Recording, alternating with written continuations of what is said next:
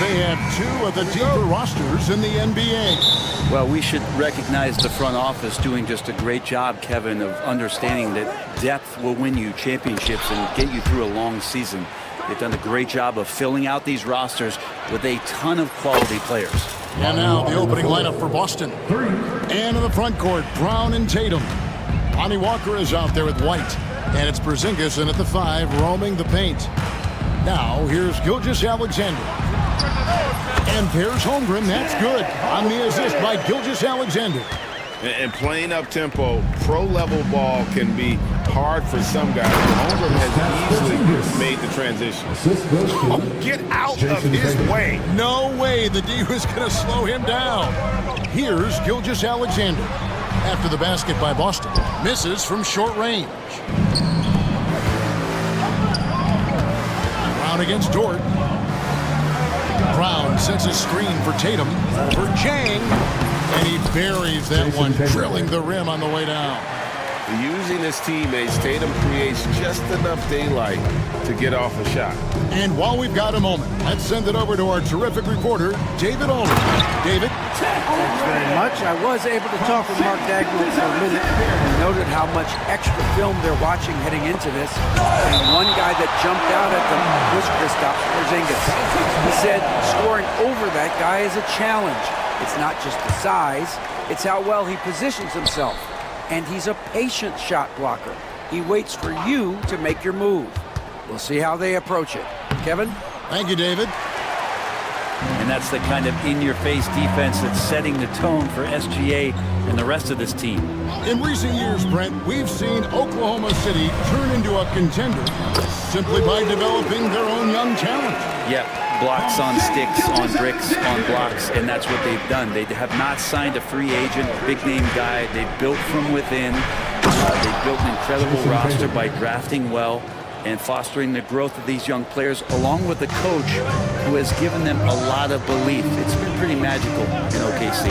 And here now the Thunder, following the bucket by the Celtics. Porzingis against Gilgeous-Alexander.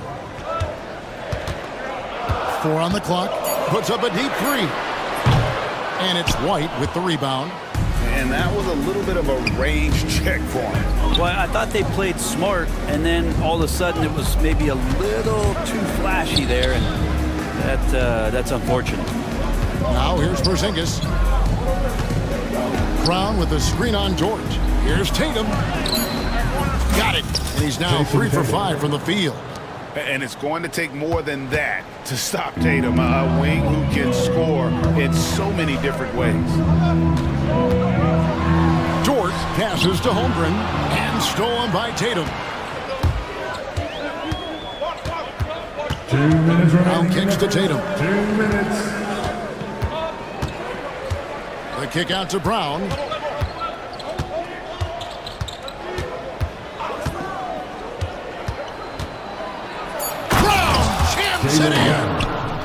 A supremely athletic player. Brown really stuck it to them there. Thunder trailing by 7. Here's Dort. A three-pointer off the mark. And you could tell he thought that triple was going to fall. Outside, Walker. Pass to Porzingis. Tatum looking around. And he drives in. Takes it off the glass. Jason Tatum. Tatum's got 8 points. Excellent job finishing on the inside. Tatum doesn't fear going in amongst the trees. Here's Gilgeous-Alexander. And he banks in the layup. Just setting the tone with an aggressive move to the rack. And where's the help defensively? Yeah, APB sent out to try to find out where the defense is. Inexcusable. Here's Porzingis after the made shot from Shai Gilgeous-Alexander. Tatum setting the pick for Brown. Right side Tatum. Over Chang. Here's Porzingis. Another shot, and he sinks the layup. Porzingis now playing with passion, engaged on the offensive glass. Oklahoma City has gone 0 of 2 from deep here. Joe passes to Holmgren. And the dunk by Holmgren. And didn't do anything fancy there, but didn't need to. Nope, his only concern right now is getting the points on the board. I don't mean style points. Now, here's Tatum. 8 points for him. Brown with a screen on George. Tatum. And the layup falls. Jason Tatum. He's got 10. I mean, the number of points they've scored in the paint already here is eye-opening. And here's Gilgeous-Alexander. Got it! He got it! That's how you do it. Stay patient, wait for the opportunity, and boom. That's a And so it's the Boston Celtics with a 6-point lead at the end of the quarter. They're feeling very confident, shooting the ball with great efficiency and dictating the pace. Don't go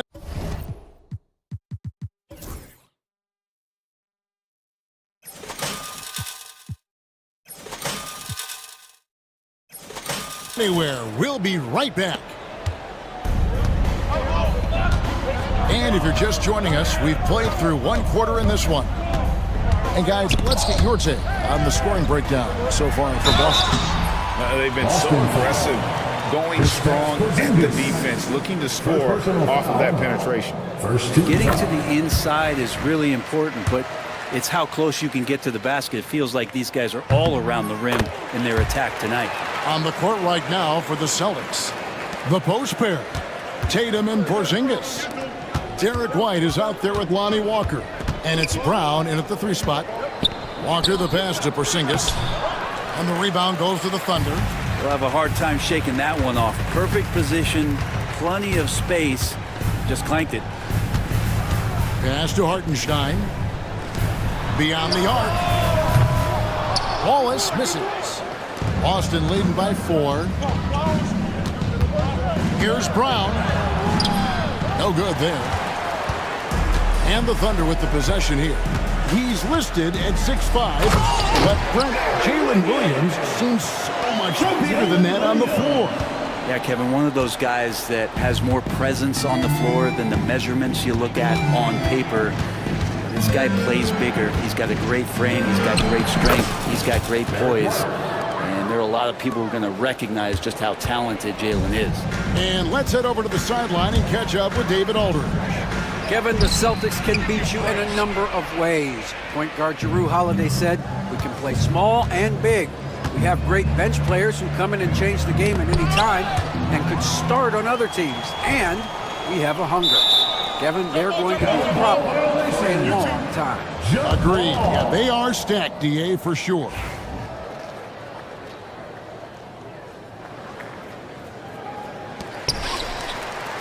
Thunder trailing by 4. Caruso looking for an opening.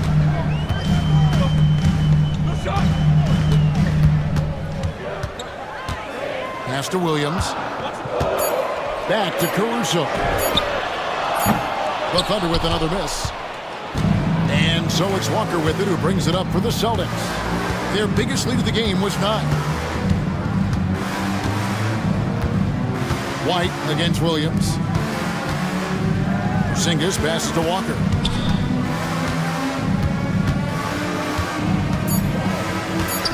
The Celtics need to get a shot off. Out of bounds, Celtics ball as Boston keeps possession. Checking in for the Celtics, Luke Cornell.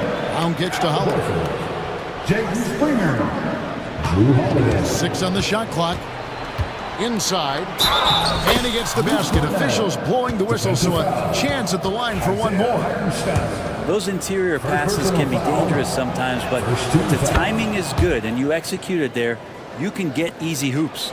Greg, every year, injuries are a huge factor in shaping the title race. And I'm guessing that teams should probably put more of a premium on durability. What do you think? Well, Kevin, I think all GMs take that into account. A team wants to be confident it'll have a stable roster over the course of a long season. Holiday, the pass to Cornette. Marvelous lead pass, and he throws it down. Well, an outstanding floor general right there. Holiday has switched between point guard and off guard, and a great feel for when guys are open. Wallace looking for an opening. Wiggins finds Williams. Hartenstein with the screen for Williams. Picked his pocket. Taken away by Williams. Wallace outside. 1:32 left to play here in the second quarter.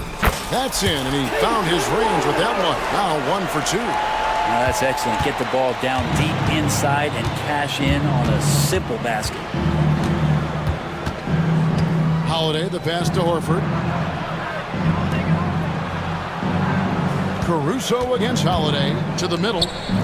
Here's Cornett. And the rebound goes to the Thunder. To the inside. Here's Wiggins. Good. And a nice assist for Williams. One of the more skilled offensive players that is on the floor here tonight. Not an easy fella to hold in check. Down kicks to Cornett. Brown against Williams. Back to Brown. Played in with a nice touch off the glass. And the Celtics lead by 5. Pretty much an Al Horford staple right there. A polished player who has lots of confidence when he gets in that range. A wide open look here for Caruso. And he's good on the 3-ball. Caruso's got 5 now. Now that's a high percentage look when the D doesn't fight over the screen. And the coach over there just asking for one simple thing, and that's some effort. Got burned on that one. Holiday gets the bucket. Flawless pick and roll motion there, executed to perfection by Drew Holiday. Here's Caruso. He has 5. Pass to Williams. Banked in off the glass. That's nice vision there. You see that pass, you make the feed before the defense has a chance to react, and that opens up a much better opportunity to score. And that's it for the first half of action in what's been a very close game here. It's the Celtics up 2. And for 2K Sports, we'll be back here at Paycom Center right after this.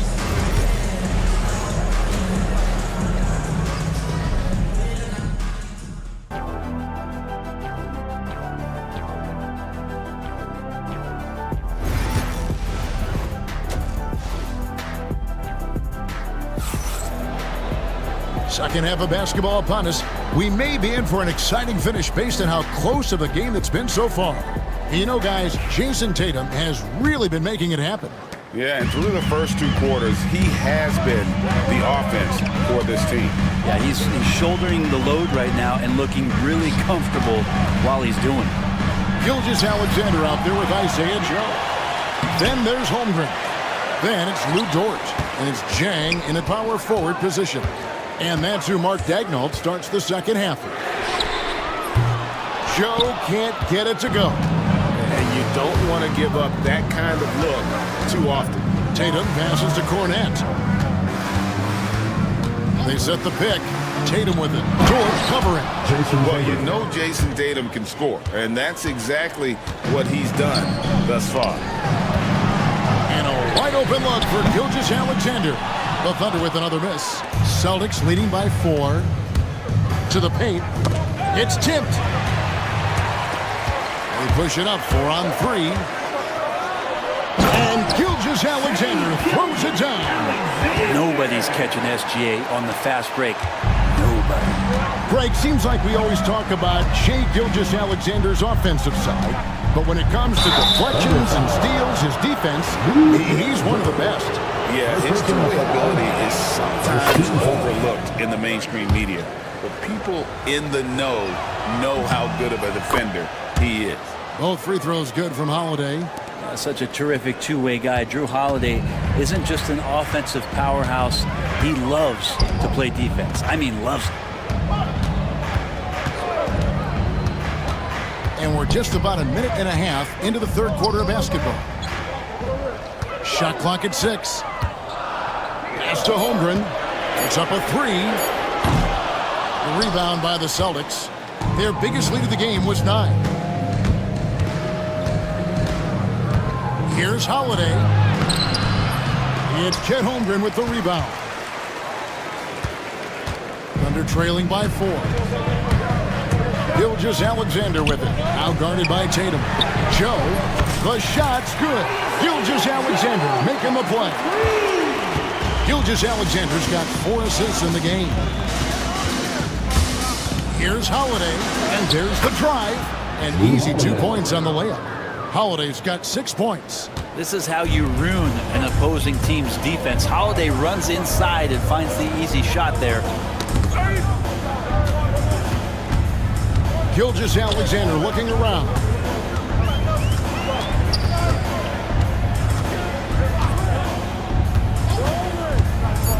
Inside. Holmgren gets the bucket. He's got 8. I mean, sneaky. When he moves around the floor, Holmgren takes you out of the play, slips past, and just rolls to the hoop. And foul on the shot. He'll shoot 2 at the free throw line. The Celtics shoot their 4th and 5th attempts at the free throw line tonight. And last season, when they got themselves to the line, they usually came through as a team up around 81%. Thunder trailing by 3. And now we're 3 minutes into the 3rd quarter of play. And the dunk by Holmgren. And given that Holmgren is 7 feet tall, he's a threat to throw it down at any time. On the wing, Holiday. Gilgeous-Alexander covering. To the middle, Holmgren with the steal. Gilgeous-Alexander passes to Chang, and the rejection by Tatum. It's Joe on the wing.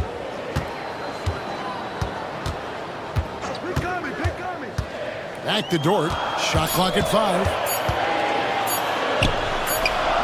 And that won't go, missing the go-ahead bucket. Celtics have gone 2 of 3 from the field to start the second half. On the wing, Holiday. Gilgeous-Alexander with it. And Holiday picks him up defensively. Here's Holmgren. Holiday against Gilgeous-Alexander. Into the lane for the lead. He takes it up and lays it in. Gilgeous-Alexander's got the lead up to 1 now for the Thunder. And we've got a timeout from Joe Mazzulla. Looking for a breather and maybe just 1 or 2 things to talk about. And Oklahoma City going with the whole new group out there.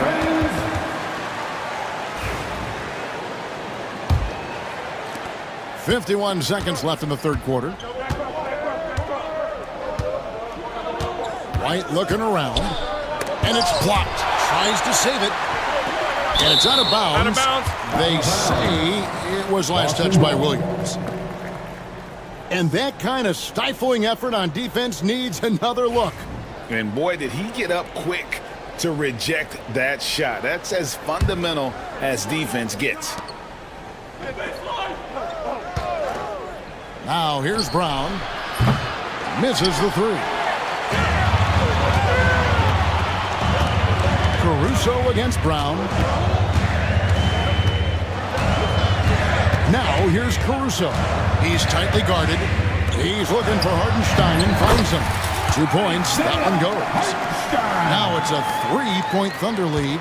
And you gotta love the big bucket in the paint in this sort of a grinded out game. Up top, Walker. Wallace covering. Pass to Tatum. To stop the drought. Tatum cleared for takeoff and landed. It's still anybody's game as we've reached the end of 3. Thunder lead by 1. We're going to step aside. And now let's go back to a play from earlier as we show you our State Farm assist of the game. And the definition of teamwork right there, guys. I mean, what great communication between them, and what a beautiful feat. The coaches talk about it all the time, but to be able to play with that kind of feel, nice play, collaborating, improvising, and organic. Jaylen Brown. And I know I speak for all of us when I say I can't wait to see what kind of finish awaits us here in the 4th quarter. On the floor for Boston, The small and power forwards, the star pair of Brown and Tatum. Walker out there with Derek White. And it's Porzingis in at the 5 down low. Go into the rack with energy. And the D afraid to cut him off. Yeah, gotta chalk that one up to some shaky defending. There's some ways to get your coach's attention, and that draws the coaching staff's ire. It's 3-on-3 on the fast break. Here's Caruso. No good on the 3. And so it's Porzingis. He'll bring it up for the Boston Celtics. Back to Brown.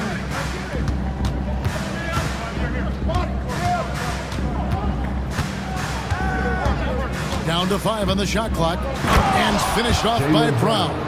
And Brown with bad intentions on that drive. Oklahoma City trailing. Outside Williams.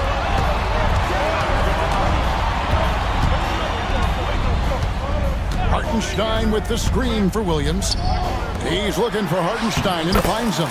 Basket good. And that's about the worst defense I can imagine a team playing coming down the stretch. Well, I hope there's one player on that team out there that has interest in winning this game. Right now, it doesn't look to be one. Brown throws it down. And you can tell Brown has a mind for the game. Calls the pick and roll and works it to perfection. Here's Wallace. And the layup's good off the glass. Wallace has got it all tied up now for the Thunder. And the D not really doing its job there. A little slow to react to the ball getting into the paint. You're not sure what that was about. I mean, talk about a brain cramp. Substitution on the court.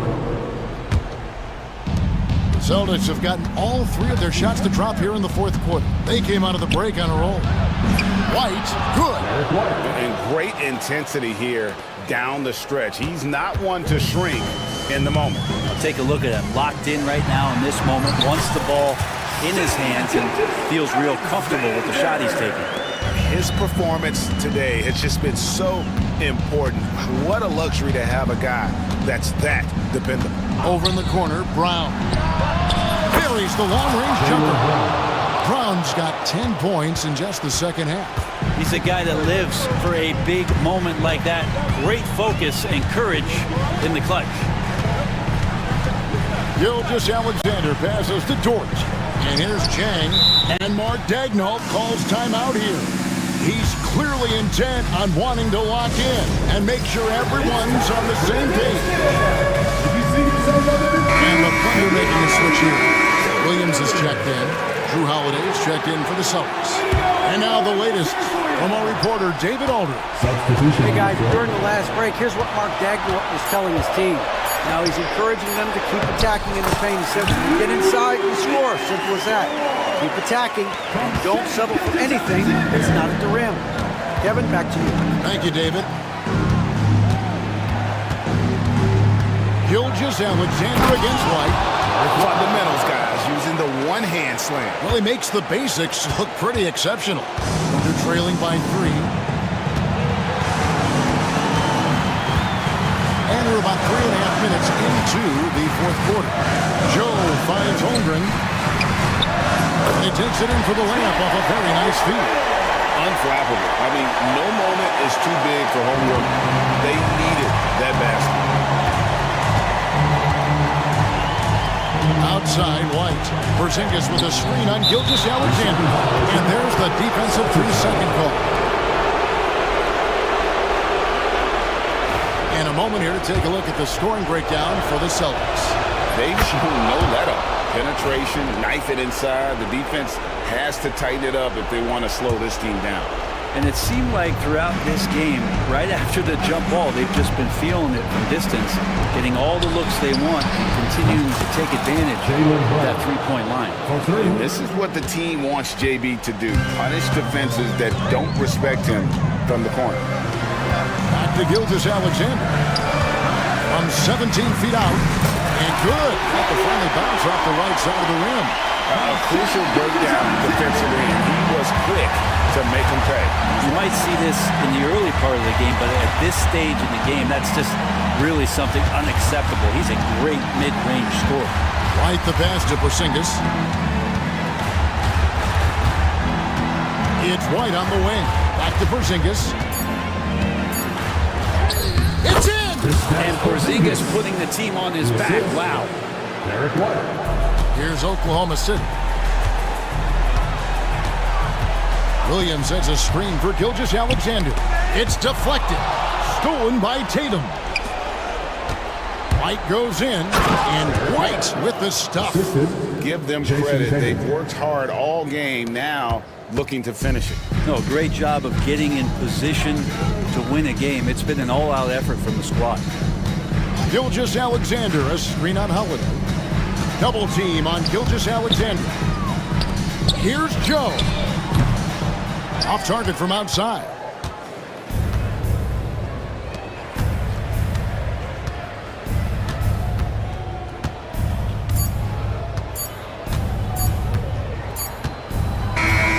So it's the Celtics picking up the win. This was much appreciated, David. And that'll wrap it up, folks.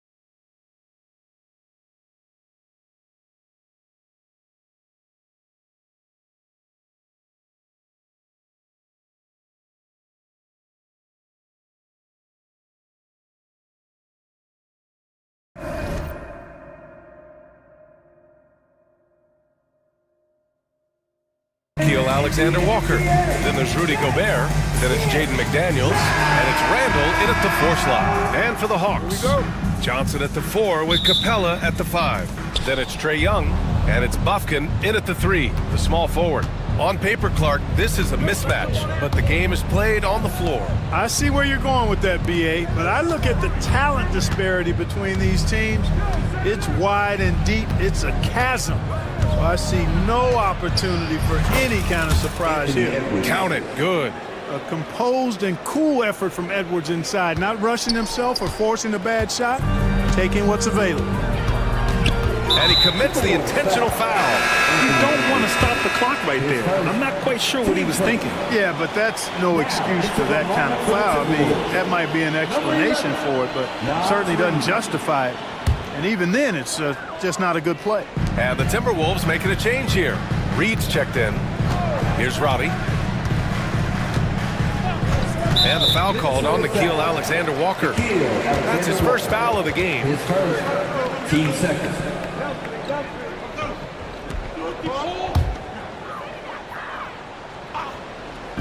Here's Robbie. No good on the quick 3.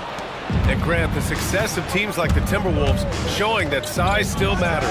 Yeah, in this pace and space era, that may have come into question just a bit, but size and skill combined has always been your best bet at winning.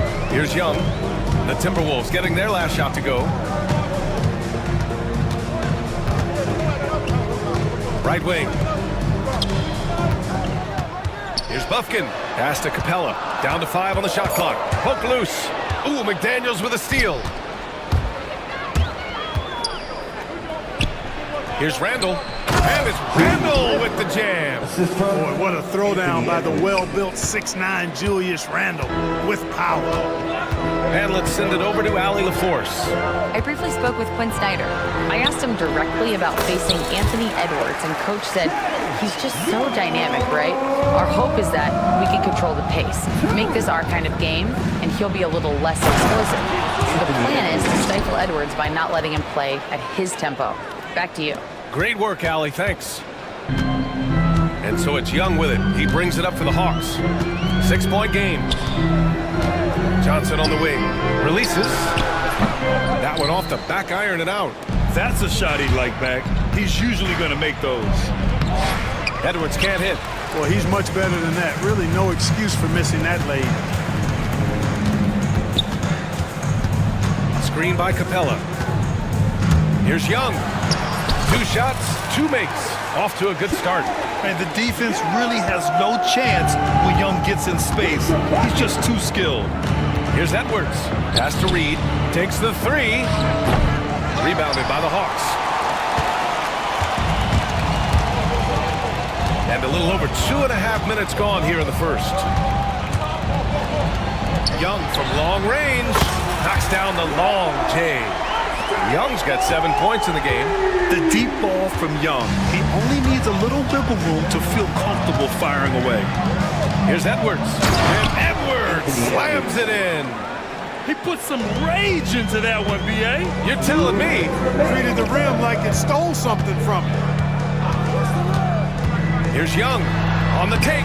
And he banks in the layup. He's got 9. Nice work inside from Young. Not afraid of trying his luck down there. Capella with a block. On the push, here comes Atlanta. Oh, and Johnson slams it in. Transition basketball, the most reliable way to generate easy looks. Yep, exactly. And if there's any opportunity for early offense, you've got to push it and push it every time. Boy, at the offensive end, his game is so impressive. I mean, he's a threat every time up the floor. Johnson on the wing. Fires for 3. Reed with the rebound. And it's Edwards with the ball for Minnesota. And they go to the intentional foul. His first. Team's first. Shot from the inbound. So it'll be 2 free throws. He was fouled in the act of shooting. Team second. Yeah, and you know, when Edwards is aggressive, I think it forces defenders to try to get physical back, and when he's close to the rim, he usually is able to draw the foul as a result. And both free throws good for Edwards. Making it look effortless. Send this guy to the stripe, he's going to cash in more than not. Outside Young. Puts it up from 12. Here's Capella. And that one's good. A nice job on the glass as they picked up 2 on the second effort. Well, Capella's tenacity is so impressive. I mean, he's got an unlimited abundance of energy when it comes to offensive rebound. Yep, that one's good. Edwards got 12 points. When they get their opportunity to punch it inside, they don't hesitate. Johnson a screen on Edwards. And stolen by Edwards. And now the T-Wolves on the break. 29 seconds left in the first quarter. Outside, Alexander Walker gets a very good look and converts. Nice read by Edwards there, finding a wide open teammate and sending the ball his way on target. Johnson a screen on Edwards. Young, the pass to Johnson. Back to Young. 4-3. He buries it from 3. He's got 12. That's how you up the ante. Come right back at it. A little back and forth from long range. I love it. That's a terrific answer there. Anthony Edwards has been on display for the Timberwolves. He made a big impact, scoring 12 points in the quarter. We'll be right back.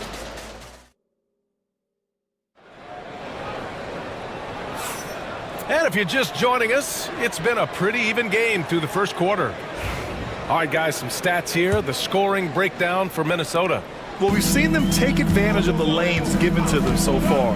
The defense isn't plugging it up, and it's being exploited.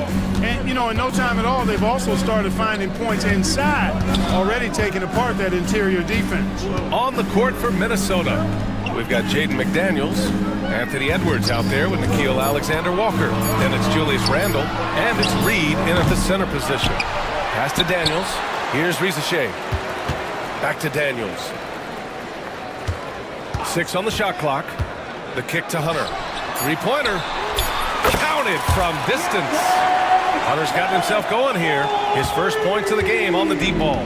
Hunter's gone 1 for 2 from deep. And 6-man, a common term in basketball, has a unique meaning for the Atlanta Hawks, Grant. Yeah, it's the name of their fan base. Extremely loyal and passionate, and they've swayed the outcome of games. Now Bogdanovich. Picked up by Okongwu. To the inside. Oh, the dunk by Okongwu! Seems to have a knack for hitting guys in their spots. His vision excellent. On the take, Edwards. Second shot opportunity, and the shot goes. Making the save, McDaniel secures the rock and gets the second chance look. Atlanta's gone 1 of 2 from deep in the second quarter. Picked up by Okongwu. Bogdanovich from long range.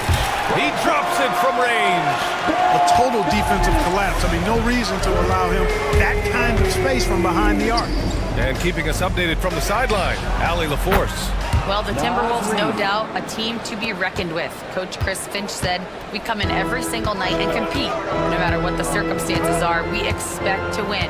We root for each other, so I feel like we have all the makings of a tough team. And they have reason to be confident, Allie. Thank you. Bogdanovich on the wing, covered by Alexander Walker. Bogdanovich, no good. Minnesota in the lead. And Edwards, here we go. And Edwards slams it in. Boy, you love to see Edwards shine on offense like this. I know it's got to be making his coach happy, too. And Rizachet gets it to go. And once more this half, they find a way to get great position inside. And he drives in. Reed for 3. Okongwu with the rebound. The Hawks have gone 4 for 6 here in the second. There's Bogdanovich with the 3. Drills it from deep. Bogdanovich has got 6. Well, despite the effort to create super teams, the league has a lot of parity right now, Grant. It really does, and I like it. It's not quite like the 80s Celtics and Lakers or the 90s Bulls, partly because of the salary. It's so hard to pay more than 2, maybe 3 stars at a time. Pass to Okongwu. Randle against Bogdanovich.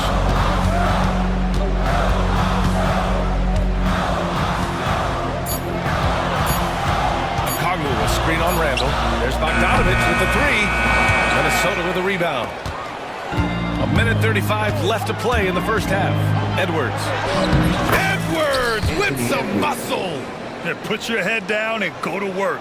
That's what they need to do. Yeah, these teams trading punches right now. I mean, it's table tennis. Back and forth we go. Okongwu, a screen on Edwards. Here's Daniels. Always a nice way to start. Makes his first one. Inside, Daniels really uses his agility, getting nimble to find himself a shot. And Chris Finch has called timeout. He's going to gather the troops and talk it over.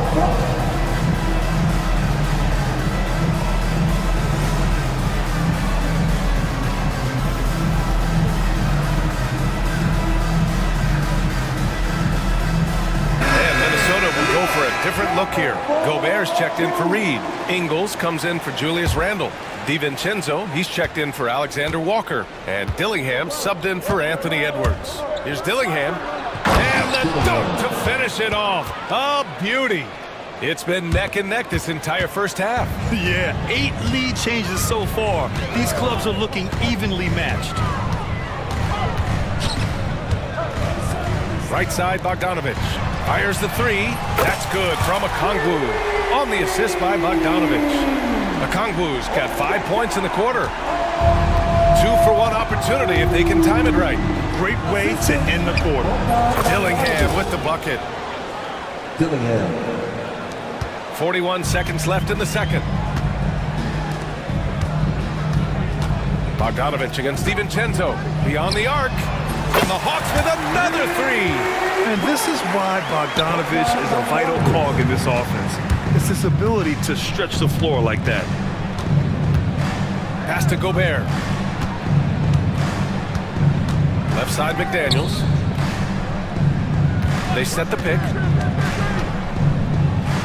Back to Gobert.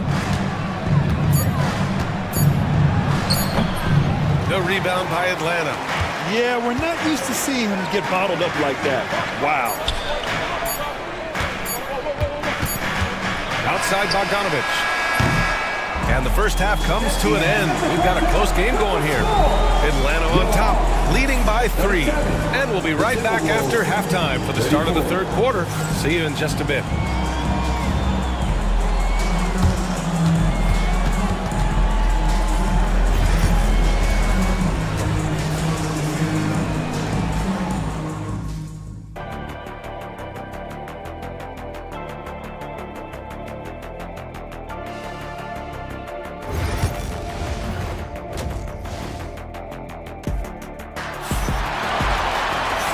In that first half, we saw a pretty tight battle. We'll soon find out what sort of adjustments were discussed during halftime. And you know, Anthony Edwards has been really making it happen, guys. Yeah, in the first half, he taught a class on how to make your teammates look good. And you know, that's what delights him most. That's what he takes most pride in. He loves being the chief facilitator. Johnson at the 4 with Capella at the 5. Then it's Trae Young. And it's Roddy in at the shooting guard position. That's the 5 to begin the second half for Quinn Snyder. And you have to love it. The floor general taking things into his own hands. Just the aggression they're looking for, man. And it just forces the defense to pay more attention to him, guys, which we know can open up things for others. Young from long range. And give him another one. He's 6 of 8 and looking solid. They're often shooting from way beyond the arc. Young easily pops in the short-range 3. Shoots in deep. Here's Gobert. Playing to his straight. Gobert inside. A great move. I mean, the defense has no response. Yeah, if that's a harbinger of things to come, he's looking at having a very big second half. Back to Young. Unloads. Again, Atlanta. It's another big night for Trae Young. A relentless scorer, constantly testing your defense. Pass to Gobert. Soft touch off the glass. Gobert's got his second basket. Keeping pace here. That's an excellent move inside. There's the screen by Johnson. And so they choose to intentionally foul. His first. Team first.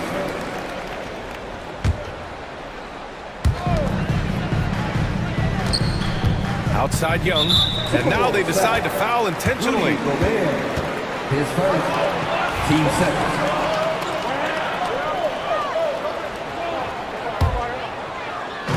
And Atlanta with possession here.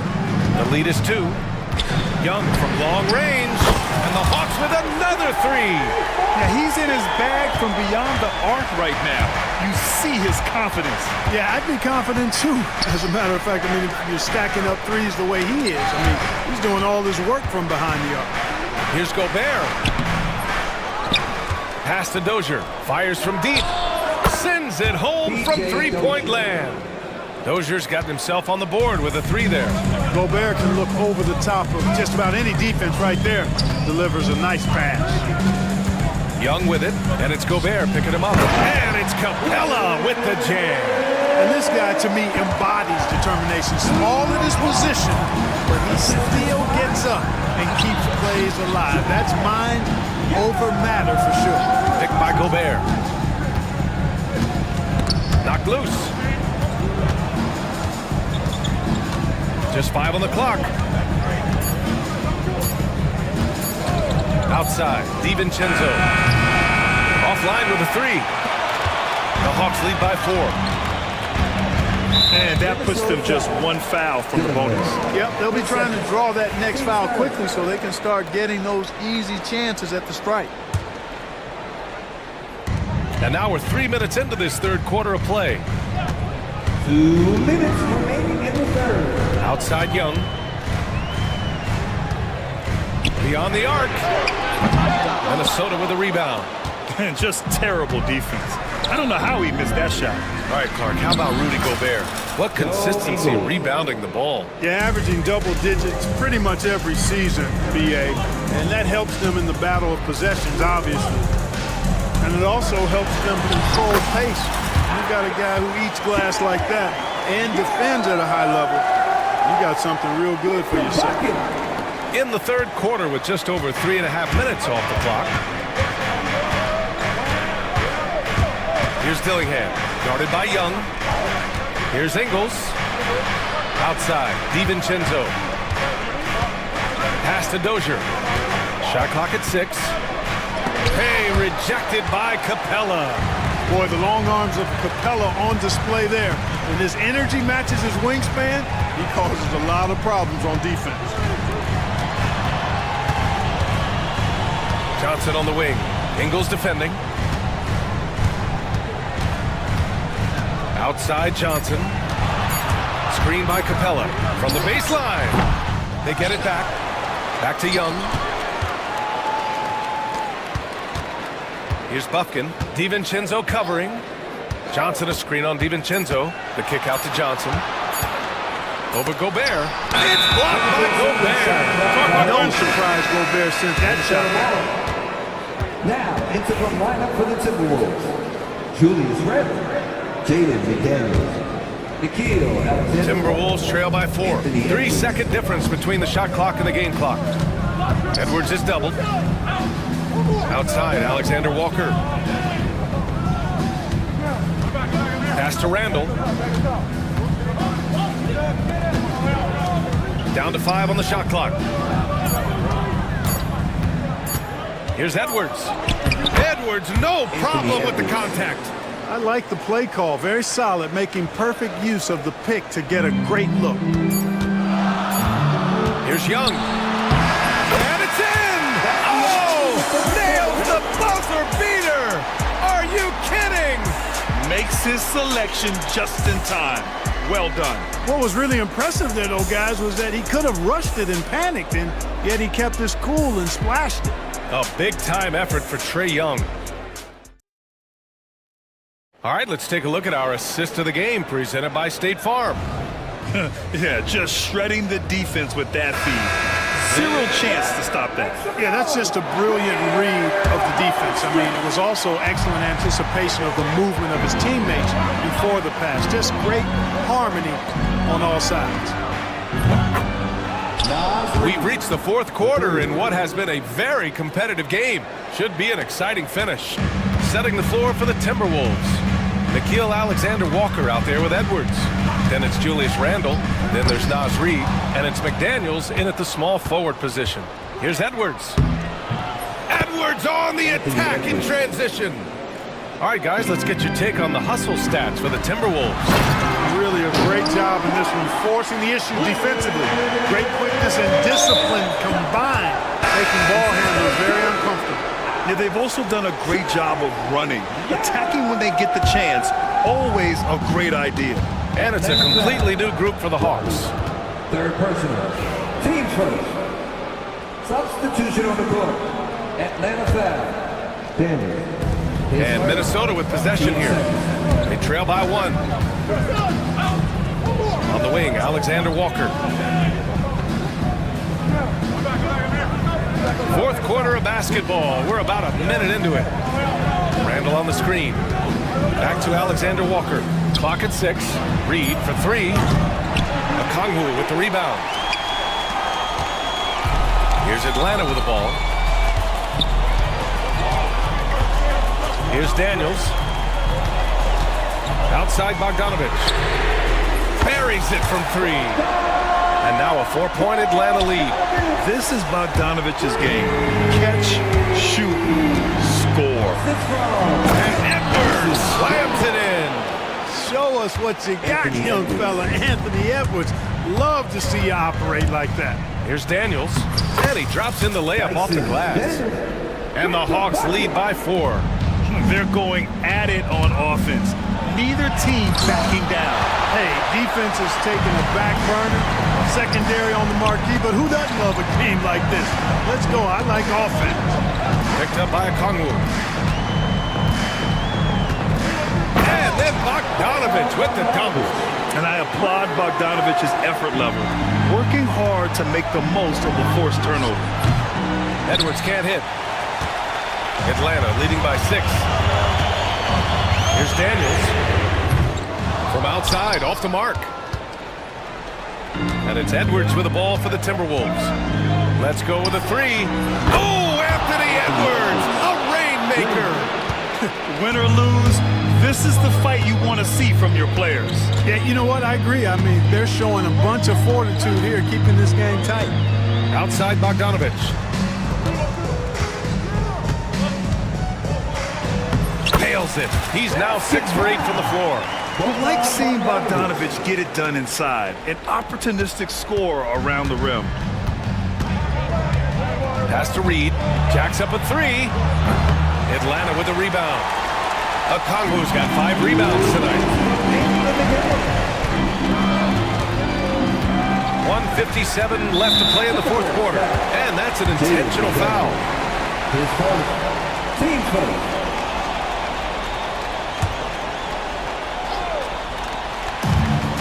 We've got 1:55 left in the fourth quarter. Not a smart pass, and he knows it. Got to disguise your intentions better than that. Takes the 3. Hunter with the rebound.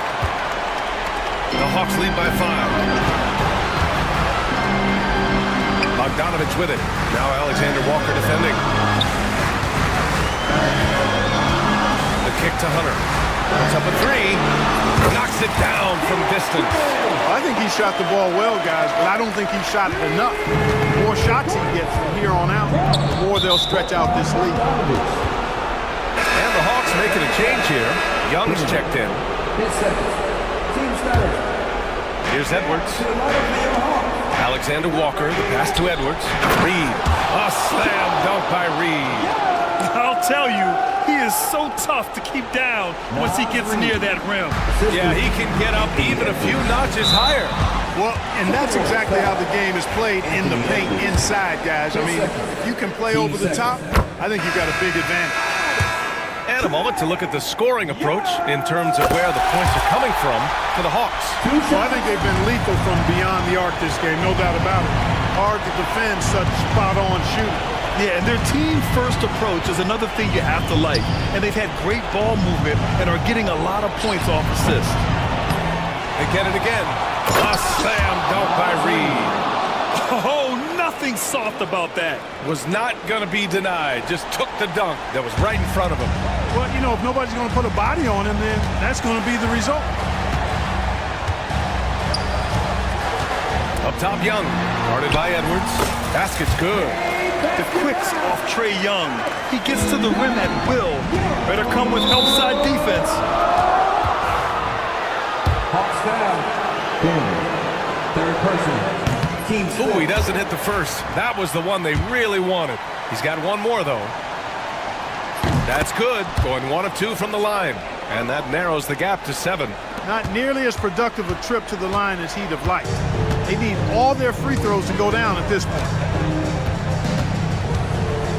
Johnson a screen on Edwards. Now here's Young. 6 to shoot. Launches it from deep. Rebounded by the Timberwolves. And just not enough time for them to get back in this game.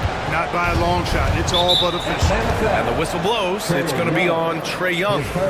That's his first foul of the game. We're in the bonus now, and they'll go to the line. He drops the first one, and that trims the lead to 6. And both free throws good for Edwards.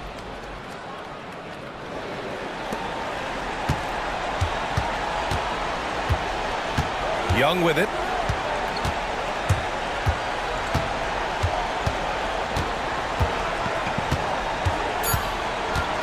Going inside.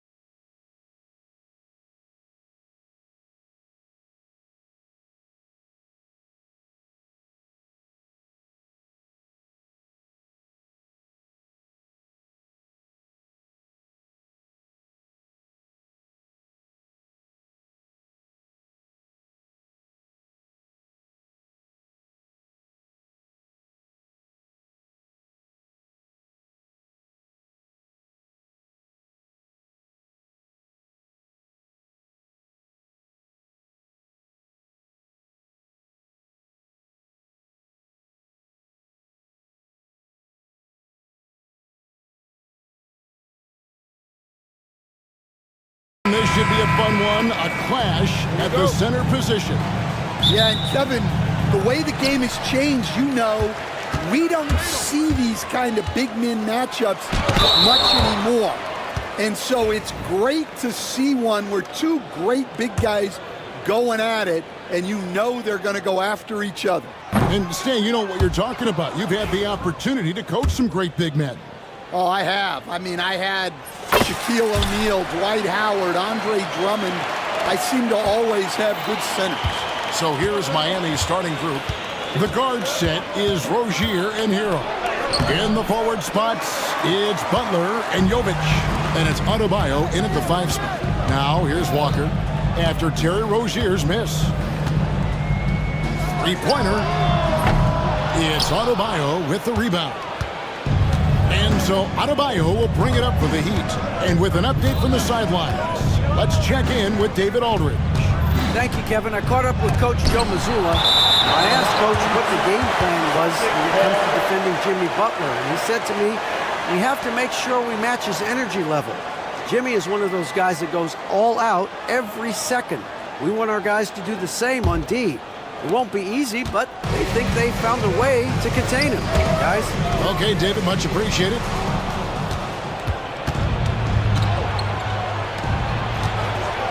And Adebayo throws it down.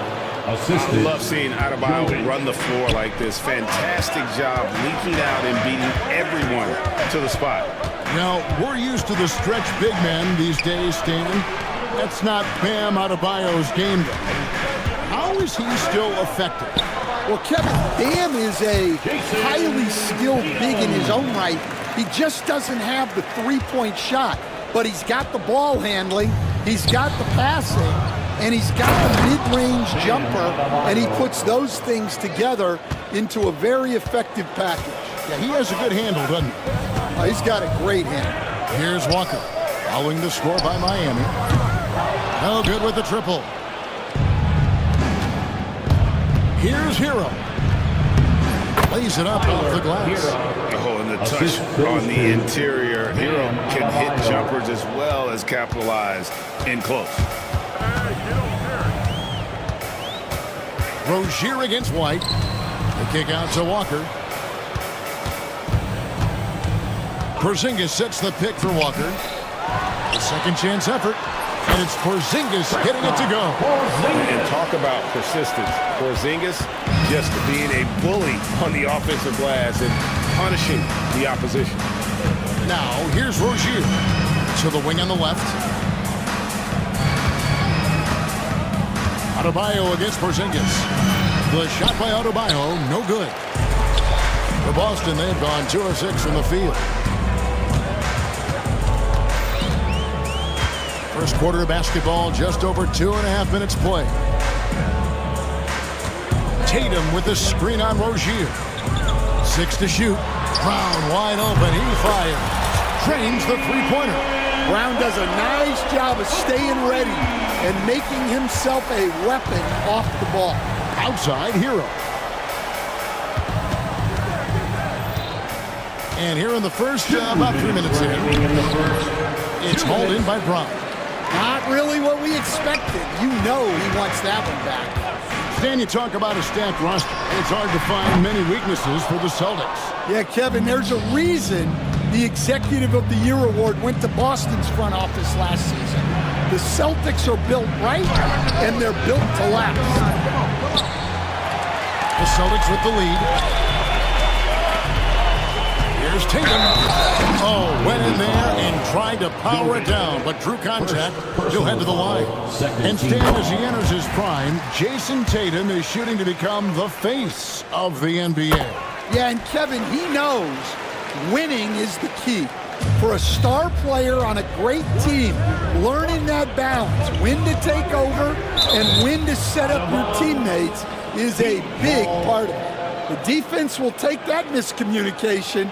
Not even close. And we're just over 3.5 minutes into the first quarter. Back to Butler. And they get it. Porzingis with the block. And just fast off the floor to challenge shots. Porzingis, this helps him get a lot of blocks like that The Heat trail by 4. A moment now to hear from our sideline reporter, Hall of Famer David Aldridge. David. Kevin, coming out of high school at 6'0", Derek White didn't receive any full scholarship offers. He says it was humbling, but it drove me to get better. Each time you have the doubters, you just put a little chip on your shoulder. The 29th pick overall in 2017 has come a long way. Kevin, those chips are still there. You're so right, David. Thanks. He's become a heck of a player. And it's the Heat with the ball after the basket by Boston. Shots good by Hero. And really, it's been a major aspect of their offense in the early stages here. Their success working the ball inside and getting points from close range. Now here's Porzingis. 5 points in the game. Tatum kicks to Porzingis. It's rebounded by Jovic. Well, if you give him that shot again, I'm willing to bet he nails it, especially with that lack of defensive effort. Hero on the wing. There's the 3. Hits it from three-point range. Hero's got 7 points in the game. We've seen the lead change hands quite a bit in this one. And guys, I think each team knows they can win this game. Just a matter who can catch that momentum. At the end of one, a closely contested game so far. Heat lead by 1. And the second quarter will be on the way when we come back.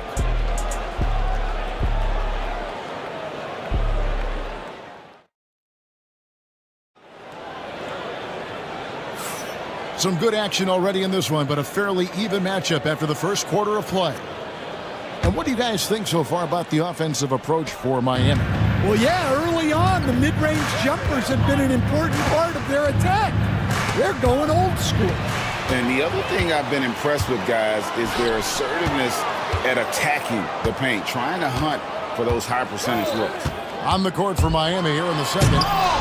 In the forward spots, it's Butler and Jovic. The guard set is Rozier and Hero. And it's Adebayo in at the pivot spot, manning the middle.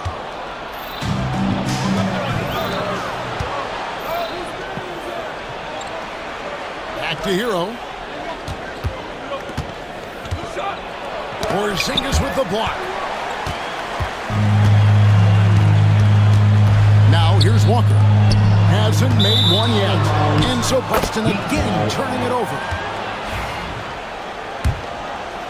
Here's Rozier.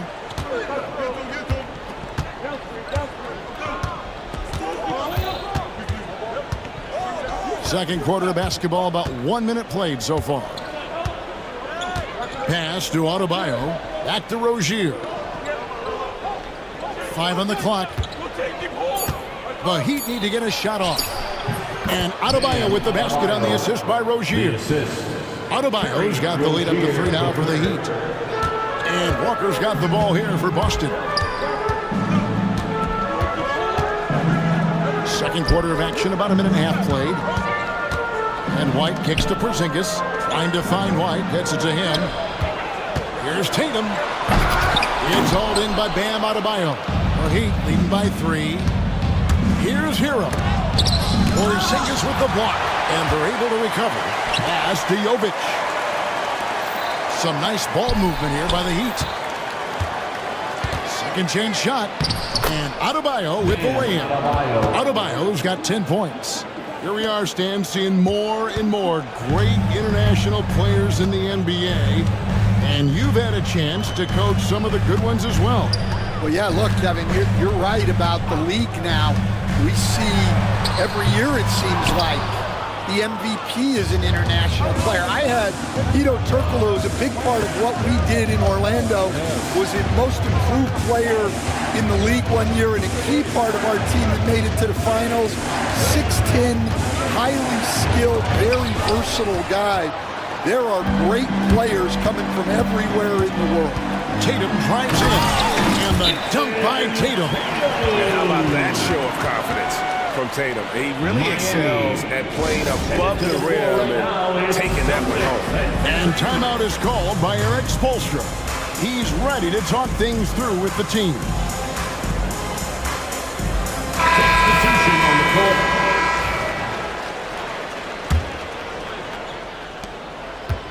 And we're now a little over 2.5 minutes into the second quarter. Here's Butler, and it's blocked by Brown. Great position. And timing by Brown, using his athleticism to come away with the rejection. Let's take a second look at that fantastic block. Sharp instincts on D there. Just timing when to rise up and swat that one away. So here's Burks. Shot from the inbound. And that's 2 points on the layup. And the Heat lead by 5. Nice read from the big guy. Love. His teammates appreciate that selfless attitude. Holiday, the pass to Cornette. 2 minutes remaining in the first half. Off target with his 3. The Heat have gone 3 of 7 shooting the ball here in the second quarter. 2 free throws coming up, and they call the shooting foul. Dan, you know, if you think about Jimmy Butler, and you and I are fans of his game, talk about a guy who calls it like he sees it, though. My goodness. Yeah, that's an understatement. Look, Jimmy's never going to hold back. He'll call out his teammates. He'll call out opponents. He'll call out the referees. This guy acts with no fear. Just don't call out the broadcasters, right? We want to stay out of his range. And he would have no reason to. Exactly. Richardson the pass to Love.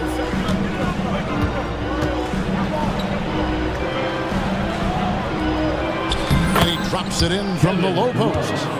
And that touch around the rim is just great from Love. Celtics trail by 7.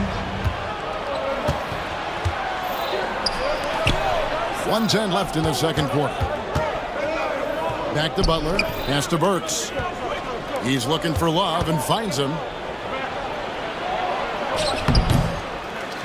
With the second effort. Jaquez outside. Clock at 6. Offensive rebound. Kicks it out to Richardson.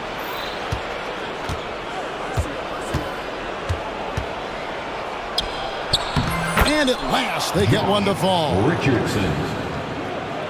Richardson's got the lead up to 9 now for the Heat. The Celtics have gone 2 of 6 from the field in the second quarter so far. Here's Cornette. He's guarded by Love. And Cornette gets it to go. Huge hole in the defense that possession. He didn't waste any time cutting through. Burks on the wing. And we'll have a timeout called by Eric Spoelstra. He's going to have a discussion here on the sideline. Attention fans, now on the court is your hype squad. Get live. Substitution on the court.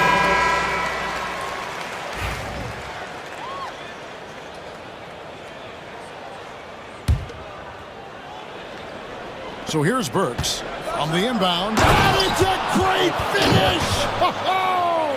Oh, my. He's going to put that one in his scrapbook. Insane dunk. And now they're starting to rub it in. Build up a lead, and here we go, baby. It is showtime. Strong move to the 10, trying to get his guys going. Hard not to get motivated, GA, right when your teammate makes that kind of play. Well, that's exactly what's needed when you're trying to turn things around. All right, thank you, David. And folks, don't go away. After the break, we'll see you right back here for the start of quarter number 3.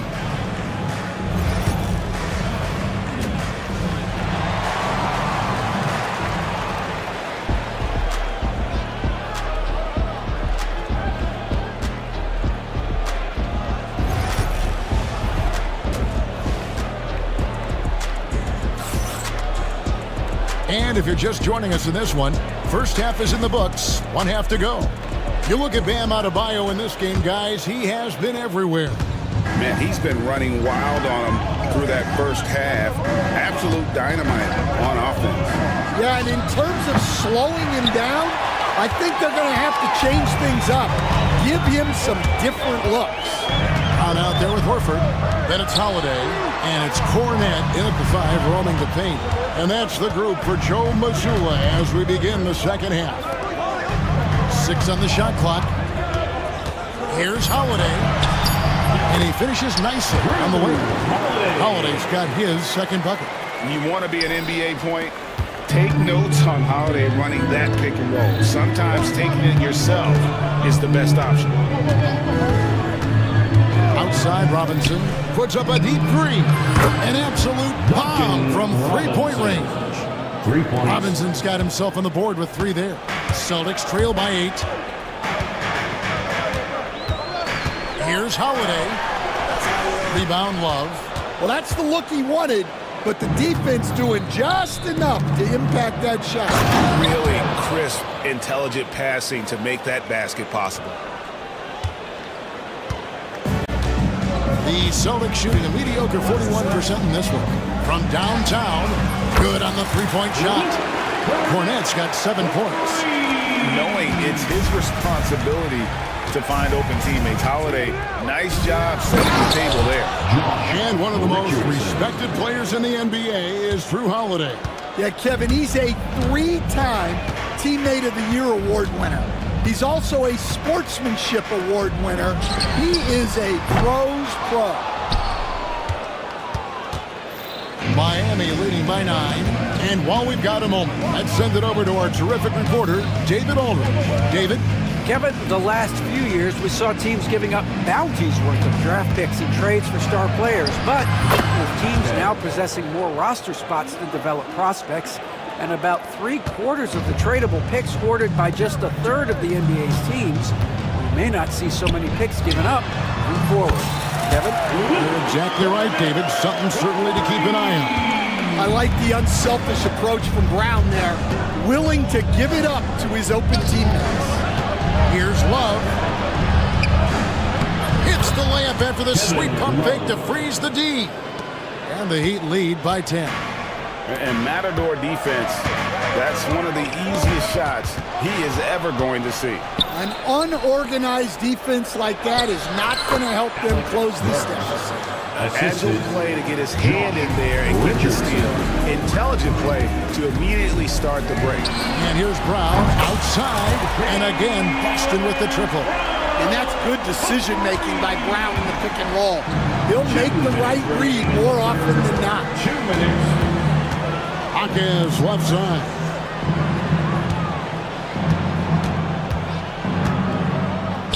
Pass to Richardson.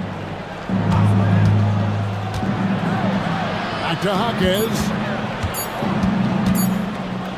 For the 3. The rebound by the Celtics. Little under 2.5 minutes off the clock now here in the third. Brown feeling it out a bit. And he gets the whistle. 2 free throws coming up. That one on Hawkins. And Greg, we were talking Jaylen Brown making the 2023 All-NBA second team. That was big for him, wasn't it? Yeah, Kevin, it made Jaylen eligible for the Supermax, signing for that 5-year extension in July of 23. At the time, the largest contract in NBA history. Nikola Jovic has checked in for the Heat. Jimmy Butler comes in for Robinson. Celtics trail by 8. Brown inside the line. They get it again. Cornette kicks to Brown. Here's Springer. Here's Cornette. And finally they hit one. Cornette's got 12. Relentless effort creates the second chance opportunity. Love outside. Got a piece of it. On the wing, Holiday. There's the triple. Miami grabs the miss. Love's got 4 rebounds now tonight. Pass to Burks. Good ball movement here by Miami. And it's Richardson slamming it down. And there is no better way to add to the lead. Isn't that true, GA, especially when the slam is coming from the point guard? It shows you're able to attack the rim from any position. Now here's Love. Down low. It's stolen by Brown. Richardson against Holiday. Love grabs the board. Love's got 6 rebounds now in the game. Good if it goes. It's good. Hold on. Under NBA rules, the officials will have 2 minutes to review the play. Turns out the officials are going to review the play to see if he released the ball before the buzzer. Yeah, and at this point in the game, you know, some might say, hey, can't we just skip the replay this time around? But you just never know. Who's ready for And this is it. Glad to have you along for this 4th and final quarter.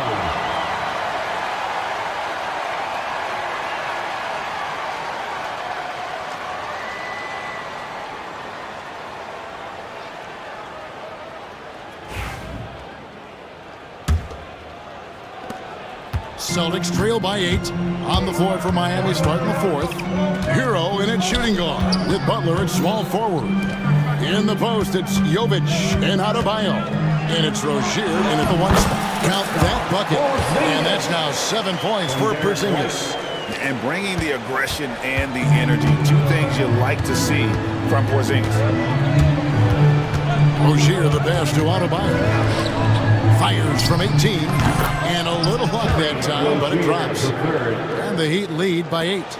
And his presence as a scorer, it just has a calming effect for the rest of the team. He's a fallback option whenever they need one. The wide open look here for Porzingis. His 3-pointers off the mark. And here's Rozier. He brings it up for the Miami Heat. They've held a 12-point lead early. Shots good from Butler. Not many guys with Butler's build have his skill set inside.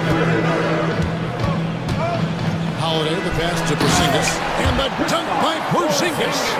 And didn't do anything fancy there, but didn't need to. Nope, his only concern right now is getting the points on the board. And I don't mean style points. Pass to Rozier, out to the wing. Now, here's Butler. T right on him.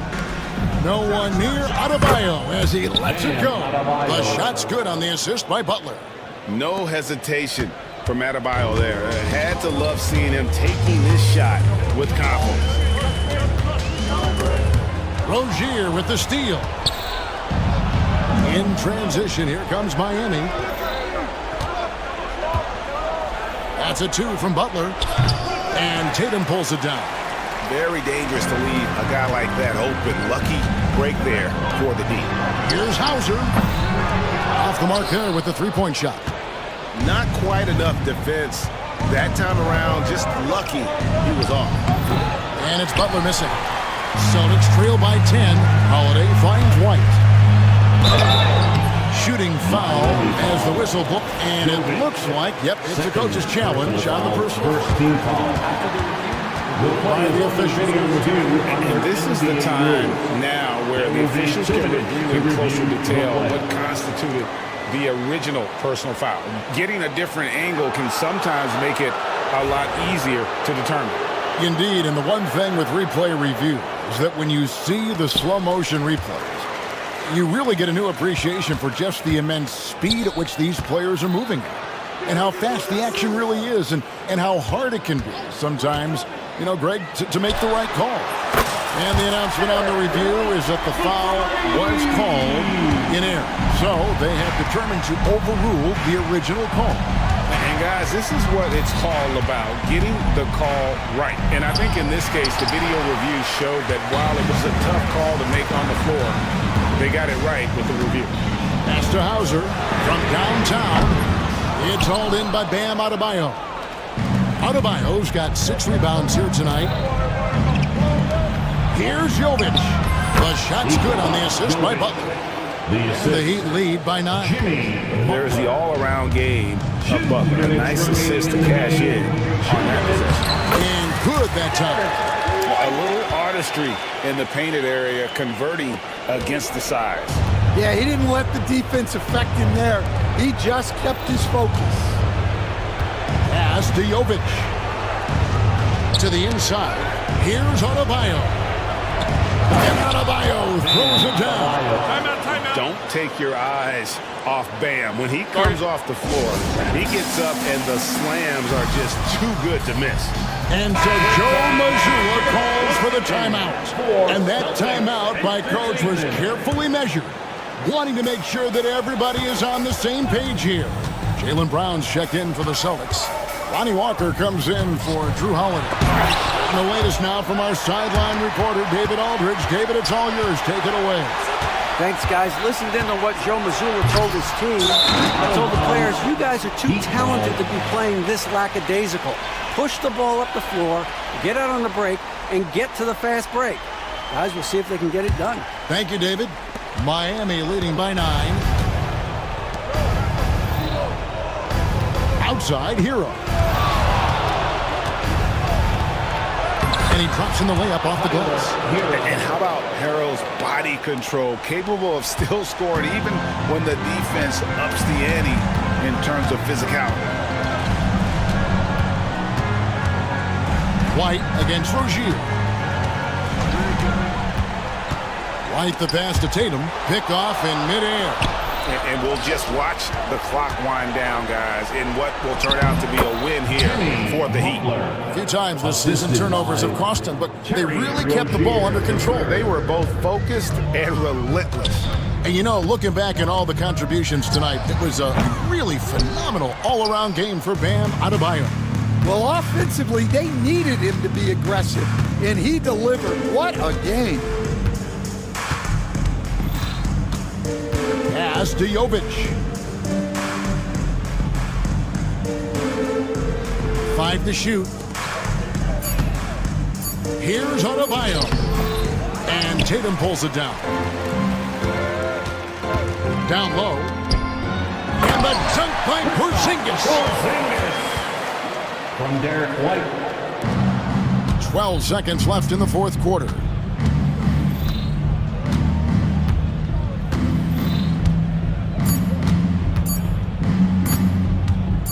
Hero from deep three-point territory. Misses the shot. And so Miami takes this one by a big mark. All right, DA, thanks again.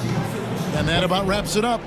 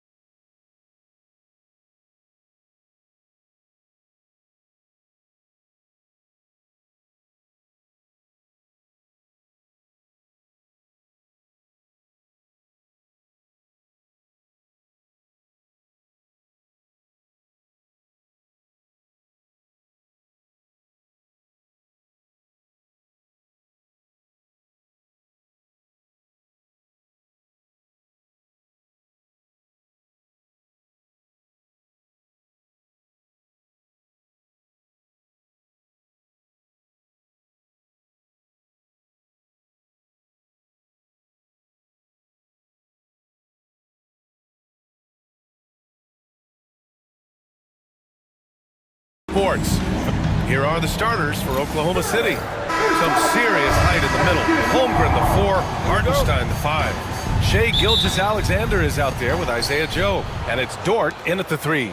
And for Minnesota, Julius Randle out there with Rudy Gobert. Then it's Nickeil Alexander-Walker. Then it's Jaden McDaniels. And it's Edwards in at the 1. And slam dunk by Gilgeous-Alexander. That, folks, is about the speed of Shai Gilgeous-Alexander. Gets in there before the defense can react. And something that makes SGA so dangerous on offense is elite drive and kick ability. Yeah, you have to load towards him when he comes off a high pick. He just draws so much attention and can find another cutter or spot-up shooter. He has so much gravity to his game. Here's Gilgeous-Alexander. Following the score by Minnesota.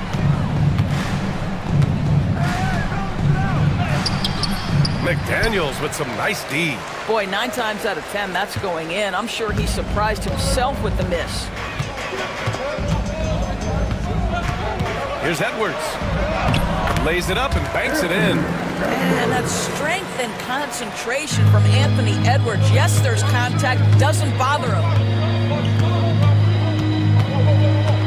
Gilgeous-Alexander against Edwards. Outside Joe. Pass to Holmgren. Clock at 6. And he buries his first look. It's so difficult to defend Holmgren inside. For such a young player, his body control and awareness are off the charts. Edwards finds Gobert. Outside McDaniels. Gobert with a screen on Gilgeous-Alexander. McDaniels passes to Randle. Played it in with a nice touch off the window. Boy, there was plenty of contact down low, but Randle assertive and able to find the finish. And an intentional foul right there. I mean, I'm just not sure what he was thinking right there. I mean, he needs to get his head in the game. And Minnesota making a change here. Reed's checked in.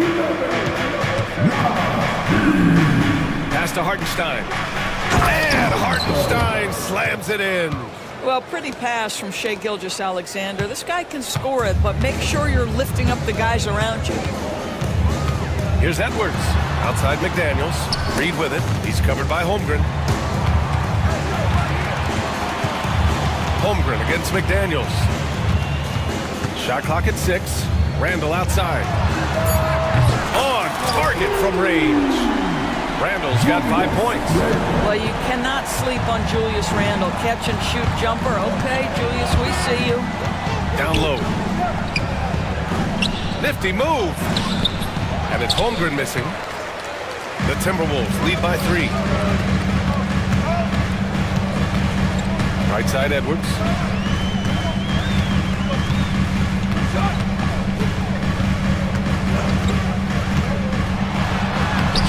Great start so far, 3 of 3 in this one. Well, Anthony Edwards with that frame on the interior, such a tough check. Thunder trail by 5. Grant, how about the rise of OKC? In just 2 years, transforming from a 24-win team to the top seed. Incredible, B.A.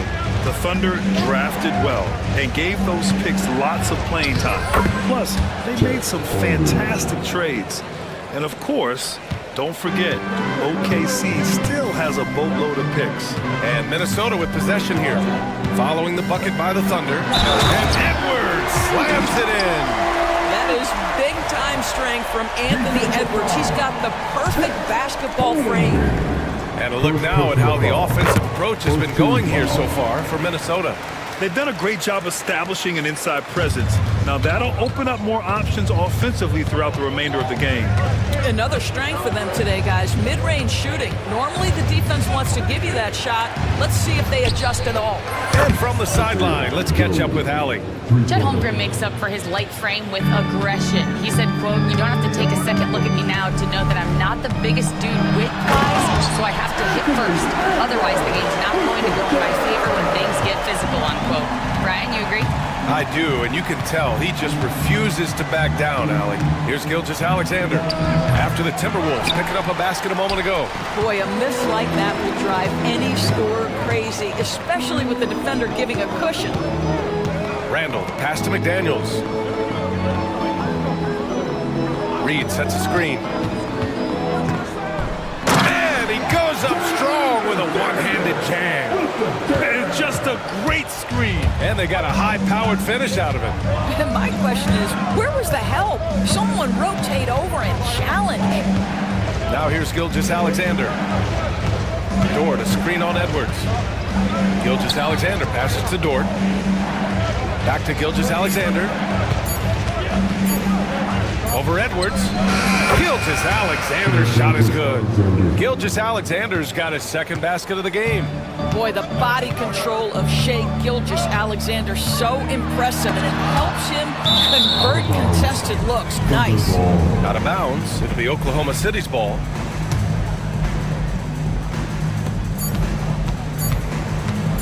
From downtown, and that's not gonna go. Offense is coming free and easy as we wrap up the first. It's Minnesota. They lead by 5. Don't go anywhere.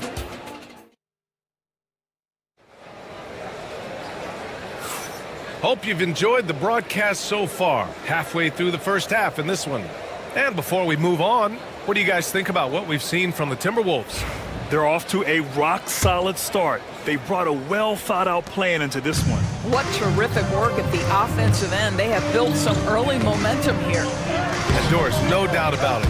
Shai Gilgeous-Alexander is an absolute monster on offense. Very quietly, one of the most dangerous offensive players in the game is Shai Gilgeous-Alexander. He's got size, he's got speed, he's got handle, he can score from 3 levels. This guy is a legit force.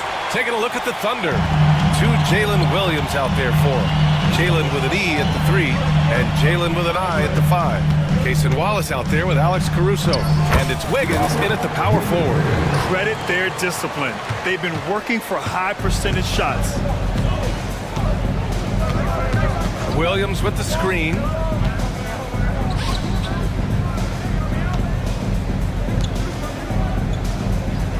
Caruso outside.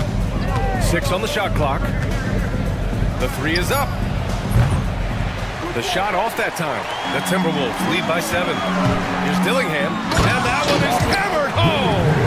The best way to get a clean look is with those quick hitters on the break. What a beautiful fast break opportunity, and the finish pretty good.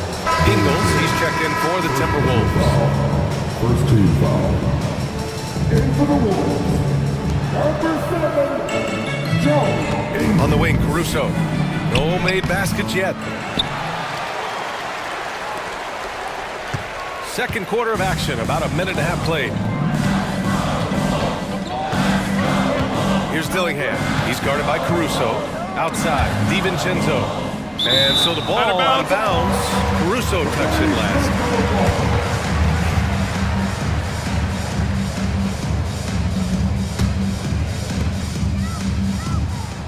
Ingles, a screen on Caruso. Here's Dillingham. Oh, and there's the whistle. And coach doesn't like the call at all. He's opting to use his challenge. He wants the officials to look at the replay.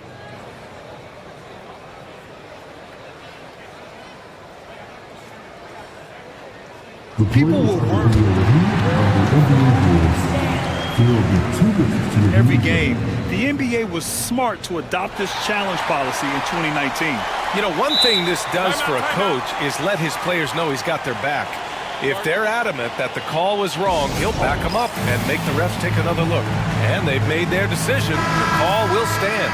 And as much as it hurts to lose a challenge, I think coach would challenge that call again if he could. He really disagreed with the foul, and he's still peeved.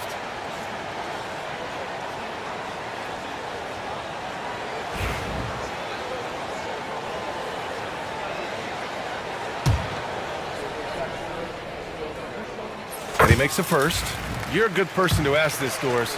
Why do so many point guards turn into successful coaches?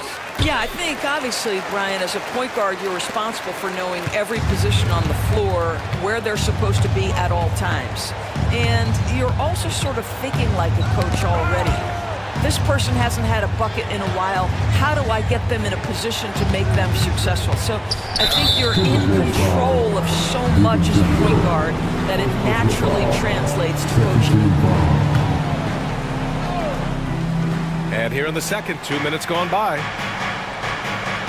Williams with the screen. 5 to shoot. And here's Caruso outside.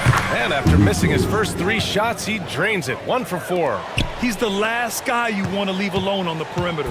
The Timberwolves lead by 8. Here's Dillingham. Ingles, a screen on Caruso. On the take.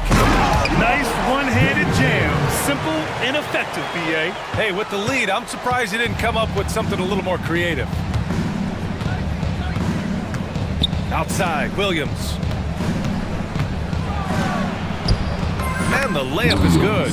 We talk about Williams' versatility as a scorer. He can get his points from just about any spot on the floor. Here's Dillingham. And he jams it home with authority. And sends it home with some passion. I think he's rubbing it in a little bit here, hanging up there like that. Not sure why he committed the intentional foul. No purpose. I think everyone's a little confused, but weird plays happen. And now about 3 minutes gone in the second quarter here. Defensively, you always want to keep vision on the ball.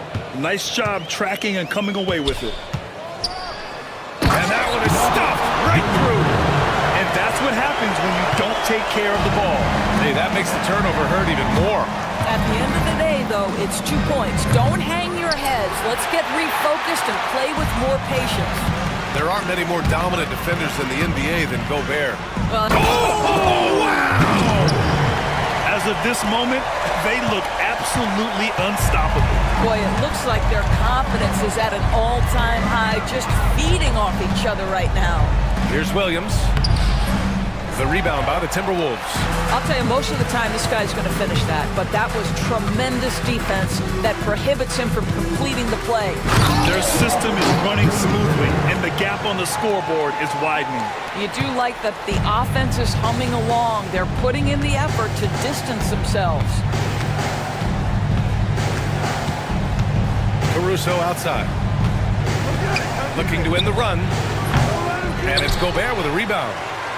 Gobert's got a rebound number 5 here tonight. 41 seconds left in the second. Here's Dillingham. He's guarded by Caruso. Here's Gobert. And Gobert with the stuff. Making plays at both ends of the floor, and it shows up in the box score. Well, what I love is the energy they're bringing right now. They're ignoring the scoreboard and playing hard. Such a multi-talented threat on the offensive end, and you love his confidence. Oklahoma City shooting their first free throw of the game. And we've got 28 seconds left to play in the first half. Here's Dillingham. Count the basket. Dillingham's got 18. Boy, he's been unconscious this quarter. I love the confidence he's playing with. Pass to Wallace. This one for 3. And it's Gobert with a rebound. Here's Dillingham. No good with a layup. And so it's Minnesota leading by 17 at the end of the period. They hold a real solid lead right now. Love their approach tonight. We'll be right back.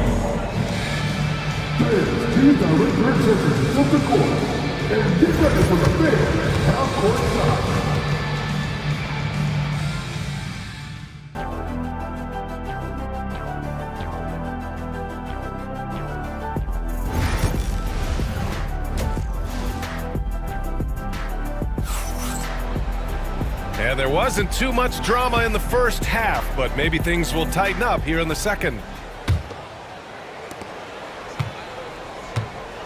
Edwards out there with Akil Alexander-Walker. Then it's Julius Randle. Then there's Rudy Gobert. And it's McDaniels in at the small forward position. So that's the Timberwolves 5.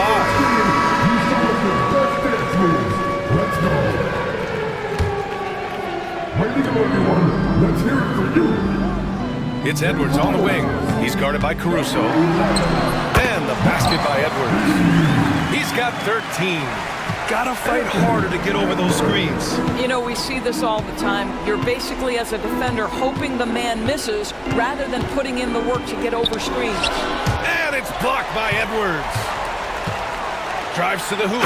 And he hammers it down right in the face of Jalen Williams. Oh, give me a little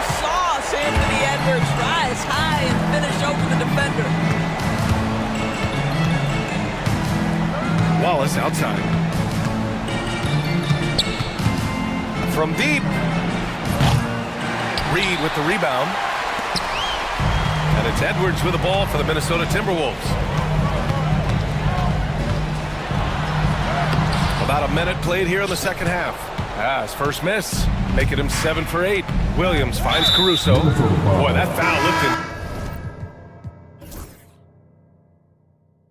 Intentional. Not exactly what you'd expect here. Yeah, I know. It just doesn't make sense given the situation.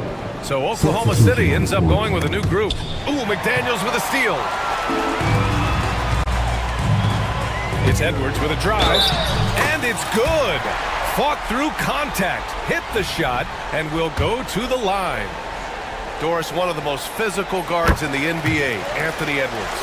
If you want to talk about a prototypical NBA body, it's Anthony Edwards. He's got size, strength, athleticism, but beyond that, he's so skilled. 3-level scorer, versatile on the defensive end, fearless when it matters. Anthony Edwards may be the next face of the league. 6 to shoot. Gilgeous-Alexander passes to Joe. And it's blocked by Edwards. Wow, great defensive play by Anthony Edwards, engaged on that end of the floor right now. Oklahoma City shooting their second and third free throws tonight. Both good from the line that time. Third quarter of play with just over 1.5 minutes gone by. And Edwards slams it in. Anthony Edwards has got his rhythm, and he's got a well-rounded offensive game. Look out. Inside, tipped away, stolen by Reed.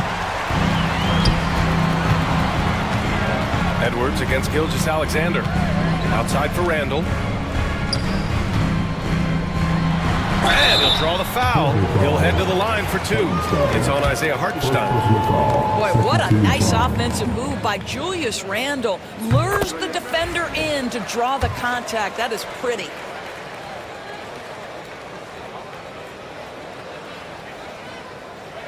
And Randall drops them both.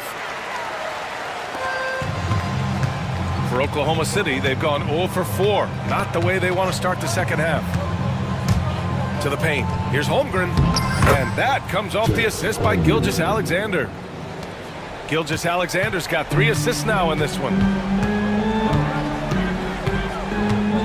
Edwards looking it over. And the layup falls. Edwards got 11 in the second half. And trust me, when the D's slow to react, he'll be the first guy to make them pay. And that's typical of this guy. He's always reading the situation, reacting quickly, and capitalizing. Holmgren with a screen on Edwards. Back to Holmgren. There's the triple. Fires in the triple. Holmgren's got 5 points now in the quarter. Yeah, it's just too easy for Holmgren. Man, is he fun to watch operate off the catch. Here's Edwards. Count that bucket. And just not letting up at all. I mean, you have to love this approach. You want to get the ball to the guys who make plays. One thing we've learned in the NBA, the game is never over. So you've got to continue to score, continue to build your lead. I'll tell you, he'll take that all day, every day. I'm sure he was shocked to find himself that wide open. And let's swing it over to the sideline and hear from Allie. When it comes to winning big, basketball acumen is the difference. LeBron James said, quote, in the final 2 rounds of the playoffs, what's going to separate teams is IQ. There's moments in the game that a coach can't prepare you for, where you have to make adjustments right away. It's not experience, it's IQ. He would know, Allie. Thanks. Oh, guys, the agility, the hops, everything about Anthony Edwards, so good athletically. Holmgren with a screen on Edwards. Pass to Holmgren. Launches a 3. Rebound Minnesota. Now here's McDaniels. And here's Alexander Walker. Reed a screen on Gilgeous-Alexander. Alexander Walker with the bucket. Here in the second half, they've just found better shots. And I think what's happening is they're getting their shots within the flow of their offense, and you can clearly see the difference. From behind the arc. Randall pulls down the board. Yeah, and the defense has really got to tighten up on him. I mean, he's just too dangerous from the three-point line. McDaniels passes to Reed. The layup off target. For Oklahoma City, they've gotten only 4 of 10 shots to fall so far in the third. 6 seconds separating the shot and game clocks. And it's Edwards with the ball for the Minnesota Timberwolves. Pass to Reed. And here's Edwards. He's got 26. Back to Reed. With 1 on the clock. No good. Would have counted had it gone. And 3 quarters of play in the books. This one's all but over. And it's time now to bring you our State Farm assist of the game. You talk about painting a magnificent picture with that dime. Just a great decision and a perfect delivery. We call that putting it right in the pocket, and he knew what to do with it once it was there. And 1 quarter to go in a game that, to this point, has not been an evenly fought contest. Taking a look at Oklahoma City. 2 Jalen Williams out there for him. Jalen with an E at the 3, and Jalen with an I at the 5. Alex Caruso is out there with Cason Wallace, and it's Wiggins in at the 4-man position. And there's the 3-second call. This one on the defense. All right, guys, what do you think so far about the offensive approach for Minnesota? Yeah, they were so aggressive from the start, getting the ball into the painted area. Now, they stuck to their game plan, and it paid off. And the other thing, guys, credit their game plan. They've been getting the looks they want, and they are executing at a high level. Reed's checked in for the Timberwolves. Dozier comes in for Julius Randle. Dillingham. The rebound by Wiggins. And Oklahoma City shooting only 42%. Caruso finds Wiggins. Caruso outside. The 3-ball. Gets the 3-ball to go. Here in the second half, they're really focused on stretching the floor. And guys, boy, when you're hitting, it sure does work. It obviously opens up major options at the offensive end. Pass to DiVincenzo. Shot clock at 5. Oh, it's stolen. Pushing it up the floor. Here comes Oklahoma City. Wallace misses. Minnesota leading by 20. The 3 is up. DiVincenzo can't hit. DiVincenzo against Caruso. Now Wallace driving to the basket. Oh, there's a killer 2-hand slam. Wow. I'll tell you, such an advantage having a playmaker who can get up to the rim and finish. Now that is what every team wants. Oh, you love it. Fearless, aggressive, leaving. No doubt whatsoever. Pass to McDaniels. And here's Dillingham from the arc. That one's true. And that's 9 for 12 for him now. Have to show more effort defensively. Everyone knows he can do that from deep. Well, to me, that's just inexcusable. You start to wonder how much they really want this basketball game. The Timberwolves have gotten just 1 shot to fall out of 3 attempts in the 4th. Using his post moves to get the 2 points. Dillingham's got 24. And trying to put the game away, he's been nails all evening. And he hasn't forced much tonight. I love the efficiency he's giving to them. Caruso outside. 5 on the clock. Oh, and he got fouled on his way up. He'll head to the line to shoot 2. The free throw drops for Caruso. So Oklahoma City going with almost an entire new group here. Hardenstein, he's checked in for Williams. Holmgren comes in for Wiggins. Lou Dort, he's checked in for Williams. And Joe subbed in for Wallace. Reed, a screen on Caruso. Pass to Reed. Takes a 3. Oklahoma City grabs a miss. We're in the final quarter play here. 3 minutes in. And here's Caruso outside. Sinks the tray.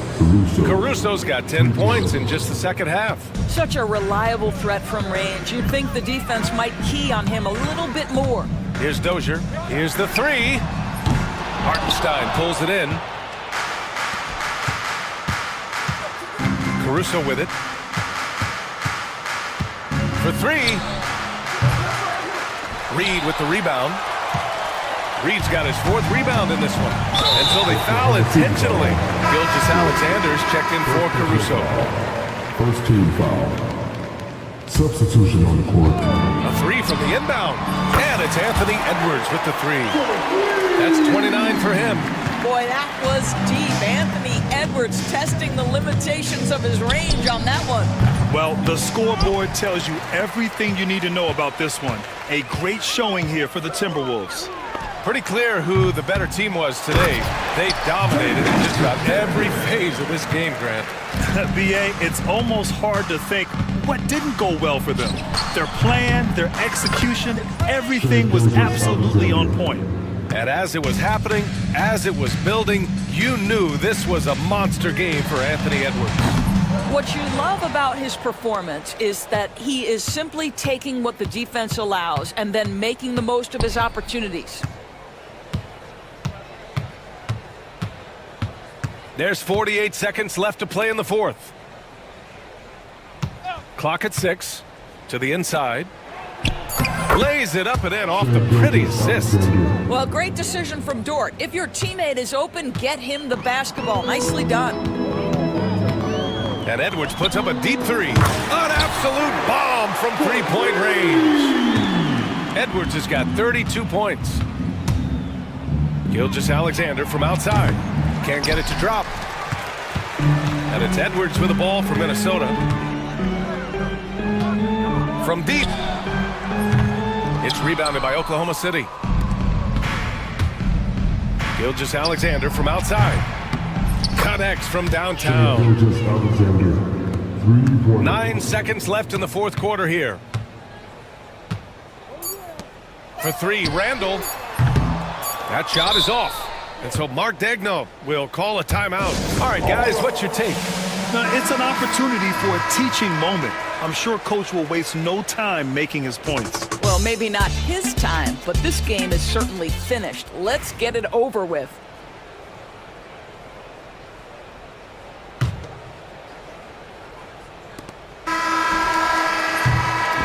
And so it's Minnesota easily grabbing this one. Well, this might not have been the most competitive game we've ever...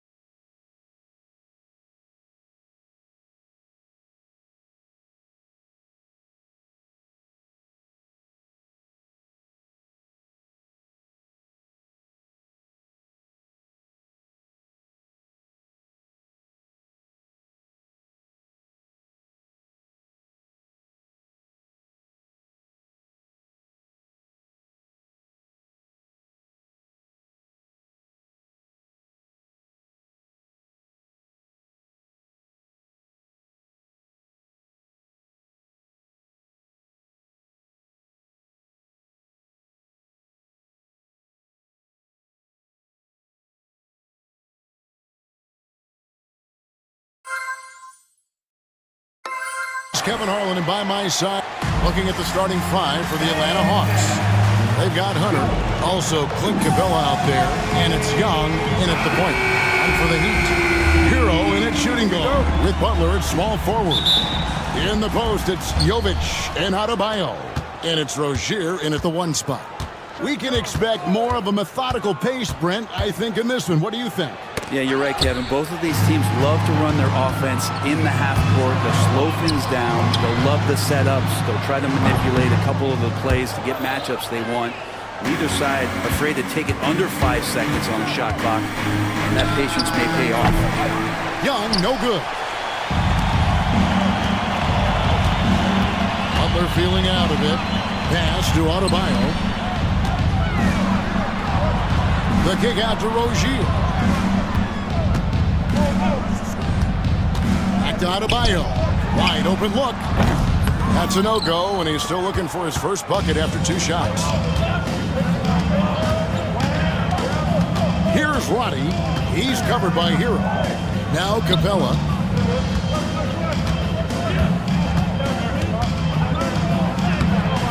Break D that time from Adebayo. A lot of defenders choose to just back up off of him when he's in that tight, try to avoid the and one, and this time they're not backing off. Right side, Butler. Jovic passes to Butler. Just 5 to shoot. And Capella sends it back. Intimidating right there. Capella just gets so long at times and throws that one away. And there's the whistle, called a clear path foul there. Yep, and he'll shoot 2 at the line. First free throw is good. And the Hawks have been part of the play-in tournament 3 consecutive seasons. Yeah, since that run, Kevin, in the 2021 conference finals, it has been tough sledding for Atlanta. They've really been stuck in middling in that 7 to 10 range, which is forcing you to play some tough opponents in those early rounds. They have not overcome that. Pass to Bufkin. To the right side. Capella inside. He's guarded by Adebayo. Yep, that one goes.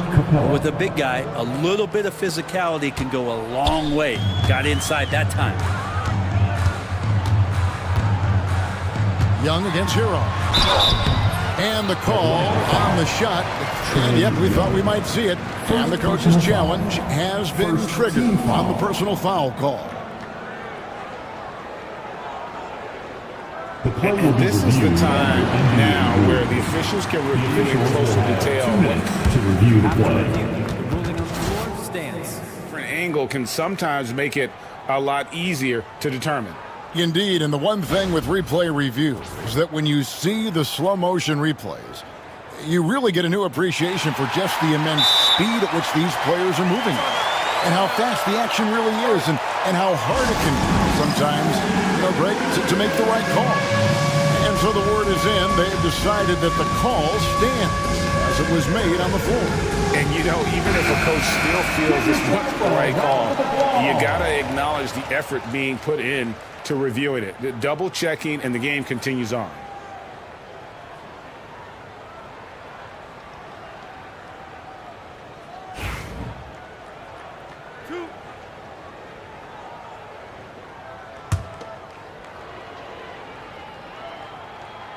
And the first one at the line is good.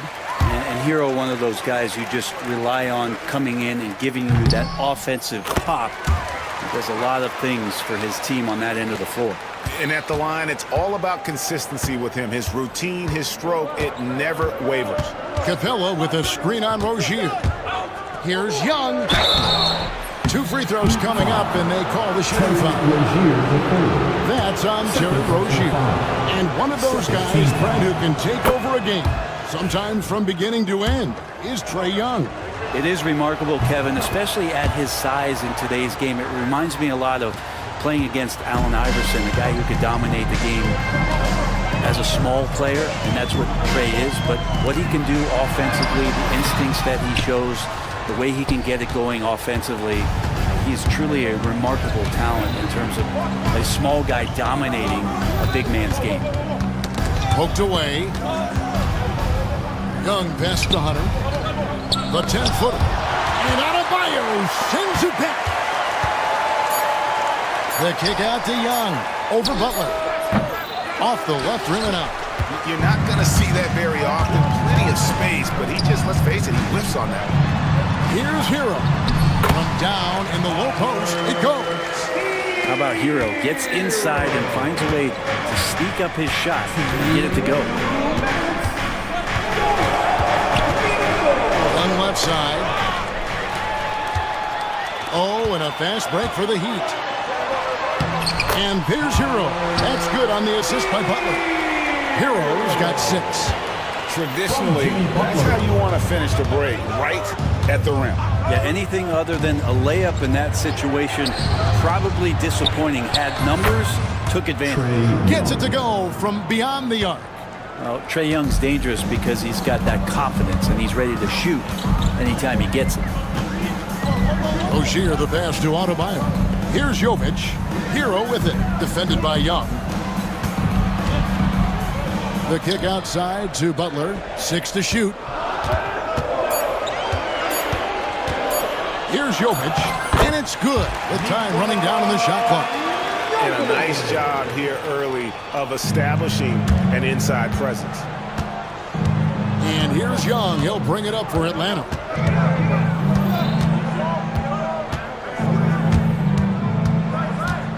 "17-foot shot on the way.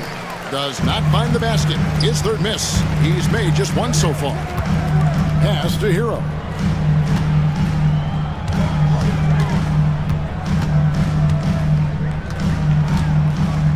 We've got 33 seconds left in the first quarter.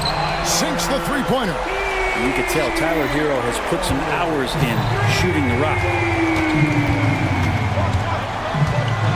And Tyler Hero gets the whistle that time. That is his first foul of the game. Third team foul. 24 seconds left to play in the first quarter. Pass to Hunter. Young against Butler. 5 on the clock. Atlanta needs to get off a shot here. Here's Capella. He trains it as the shot clock ticks down. Assisted by Capella's got his second basket of the game. 7 seconds left to play in the first quarter. Here's Jovic. Three-pointer, Butler. And the last shot at the buzzer doesn't go in for him. Tyler Hero has been leading the charge for the Miami Heat. He finishes with 9 points in the quarter.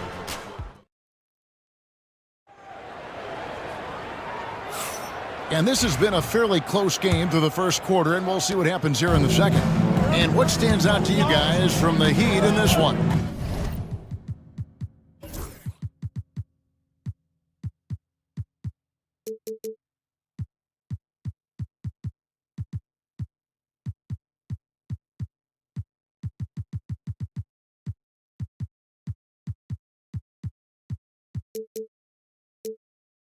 Stingy on the defensive end in that first quarter. They were just getting up into people. Just a great job, really, of making the game ugly, trying to muck it up a little bit out there. The guard set is Rozier and Hero. Jaime Jaquez is out there with Butler. And it's Adebayo in at the 5, roaming the paint. That's the group in the game for the Heat. Is the D-cell the next move that's getting more notice? I think it is, Kevin. And you can see players have quickly incorporated that into their arsenal. It's been fun to watch, man, and I tell you, it creates some uncomfortable situations. Johnson left side from the arc. It's hauled in by the Heat. Let's check in with our reporter, David Aldridge. Kevin, thanks. Bam Adebayo talked about how his mentality has evolved over his career. He said, shoot the ball. I feel like that's been my evolution. It sounds very simple. And I came into this league as a defender. I feel like the progression's been shoot the ball, worry about everything else later. Kevin? He certainly, DA, is a two-way threat. Jaquez with the screen on Bogdanovic. Hero attacking. That one misses. His first miss of the game after making his first 3. Hawks have gone 2 of 3 from the field here to open the second quarter. And Brandon, the super team era is indeed coming to a close. The Miami Heat were one of the most successful examples. Yeah, Kevin, you're obviously referring to the Heatles with LeBron James, Dwayne Wade, and Chris Bosh. I think there are some fans out there that go back to when it was that they had that press conference and were throwing up 6, 7, 8. And so 2 titles, yes, of course, amazing. Chances to win championships, amazing. Could there have been more? Possibly. Here's Adebayo, and he uses the glass on the layup. Well, if this is a physical contest, Adebayo's going to win out. Atlanta's gone 1 or 2 on 3-pointers here in the second quarter so far. Johnson in the corner.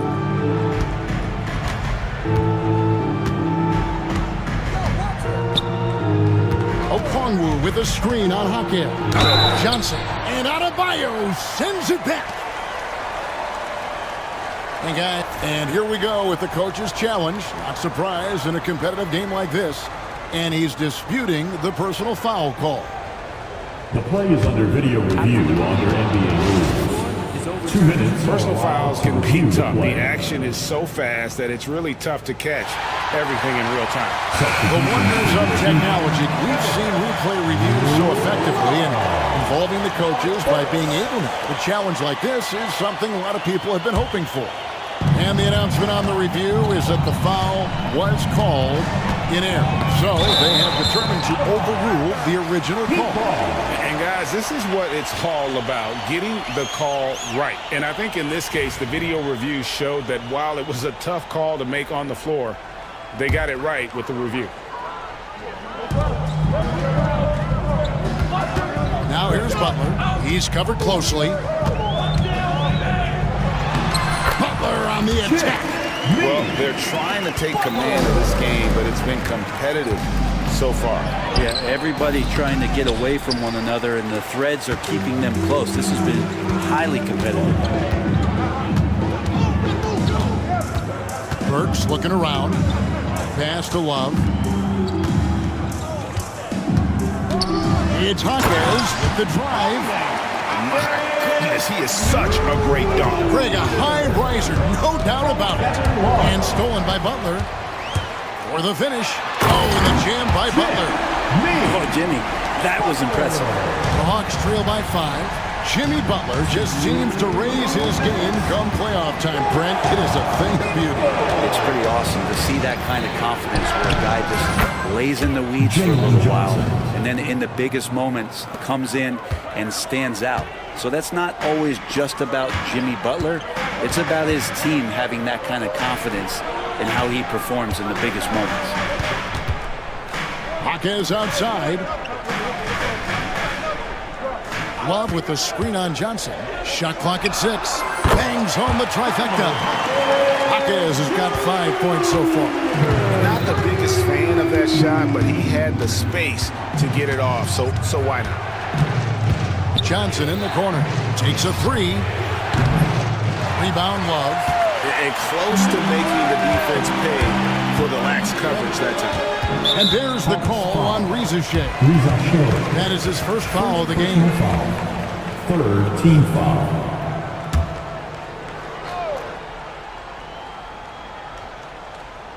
Here's Butler. Love with the screen for Butler. To the wing right side. And Kevin Love, the bucket with the assist by Butler. Love's got the lead up to 9 now for the Heat. Love is awesome at reading the defense, and they're not up on him. He's going to let it rip. It's Bogdanovich on the wing. There's 45 seconds left in the first half of the game. Pass to Okongwu. Clock at 4. And Okongwu slams it in. And in terms of size, not your typical center, but man, he plays as big as any of them thanks to that terrific leaping ability. Kicks it out to Love. There's 25 seconds left to play here in the half. Butler with the ball, and it's Johnson picking him up. Here's Hakim. Chance there to push it to double digits, but it's off the mark. And here is Johnson. And the foul on Alec Burks. That is his first foul of the game. First team foul. Substitutions for your heat. Duncan. 5 seconds left to play in the first half. Johnson for three. And that one released in time, but no good. And so it's Miami. Quick for the quarter to close with a 7-point lead. Their lead is where it is because they've gotten good. Thank you, David. We'll be back after halftime for the start of the second half momentarily. And get ready for the fan half-court shot. Drums, please. They're measuring up the shot.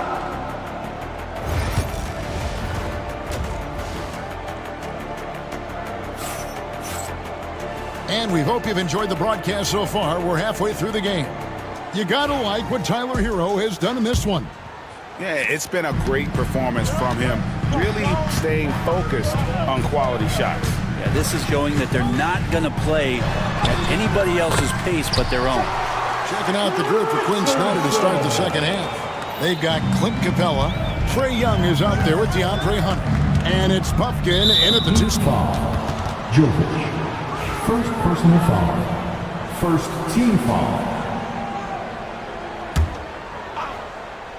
Here's Young. Here's Roddy. The basket good off the assist from Young. Roddy's got his first 3 points of the game. And Trae Young playing floor general here. So good and so quick at finding the open man. Richardson the pass to Adebayo. Outside for Robinson. Adebayo with a screen on Hunter. Back to Adebayo. 5 to shoot. And he gets that one to go off the front iron. Adebayo's got his second bucket of the game to go. G.A. Adebayo came from very humble beginnings. Yeah, raised by his mother. And Kevin Bam's main motivation in life was to get her out of that trailer. He worked extremely hard, and now arguably a top 25 player. And it's Robinson with the jam. How about Duncan rising up there, showing he's got the ability to throw it down. Capella sets a screen for Young. Capella high post.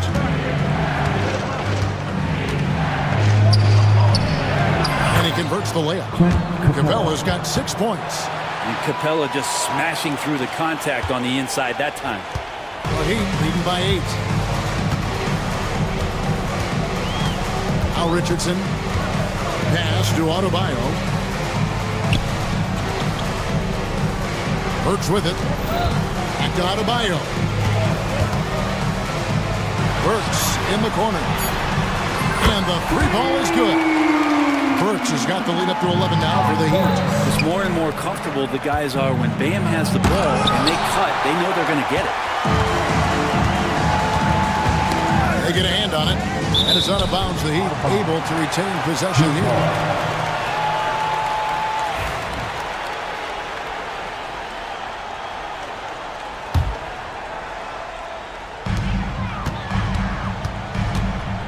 Richardson against Young.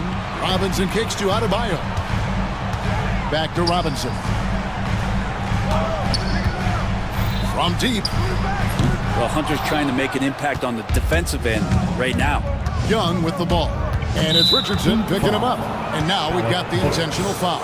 Yeah, not sure what that was about. I mean, talk about a brain cramp. Just over 2.5 minutes gone by here in the second half. And it goes out of bounds. That went off Robinson. Jimmy Butler, he's checked in for the Heat. Number 22, Jimmy Butler. Young with no one around. Hits the 3-point bomb. 8 points for him. And that's where Young is just so comfortable. He lives well beyond the 3-point line. One thing you can pretty much count on with the Heat, Brent Barry, they're gonna grind it out. And this team has always been built around tenacity and toughness. Even with the big three, with LeBron, D-Wade, and Bosh, there's a bit of a metamorphosis with the way LeBron approached games. Kind of being hated on was something they embraced, and that culture demands that hustle accountability and will consistently be about their culture. Capella inside. Adebayo on him. And the foul is called. He intentionally grabbed him there for some reason. I don't know. Kevin, all I can think of is that he's trying to slow the game down a little bit. That's a stretch, though. Definitely a strange move on his part. Here's Capella.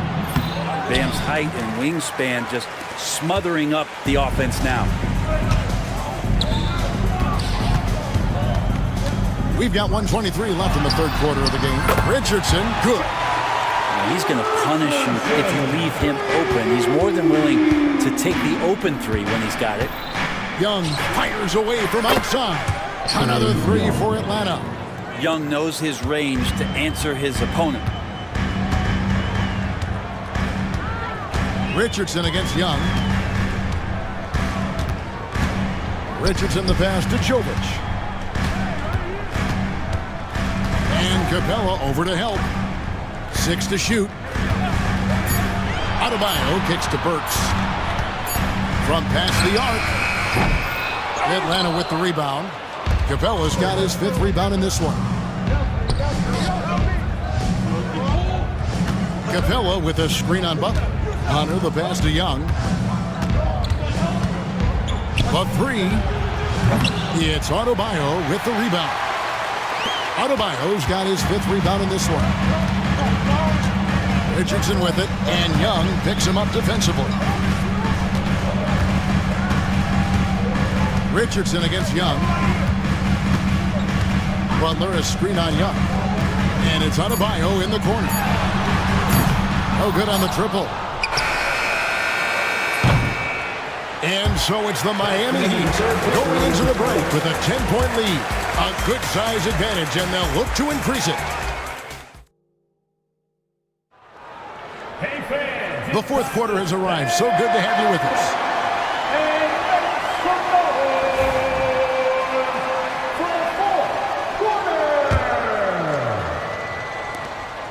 The Hawks trail by 10.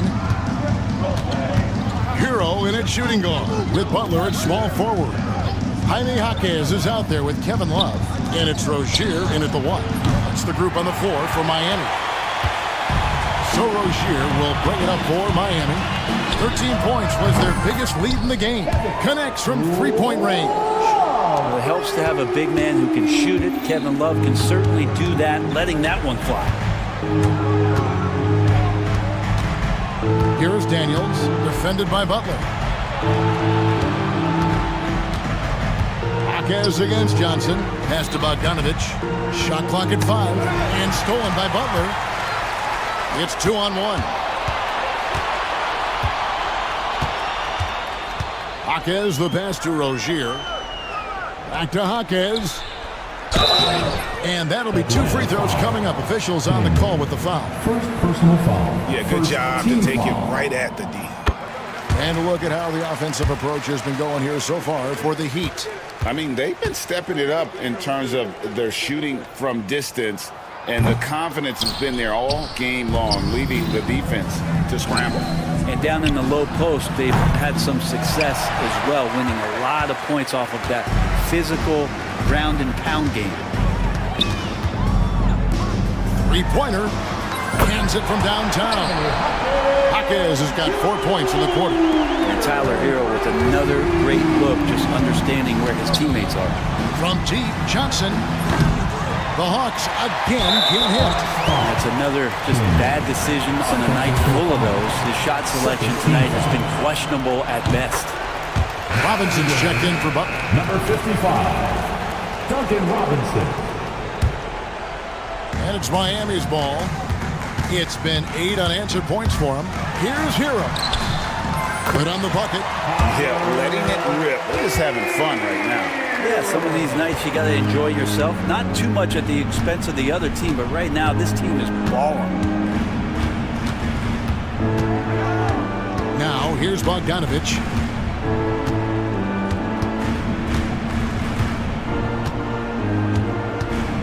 Six on the shot clock from deep three-point land. Rebound by the Heat.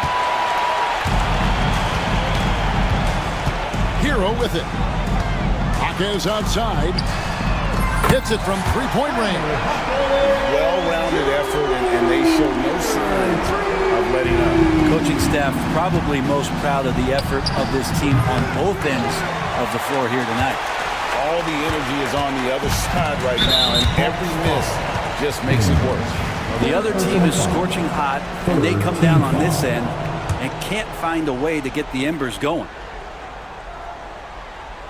We're in the fourth quarter here, just under 2.5 minutes gone.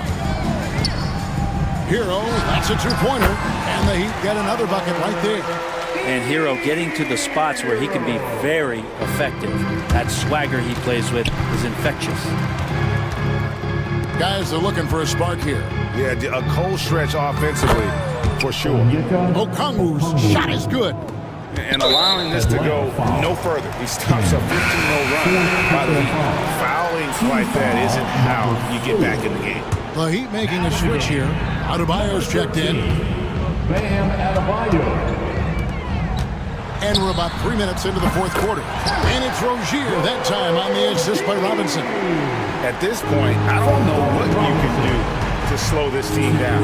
Well, nothing that they're doing seems to be making an impact. And there are some nights where you just run out of options, whether it's by personnel or by tactic.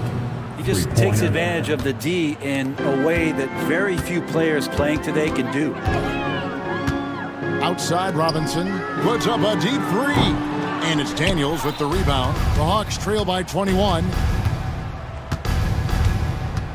Okongwu with the screen for Bogdanovic. From outside, off the mark. He's not the guy that you want to give a wide open look from three-point range. They're lucky that that one doesn't cost them. Well, guys, this was never really a contest. Just a total obliteration, if you will. You can safely say mission accomplished now for Miami. It was a standout performance across the board. I mean, it was like watching a cat play with a mouse. They were able to do more or less whatever they wanted. And we watched one guy all night long, guys, and looking at the stats just confirms what a dominant game he had. What a night tonight it was for Tyler Hero. Well, those points he had tonight, all critical, all from energy and activity. He just never seemed to stop. Rozier for three, and the Heat another three. An impressive job by the players, coaches, and don't discount the impact of these fans. Awesome to see their output tonight, trying to urge their team on, and that can always help. That home advantage of home fans getting you going, fully on display here. Here's Johnson, and then Johnson with the dunk. Leaping ability is off the charts. Not the biggest power forward, but outstanding at rising up off the ground. And here's Hero. He'll bring it up for the Heat. Outside, Robinson. Over in the corner, Rozier. And the Heat, another three. Finishing strong. This is how you want to close things out. Yeah, definitely putting a stamp on this one. A very, very decisive victory for the club tonight. Here's Daniels. Clock at 6.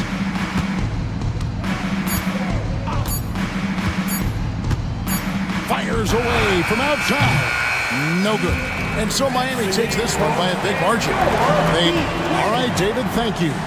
Well, folks, that's going to do it for now.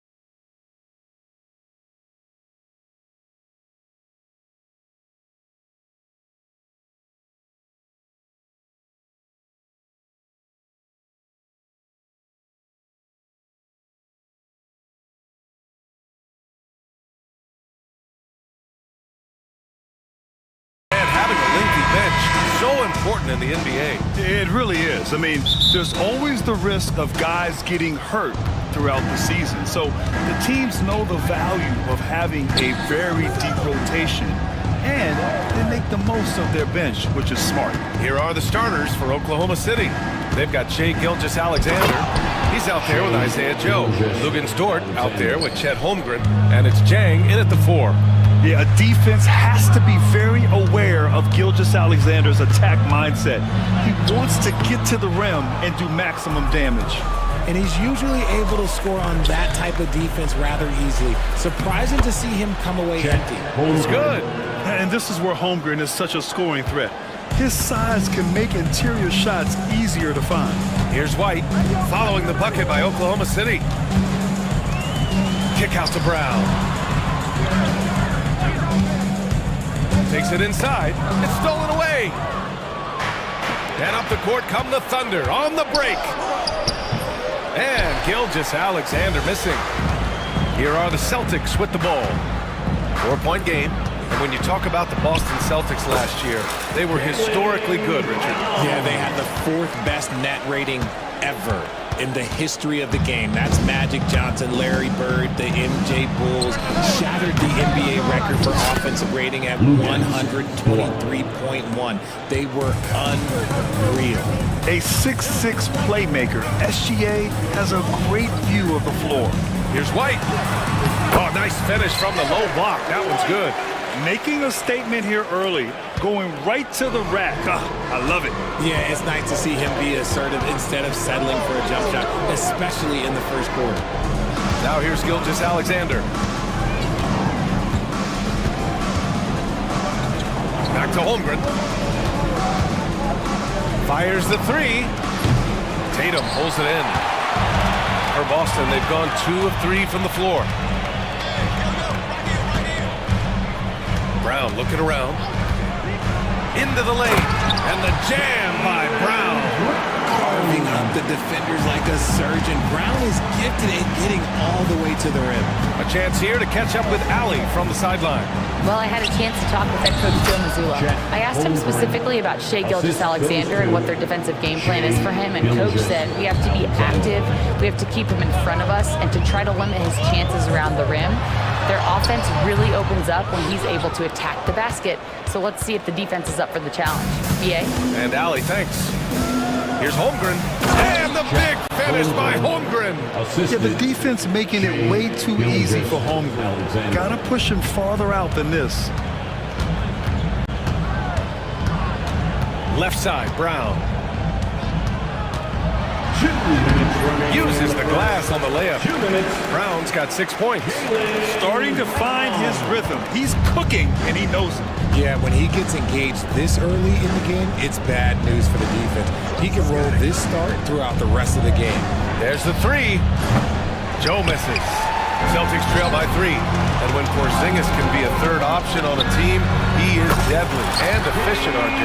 We've always seen Porzingis as the guy or as a second option. But when he has elite teammates around him, he really flourishes. Now here's Gilgeous-Alexander. Here he goes, and that one drops for him. And the D can't allow Gilgeous-Alexander to get this positioning, because once he does, he makes you pay. And so it's White with it. He brings it up for the Celtics. Here's Tatum. Ooh, Tatum slams it home. A bit undersized. His hops make him a legit small ball 4. They set a pick. Gilgeous-Alexander against White. To the left wing. Shot clock at 6. From deep, Holmgren nails it from 3. 9 points in the game. A superb three-point threat. When Holmgren is knocking down triples, he's hard to contain. And finished off by Tatum. BA, the one-hand dunk just looks so fluid. Yeah, absolutely. Even smooth when he's powering it home like that. Now here's Gilgeous-Alexander. The 3. And he can't sink that one. He's 2 for 4 in the contest. The Celtics have gone 7 of 9, a solid percentage so far. Dort against Walker. Porzingis with a screen on Dort. Here's Walker. Porzingis with room to shoot. And he misses the go-ahead basket. All alone from mid-range. You gotta think he's kicking himself. And so it's Chet Holmgren making things happen for the Thunder. Hunting for opportunities.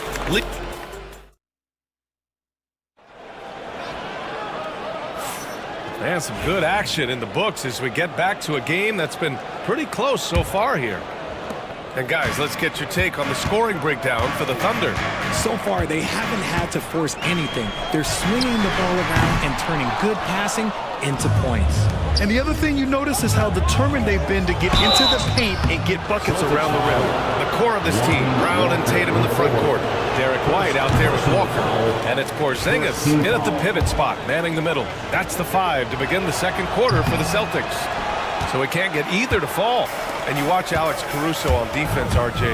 He forces his fair share of turnovers. Yeah, he's got great instincts, quick hands. You can't be loose with the ball around Caruso, one of the best one-on-one defenders in the game.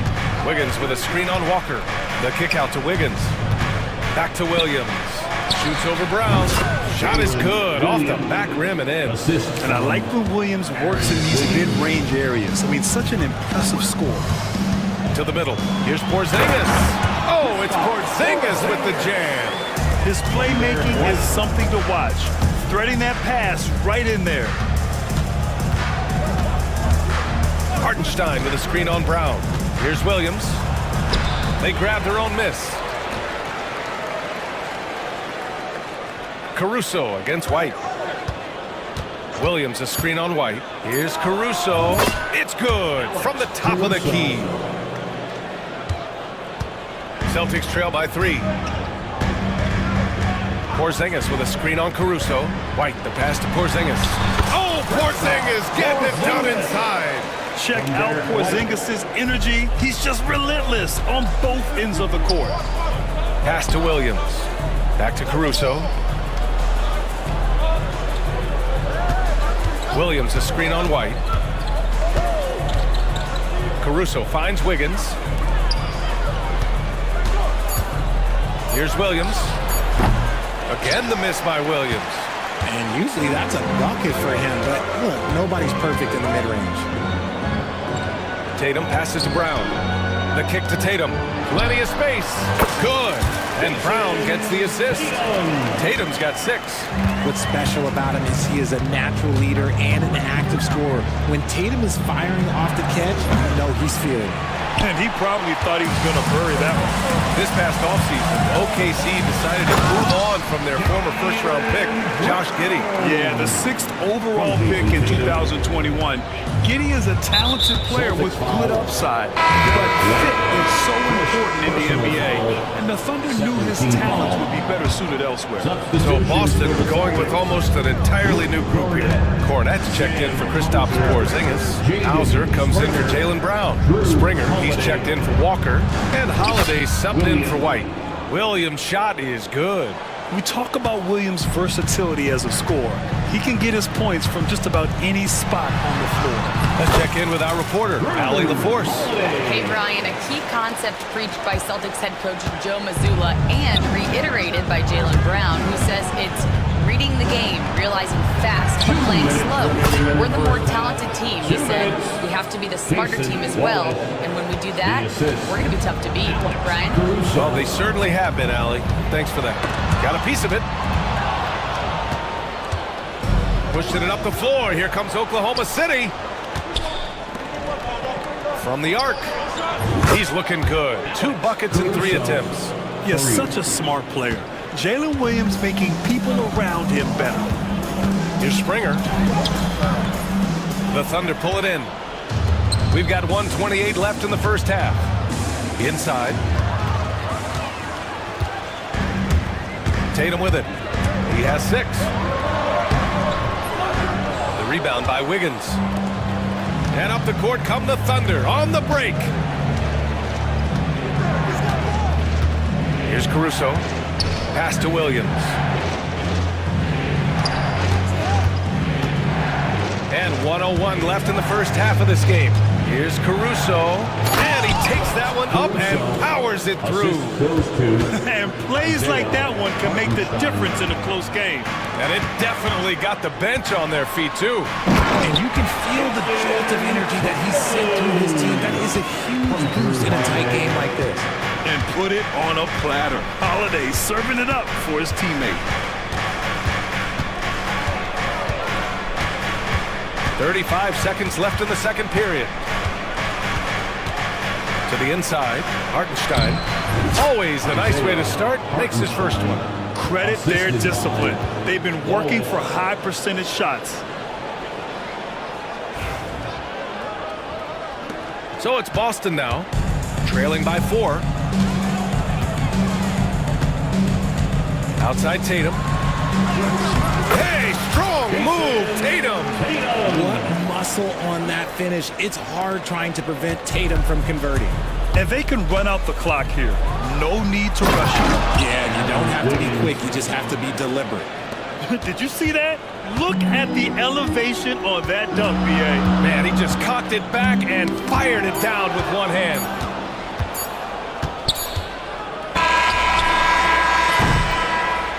And a pretty tightly contested game here as we end the first half.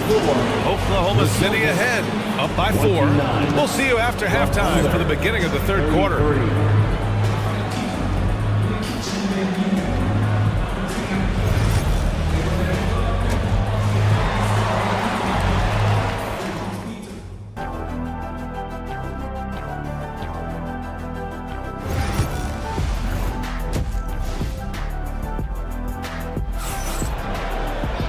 Second half of basketball is upon us, and we may be in for an exciting finish based on how close of a game we've seen so far.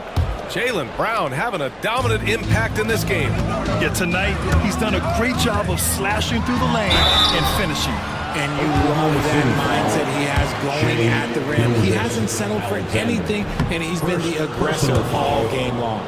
Taking a look at Oklahoma City. Shake our teams. Well, that speaks to how much talent is at the guard position in this league. But it also shows how we tend to reward offense over defense because Drew, his impact is truly felt on the defensive end.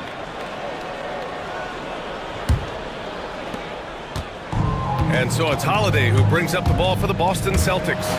It's a three-point game. Boy, I'll tell you, when Holiday shifts gears, he quickly leaves people behind. Screen by Holmgren. SGA on the move. Tipped. And so the ball out of bounds. Gilgeous-Alexander tucks it last.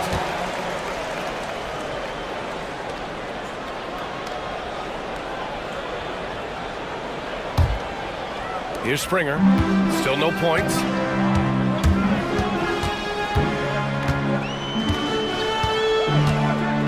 Over to the wing.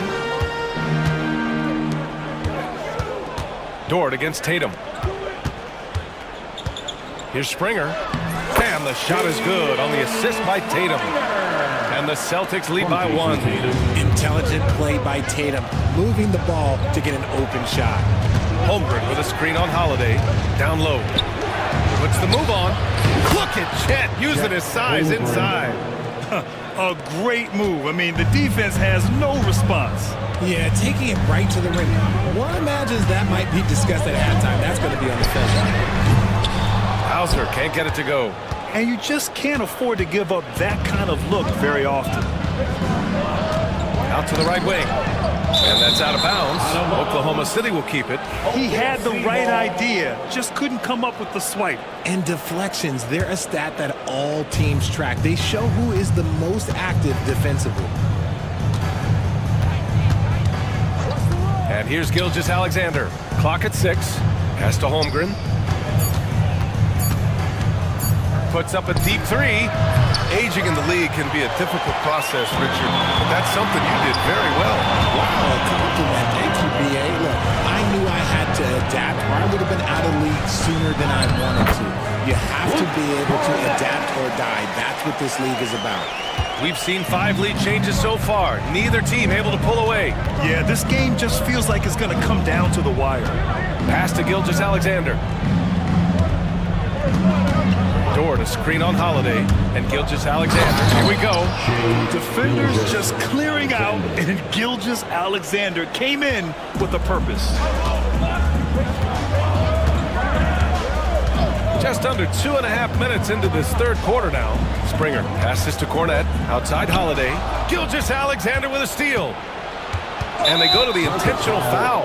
I mean, I'm just not sure what he was thinking right there. I mean, he needs to get his head in the game. Al Horford's checked in for Jason Tatum. Into the lineup for the Celtics, number 42. Gilgeous-Alexander against Holiday. Gilgeous-Alexander surveying the D. With the drive, it's intercepted. 3 minutes gone now in the third quarter. And the whistle blows as the basket counts. Chance at a three-point opportunity here. One free throw coming up. Boston shooting their third free throw shot of the game. Second team foul. Oklahoma City trailing. One thing you can say about Boston, Grant, they know how to put a team together. Yeah, the Celtics' consistency of winning is just impressive, both now and throughout their entire history. They are really the gold standard in this league, and it's mostly because of great draft picks and great trades. And this is why so many are high on Holmgren, his ability to dominate games with his scoring. So Oklahoma City ends up going with a new group. The Celtics have gotten 4 of their first 5 shots to go since the break. Substitution on the court. Cornette sets a screen. Holiday passes to Cornette. Oh, a nice one-handed slam right there. Did you see that? Look at the elevation on that dunk, B.A. Man, he just cocked it back and fired it down with one hand. And Williams punches it home. Oh, man, talk about hang time. What a wicked double clutch finish. Hey, when you have that kind of space, you're allowed to get fancy. Springer passes to Hauser. Holiday with the ball. Caruso covers. He can't hit that time. And the Thunder shooting at around 66%. They're on fire. To the paint. Here's Hartenstein. Perfect pass to set up the lay-in. Hartenstein's gotten his second bucket of the game. In a tight game, they wanted to make sure of that possession. Holiday passes to Horford. Horford gets it done inside. Yeah, the moment Horford has the rock down low, good night. I mean, just too many moves from the vet. Caruso with the bucket. Caruso's got 9. I just love when teams make it work down low. There's the drive. Springer. That one falls. Nice feed that time from Holiday. Putting his court vision on full display. Holiday plays the role of floor general pretty effectively. Hartenstein with a screen on Holiday. Pass to Hartenstein. Deflects the pass. And that one goes out of bounds. Last touch by Horford.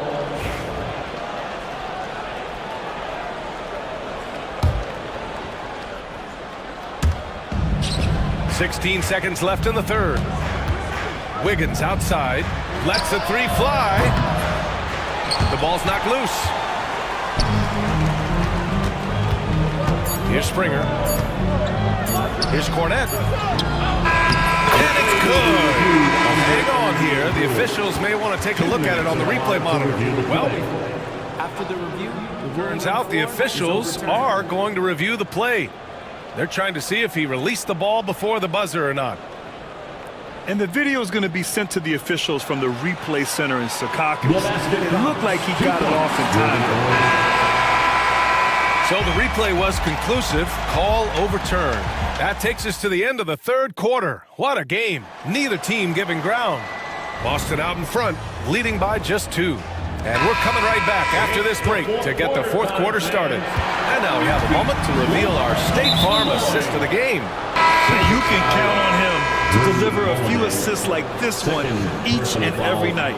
And the ability to drop your jaw with the pass is something you rarely see in this league. What a talent he is. Man, I know I speak for all of us when I say I can't wait to see what kind of finish awaits us here in the fourth quarter. The 2 Jays, Brown at the 3 and Tatum at the 4. Lonnie Walker is out there with Derek White.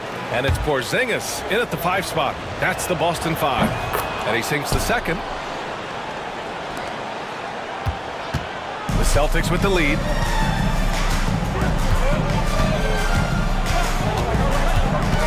Outside Walker.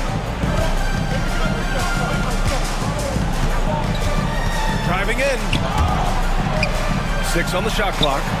Brown finds Tatum. Over Williams. And it's Tatum missing. And so it's Caruso who brings up the ball for OKC. Pass to Williams. The rebound by Jason Tatum. Tatum's got 4 rebounds in the game. Walker passes to White. White coming through! In crunch time, trying to get the foul, the bucket, or both. Thunder trail by 3. Hartenstein a screen. To the inside. And that one's in. Nice feed on the play. They're going at it on offense. Neither team backing down. Man, this has been a fun one, but look, who doesn't love a high-scoring game? Walker passes to Tatum. And the shot counts. He's fouled, and it's a chance for a three-point play. A different look for Oklahoma City. All right, a look at how the points have been generated so far. A scoring breakdown for the Celtics.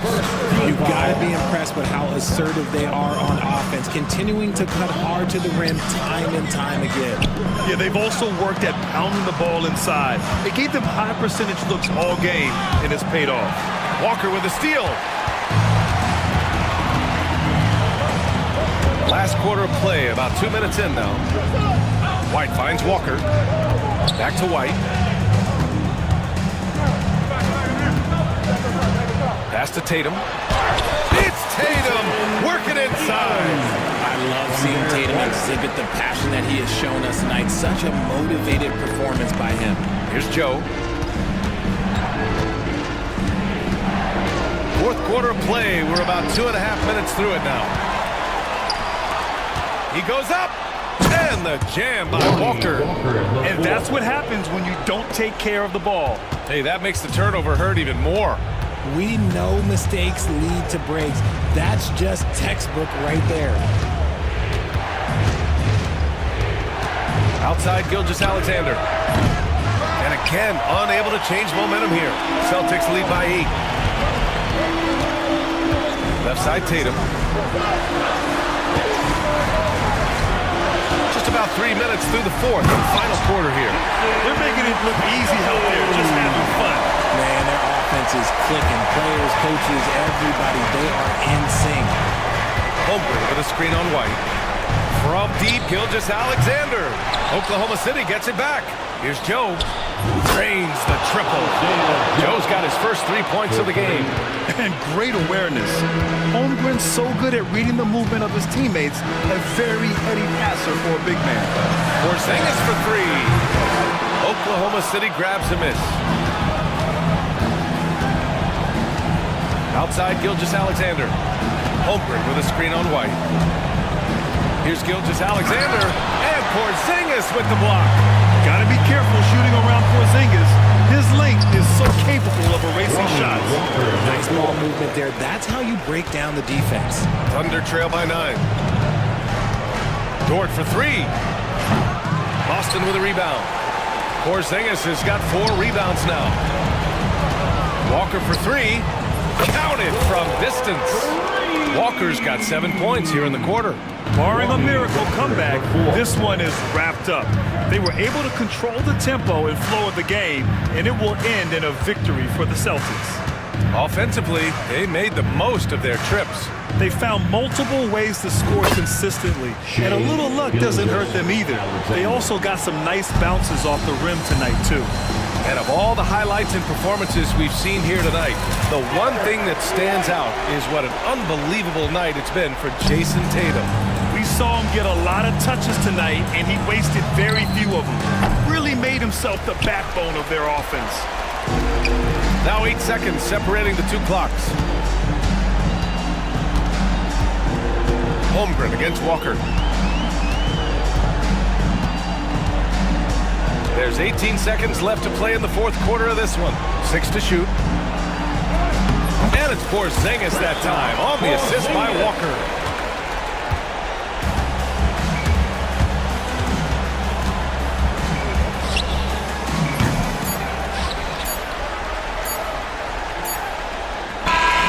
So we see the Celtics taking the W here.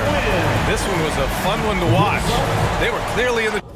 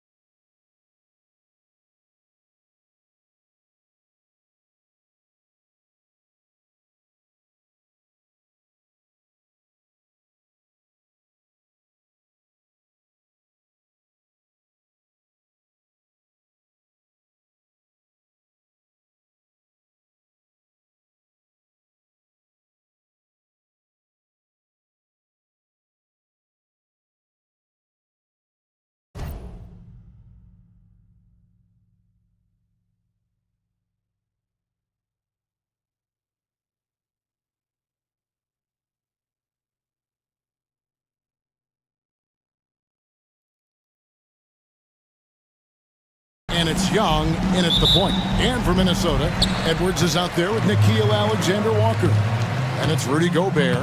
Then it's Randall. And it's McDaniels at the small forward. You know, Clark, when you take a look at how these teams play, is it fair to expect a slower pace of the game? I certainly think so, partner. I mean, both teams are extremely disciplined. They're not really interested in going up and down in a windshield wiper fashion. They value taking care of the ball and playing in the half court. Edwards against Young. He makes good on the layup. Nice job capitalizing down there. Young good at probing inside and finding some space. Time now to turn to our sideline reporter, David Aldridge. David. Thanks very much. I spoke briefly with Chris Finch. Now, I talked with him about the challenges of guarding someone like Trae Young. Coach said, as soon as he crosses half court, you got to be on him. I told our guys, no separation. Of course, this defense will have to be very aggressive and hope to stop Trae. Back to you guys. Thank you, David. Reed, he's checked in for Gobert. Now, here's Hunter. 14 feet away. Julius Randle with the rebound. I didn't see that miss coming. I mean, he's usually been money from that range. Alexander Walker finds Randle.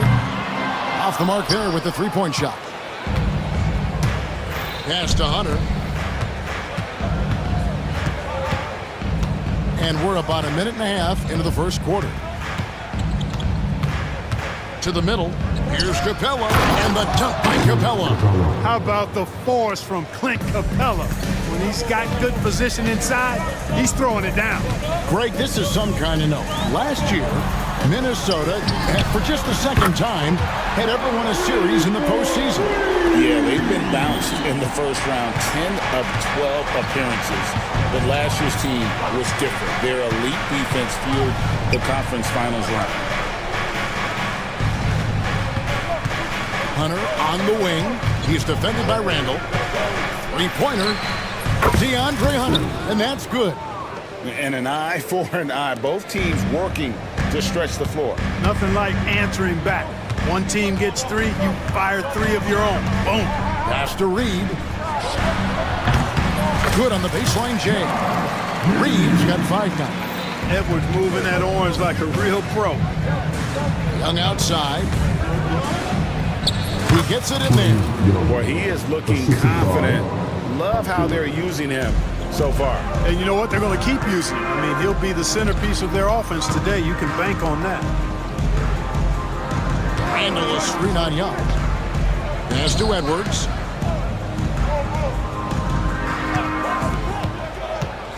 And here's Reed. Stolen away. Oh, and a fast break for Atlanta. Here's Buffkin. Off target from three-point range. And here's Edwards. He'll bring it up for the Minnesota Timberwolves. Trailing by 2, and he gets the bucket. Boy, how about the strength of Edwards? Confident at taking on defenders and finishing. Atlanta's gone 1 of 2 from long range in the first quarter. And first quarter, we're about 3.5 minutes in. And a deep three from Young. Rebounded by the Timberwolves. Edwards looking it over. A shot by Alexander Walker, no good. For Atlanta, they've gone 4 of 7 from the field, shooting over 50%. Young against Edwards. Pulls it up. The Hawks again can't hit. Very dangerous to leave a guy like that open. Lucky break there for the D. Clock at 6. Here's Buffkin. And it is flushed down with a nice jam. Taking matters into his own hands. Yeah, we didn't expect to see that kind of finish. And you know, guys, when your point guard is making explosive plays at the rim, I really do think it sets the tone for the rest of the team. A 3-ball. Roddy no good. The Timberwolves trail. Now 8 seconds separating the 2 clocks. They get it back. Randall passes to Reed. Reed with a screen for McDaniel. Back to Reed. There's the three. Hunter grabs the miss.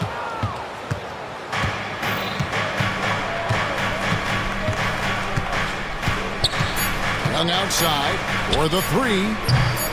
That shot off the mark. At the end of one, a closely contested game so far.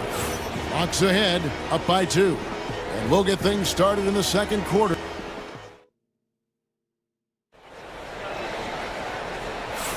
And this has been a fairly close game through the first quarter, and we'll see what happens here in the second. And when you consider how Atlanta is doing, your thoughts? Well, in that first quarter, they were intent on just pounding the ball down low. Yeah, and it's worked. They've got a clear edge and points in the paint. Now we'll see if they go with a more balanced attack or just keep on pounding it inside. On the court for Atlanta, Bogdanovich on the wing. He's paired with Ricochet. In the post, it'll be Johnson and Okongwu. And it's Daniels in at the 1 spot. Right now, I send it over to the sidelines and get a report from David Aldridge. Thank you, Kevin. Anthony Edwards is figuring things out. He said there's levels. My first few years, I looked for my shot and nothing else. I've learned that I can't win without my teammates and that I have to throw them the ball too. It's a team game. I know that now. Kevin, I know it too, so I'm throwing it back to you. And you're the best teammate we could have. Thank you, David. Reed gets the bucket. Unselfish. As somebody who already draws a lot of defensive attention, Edwards has to be willing to make that next pass. And Greg, it didn't take long for Anthony Edwards to prove himself in the NBA. There's so much to like about his game. As outstanding as his offense is, his defense cannot be overlooked. He is a lock. Whoa! Extra right there from Edwards. Watch out now. Look out below. Edwards rising to the rim. And the foul called on Edwards. That's his first foul. And some changes here for the Timberwolves. Joe Ingles is checked in for Randall. Dante DiVincenzo comes in for Alexander Walker. And Dillingham subbed in for Edwards. Timberwolves trail by 3. And the foul on Dyson Daniels. That is his first foul of the game. First team foul. Second quarter, we're a little over a minute and a half in. Here's Dillingham.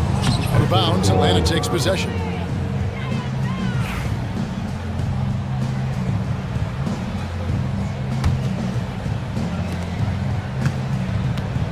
Atlanta leading by 3. Here is Daniels. Nothing on the board. Up and in on the layup. And those are the kind of nice inside looks they've gotten here in the first half. The Timberwolves have gone a nice 3 of 3 to start the second. Driving to the basket. Here's Reed. And the shot no good, a bit short. He has to make that one. I mean, you have to make the defense pay when they slough off of you like that. Offensive rebound in the corner. Daniels. Timberwolves foul. Dillingham. First personal foul. Second team foul.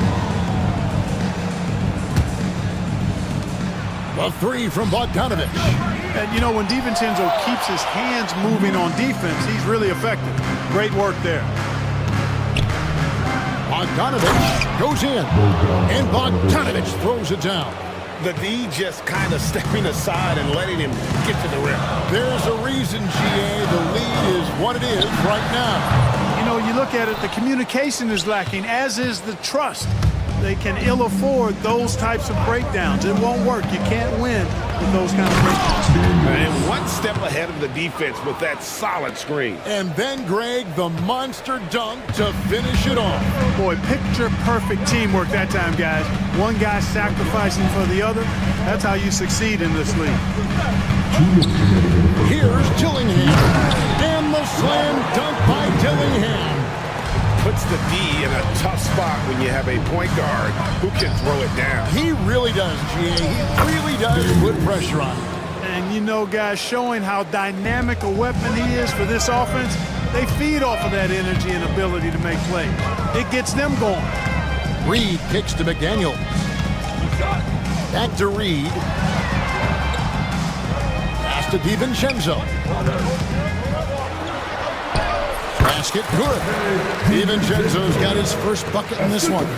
DiVincenzo with the nice touch on the inside shot. Boy, he really knows how to make it work at close range. Here's Bogdanovich. Can't connect from 13 feet out. Timberwolves trail by 7. Dillingham with it. Okongwu covering. A power flush with a long hang on the rim at the end of that. That could be a catalyst for him. It really could. We've seen those kinds of plays get them going in the past. Timberwolves have gone 6 of 8 from the field in the second quarter. DiVincenzo. And there's another one for the Timberwolves. Well, that's a nice play. DiVincenzo's a bankable jump shooter from just about any range. And here's Daniels. He has 6. Okongwu with a screen on McDaniel. The Hawks again can't hit. Timberwolves have gone 7 of 9 in their field goal attempts here in the second quarter. Pretty good offense. And the toughness McDaniels plays with is impressive. He doesn't back down from any defender inside. It's his first trip to the line. That one is off. Wow. What, did he have something in his eye on that shot? Maybe. Good on the second free throw. Just 1 second between the shot clock and game clock. The 3 from Johnson. Dillingham with the rebound. Minnesota's gone 1 of 2 on 3-pointers here in the second quarter so far. Reed gets the bucket. He does not lack for confidence, and he shouldn't. I mean, this guy is a dangerous scorer. To the wing on the left. It's stolen by Ingles. Good if it goes. Tie game in Minnesota. It's time now to go courtside as we send you over to David Aldridge from the sideline. David, take it away. Thank you, Kevin. Here with Coach Quinn Snyder. Quinn, what concerns you most about the first half?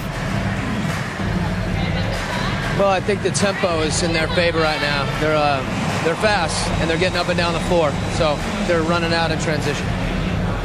Got to beat him to the punt. Thanks so much, David, and we'll step away briefly, but get you right back out here for the start of the third quarter after this break.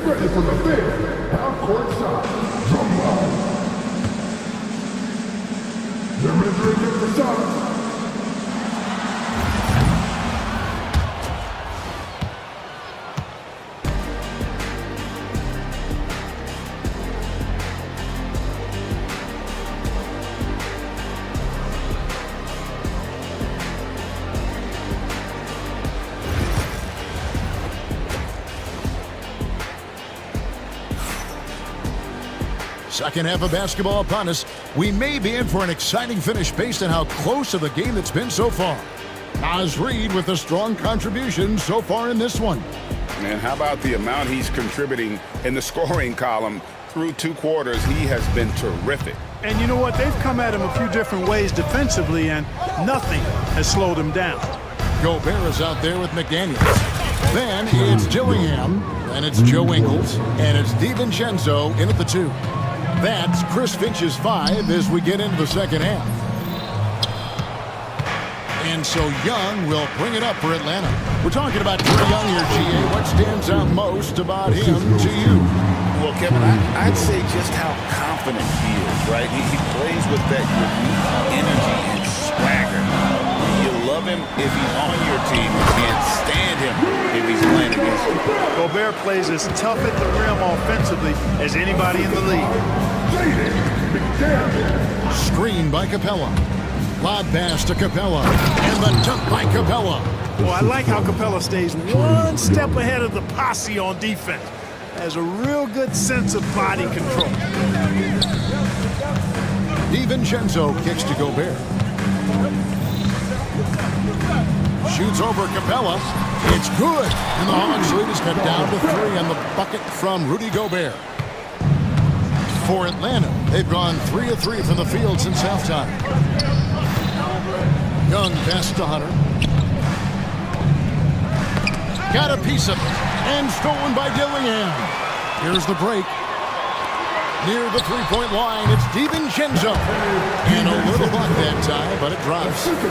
DiVincenzo's got 6 points. Young looking around. Second personal foul. First team foul.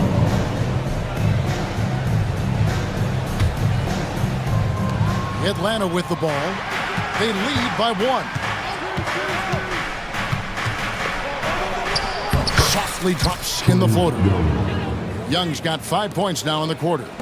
He's smart at using the screen there to just create space. Young, very reliable in that pick and roll. Greg, you know this. Good coaches give their players confidence. But what's the balance there between affirmation and accountability? Well, when you believe in a player, that also comes with expectations. So a coach has to boost them up and also demand that they deliver. Boy, the upside DiVincenzo has is obvious. I mean, now it's up to him to continue working on his game and keep getting better. Puts it up. And Capella the bucket on the assist by Young.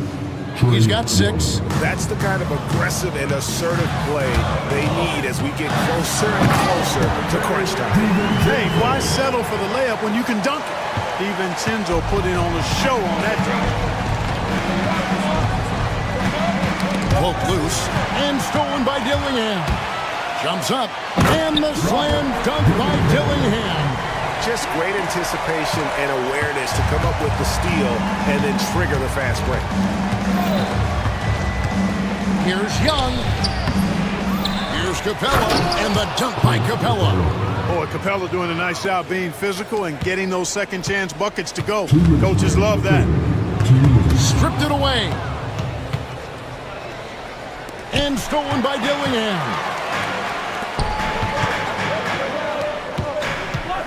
1:49 left to play in the third. Here's DiVincenzo. That's no good. It's his second miss. He's made 4. Young way outside. Quick shot there, and it's off target. Timberwolves trail by 3. Here's Dillingham. And the slam dunk by Dillingham. And he shows us all what the breakaway rim was invented for. Can you believe he almost brought the whole thing down by hanging on that long? Boy, that was a great dunk, and we've got a great game here. And hard to miss the wide open man that time. Kudos to Young for finding him. 1:05 left in the third quarter. Got that bucket in no time at all. Now it's a 7-point Atlanta lead. It's been this way since halftime. Tremendous production from beyond the arc. Well, it's been a 3-point barrage. They came out gunning and have not stopped. Good, solid execution inside. That's exactly the look you want. Lets it go with a 3. Pass to Bufkin. Hunter with a screen on Ingles. 4 on the shot clock. Here's Bufkin. Offensive rebound. Capella. No stopping him there. Jams it in as he's fouled. Chance now for a 3-point play. It's on Jaden McDaniel. Atlanta shooting their first free throw this game. 29 seconds left to play in the third. And you can see he just gets squared up with his feet. Those are always tough to judge, but I think the official got that one right.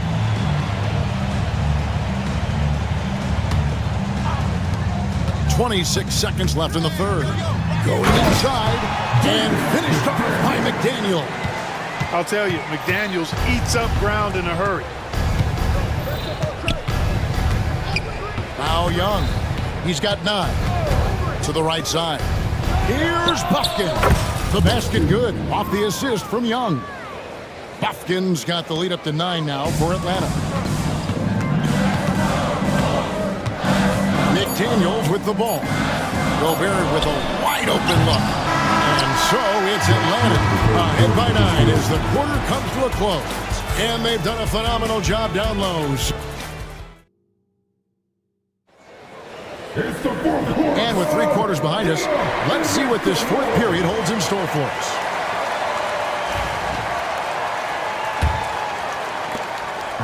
And so it's Ingles with it. He brings it up for Minnesota. On the court for Atlanta. In the post, it'll be Johnson and Okongwu. Bogdanovich on the wing. He's paired with Rizashay. And it's Daniels in at the 1. And the Timberwolves with possession here. 9-point game. Out of bounds, Atlanta takes possession.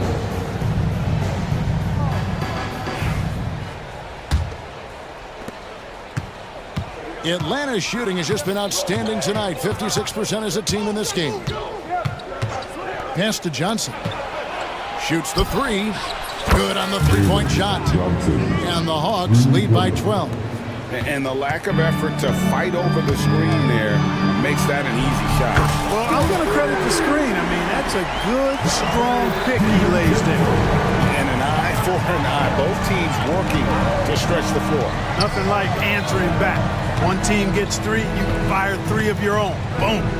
Here's Okongwu. And he uses the glass on the layup. And with the lead, I like the strategy here. Continue to get the ball to guys who can do something with it. If it's working, keep working it. That's what I say. Keep the pressure on. You love how each side has risen to the challenge throughout this one. Hey, defense is taking a back burner, secondary on the marquee, but who doesn't love a game like this? Let's go. I like offense. Johnson. And that one off the back of the rim and in. Johnson's got 5 points now in the quarter. Inside, here's McDaniels, and finished off by McDaniel. Rocking him right off the floor. Explosive jam by McDaniel. Final quarter here, and we're just over a minute and a half through it. Johnson from outside. Gobert pulls it in. Timberwolves trail by 9. Ingles kicks to Gobert. And slam dunk by Gobert. And didn't do anything fancy there, but didn't need to. Nope, his only concern right now is getting the points on the board. And I don't mean style points. Hey, I thought there was some style there, guys. What are you guys looking at? I mean, it was still a pretty sweet, flavorful one-hand flush. And really the defense fouling there to prevent the layup, but that's exactly what you need to do. It is. I mean, no reason to back off and give him the layup. Much better off making him go to the line. Looking at who's out there now for the Timberwolves. Julius Randle's checked in for Joe Ingles. Alexander Walker comes in for Dante DiVincenzo. And it's Edwards in for Dillingham. You know, I think the effort on defense there has everything to do with why he missed that shot. Well done. Timberwolves have gone an outstanding 4 of 5 from the field in the fourth quarter so far. Atlanta leading by 8. Outside, Bogdanovich. His three-pointers off the mark. Minnesota's gone 3 of 7 tonight from three-point territory. And Randle throws it down. Oh, what a throwdown by the well-built 6'9" Julius Randle with power. Here is Daniels. Shoots. A rebound by the Timberwolves. Gobert's got his 4th rebound in this one. Alexander Walker finds Gobert. And slam dunk by Gobert. Gobert calling for the ball in moments like these. Big-time games under his belt. Daniels passes to Johnson. Slammed home, and he draws the foul. Chance for another point at the free throw line. Julius Randle picks one up. And I would not be surprised to see them double him up here. And a chance for just a second to check out the scoring breakdown for the Hawks. The three-pointers and how well they're able to shoot them. You wonder if they can keep it up, and boy, have they. You've also got to commend them for how they've attacked the basket. They've been aggressive. They've not settled and have consistently gone at the rim. Getting it done at the line as he usually does, and that could be huge in a tight game like this one. Kicks it out to Johnson. It's up a 3. Rebound, Minnesota. Randle right side. With the... Oh! Yes, sir! Come on, break it! On when it counts. Randle has that clutch DNA.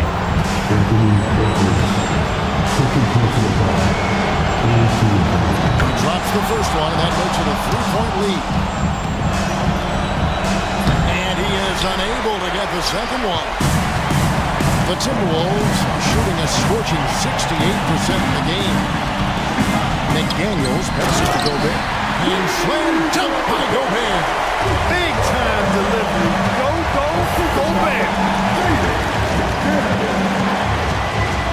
Randall against Johnson. Okongwu with the screen for Johnson. Finding the lane, and the slam dunk by Johnson. And he's an automatic finisher when he gets into that area. Oh, what a dunk!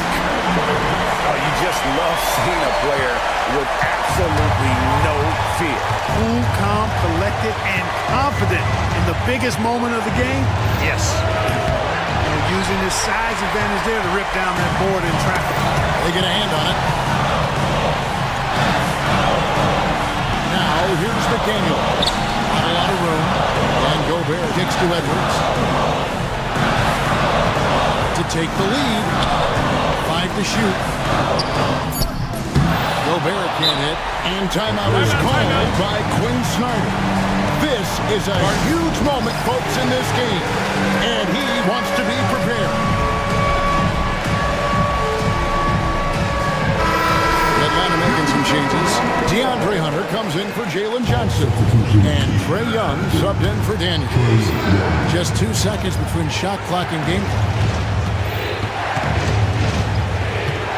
Now, here is Young. Good!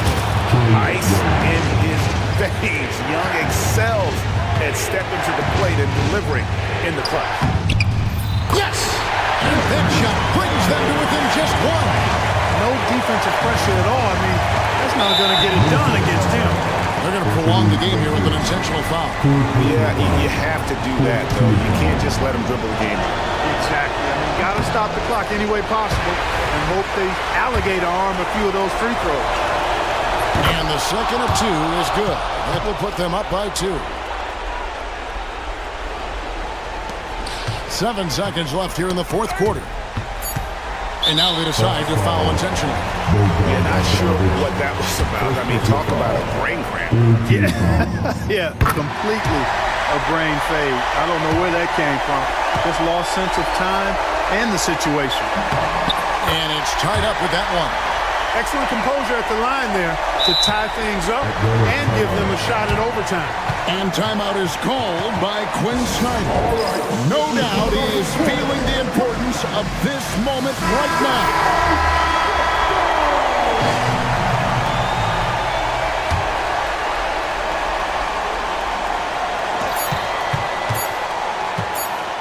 And here's Young from the arc. A three-pointer. Good. What a shot. But they may take his...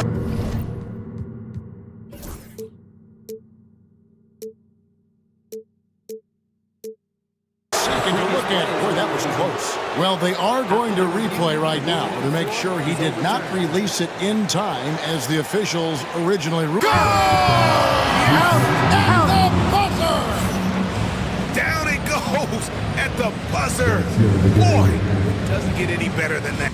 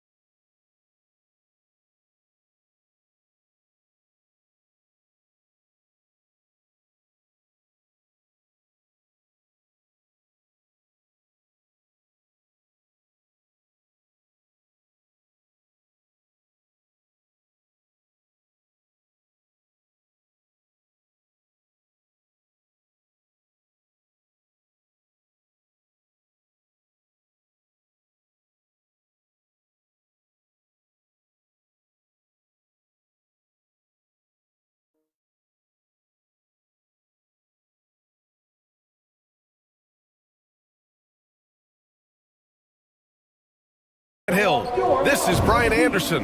Looking at the starting five for Boston.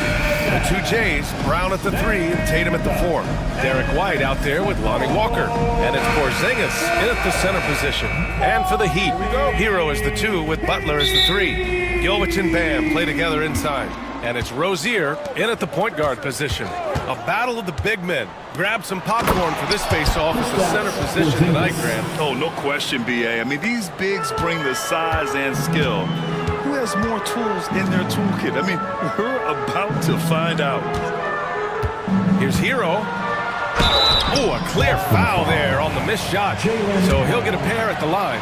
Stan, you look at the Celtics, as high-powered as they come offensively. No question, Brian.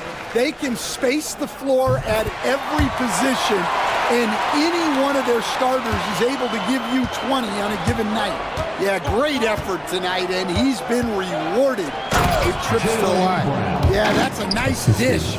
A lot of times the best way to put the ball in the right spot is with that bounce pass. Here's Hero. Behind the back and lays it in. Yeah, busting his way inside. Hero making sure he kept moving toward the hoop. Here's White. Denied by Adebayo. And that'll be Boston's ball as it goes out of bounds. Celtics able to keep possession here.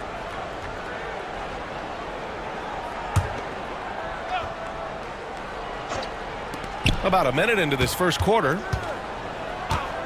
Tatum drives in. Got it. Having added so much strength, Tatum can take the contact and stay balanced.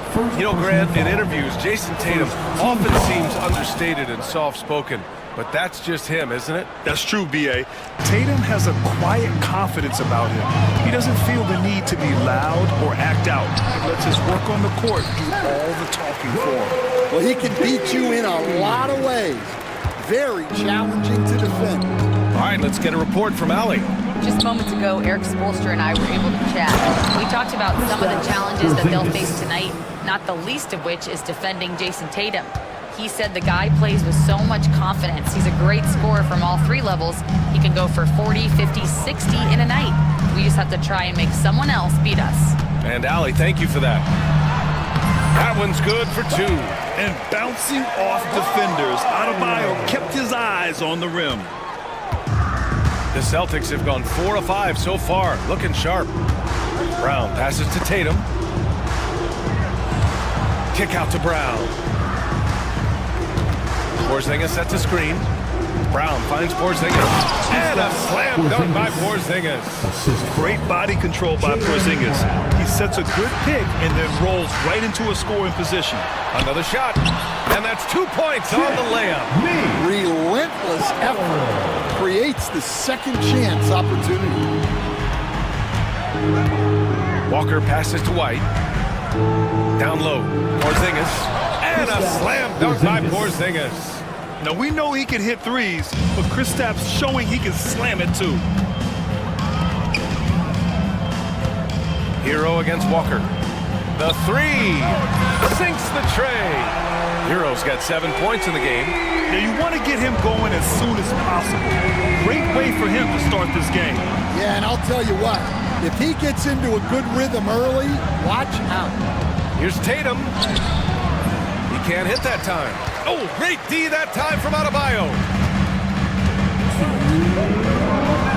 White against Rozier. Lays it up and banks it in. And what I love about Rozier is his fearlessness as a scorer.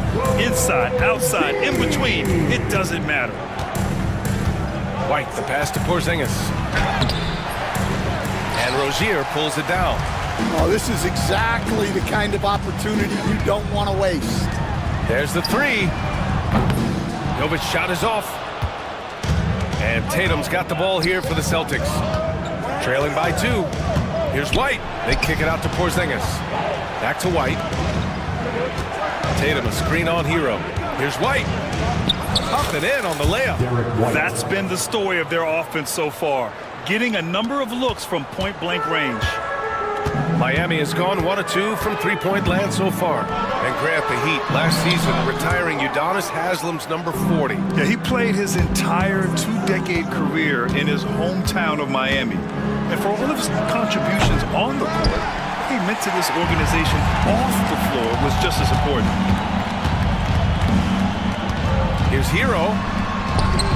Oh, his shooting remains on point. 3 for 4 thus far. Able to get a layup out of that one. That's just soft defense there. White against Rozier. Now here's White. The D's right on him. Oh, great D that time from Adebayo. Crafty move. Off the window. It's good. That's the spot where Adebayo can do the most damage. Celtics trail by 4. Up top, Walker. He's guarded by Hero. Walker passes to Tatum.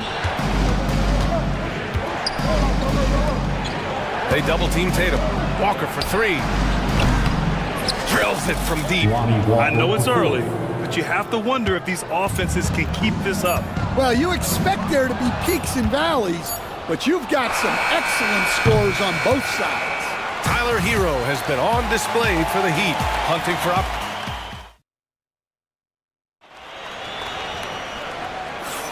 And getting it going again here in the second quarter. Fairly close game so far. And guys, what's your take on Miami so far? Well, so far, they've got things rolling along nicely at the offensive end. Yeah, they've looked sharp early on with their offense, getting good chances and converting what they've taken. Taking a look at the Celtics. Tatum is the floor with Porzingis at center. Walker out there with Drew Holiday. And it's Brown in at the 3, the small forward. Celtics trail by 3. Right side, Holiday. Walker in the post. He's guarded by Hero. And it's Walker, that time on the assist from Holiday. Well, that's what you're looking for. Shots from point-blank range. And coach, a perennial all-defense performer, Drew Holiday. Fearsome at that end of the floor in particular. Yeah, Brian, he's as good a defensive guard as there is. Great size and strength at the point guard spot. You combine that with his IQ and his competitive will, he is a problem on a nightly basis. And he comes up with a bucket. Rozier's got 6. Such a quick player. I mean, Rozier is a wizard in the open floor. Here's Holiday. Soft touch off the glass. Hero with it. He's got 11. And keeping us updated from the sideline, Allie LaForce. Well, after some down years in Dallas, Kristaps Porzingis said, I really checked myself. From that point on, I started building my game back up. Sometimes when you're younger, your physical abilities might already be there, but your mental is not. Once that all clicks, that's when you've got something. Well, that's a good way to think of it. Thanks, Allie. Adebayo in the post. Working on Walker. And Adebayo slams it in. What a confident dunk by Adebayo. He knows there's little the defense can do once he's elevated. And here's Brown for 3. Rebound Miami. Well, the defense catches a break there. You expect him to make those. Pass to Jovic. Butler on the wing. He's covered by Holiday. Hero outside. Just 5 to shoot. The shot. Tatum pulls it in. I'm sure he'd like to have that back. That's a missed opportunity. Brown scanning the floor.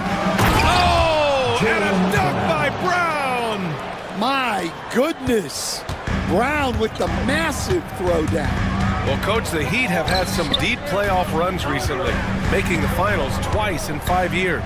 Yeah, Brian, and what's really interesting is that they've only been higher than a 5 seed once in that span. They just hit a different gear in the playoffs.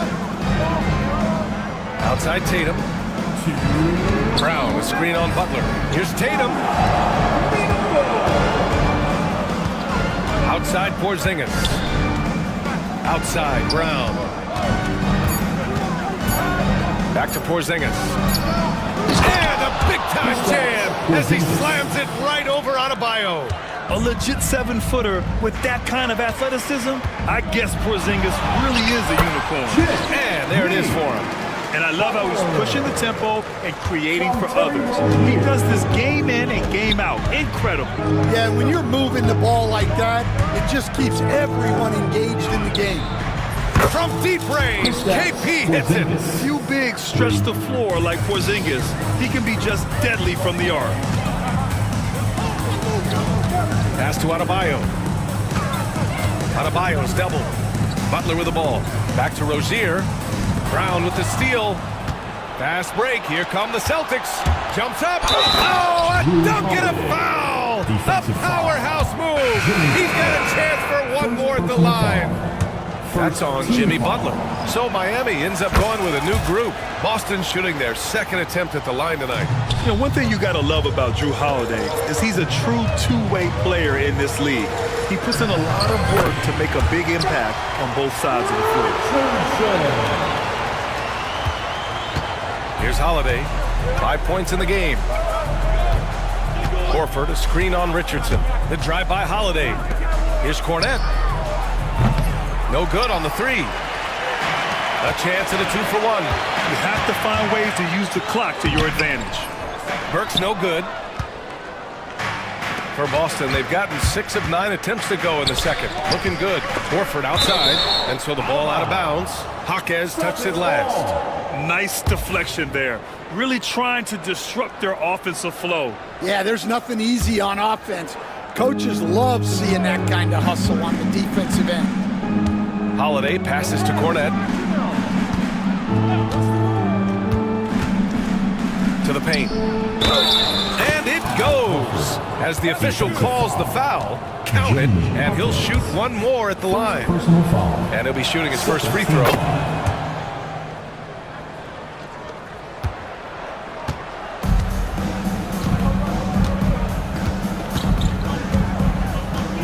Now Richardson. Robinson for three. Oh, and he just knocked down the buzzer beater. What an ending to the first half. A buzzer-beating three to take the lead. And a pretty tightly contested game here as we end the first half. Miami out in front. They're up by 1. Well, now we have some time to check in with Allie LaForce. Allie.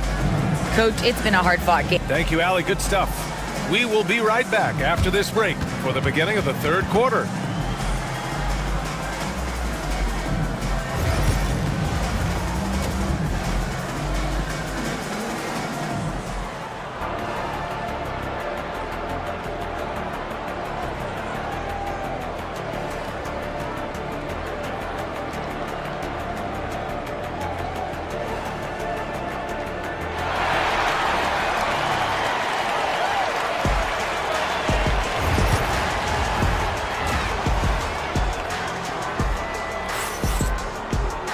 And we're halfway through this one. Plenty of basketball left in a game that's been a fairly even one.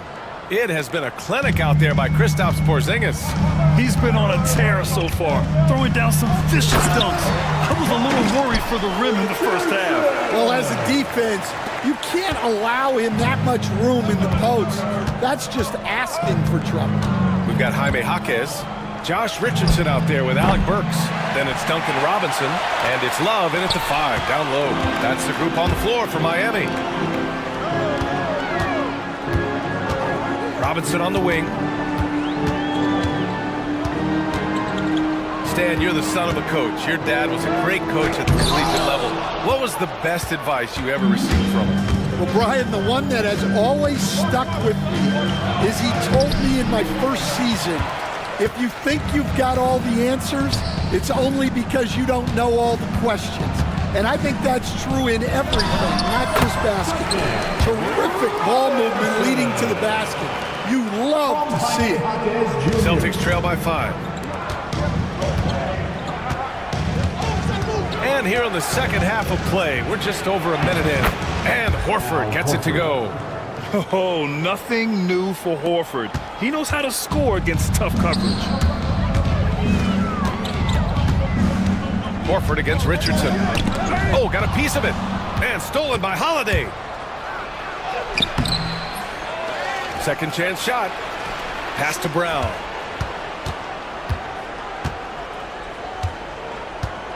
And Horford powers hammers it home. Look at Horford just rocketing off the floor, putting the defense on notice with a big dunk. It's Robinson, high post. He's against Horford. Knocks down the triple. And the Heat lead by 4. Timeout. Too much space on the perimeter. There needs to be a little more energy from the defense. And Joe Mazzulla calls timeout here. He's going to talk it over with his guys.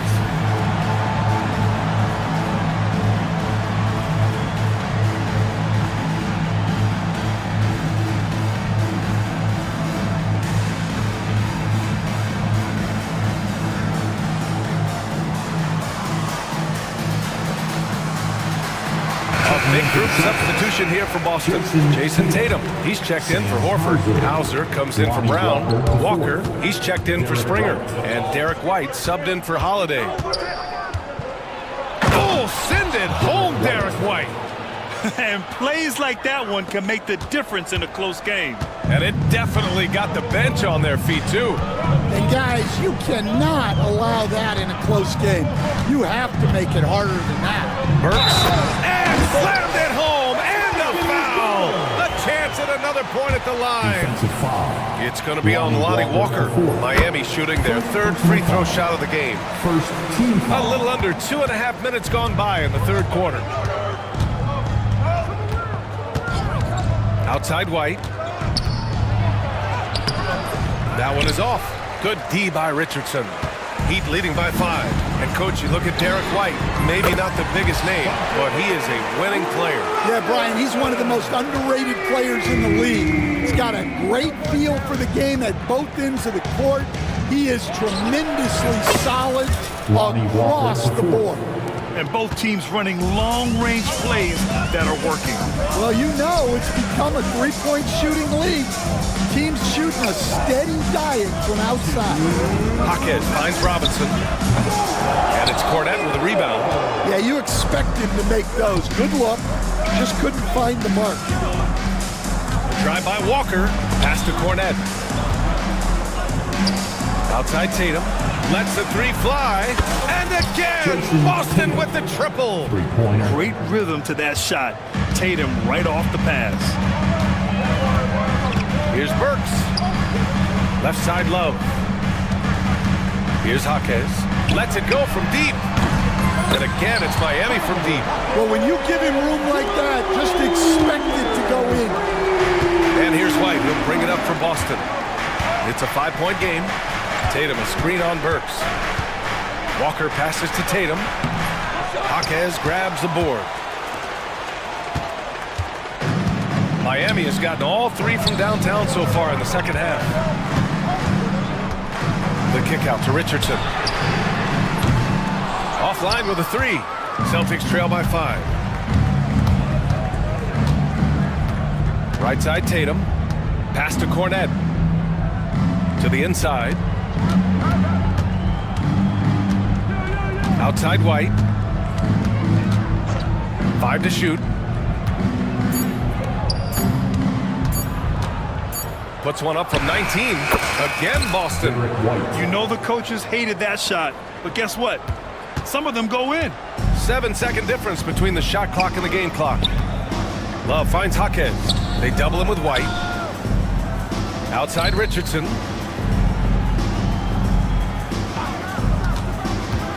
Back to Love. It's stolen away. Right side Tatum. Okay! Tatum punching it home. Gotta give him credit for jumping on the ball and making the most at the other end. Boy, inexcusable at this point of the game. They gotta be more composed in these moments. Well, as a coach, turnovers will drive you nuts, but sometimes that happens when you're aggressive. So there's a bounce. Well, it's been an exciting game. Plenty of offense as we head to the fourth quarter. Miami out in front. They lead.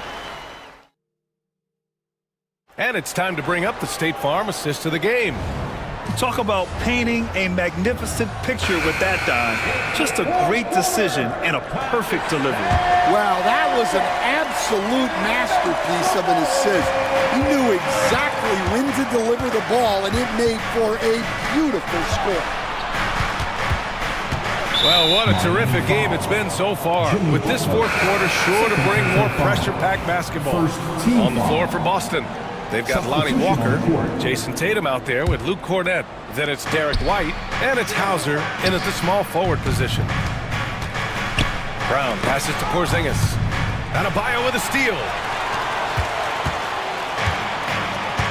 And here's Rozier. Now here's Adebayo.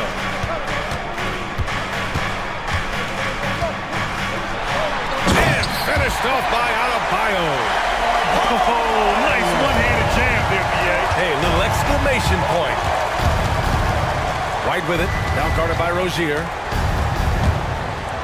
And here's Brown for three. And Hero grabs the board. Heat leading by 6. Rozier finds Hero. Back to Rozier. The three is up. And again, it's Miami from deep. They are unconscious from outside. And so far, the defense has had no answer. Look, when the three is falling like this, there's not a whole lot you can do defensively. Here's White, and play stops. A whistle there on what looks like an illegal screen. Well, the league has put an emphasis to crack down on illegal screens. Yeah, and yet, we still see it a lot. It's a tough thing to police.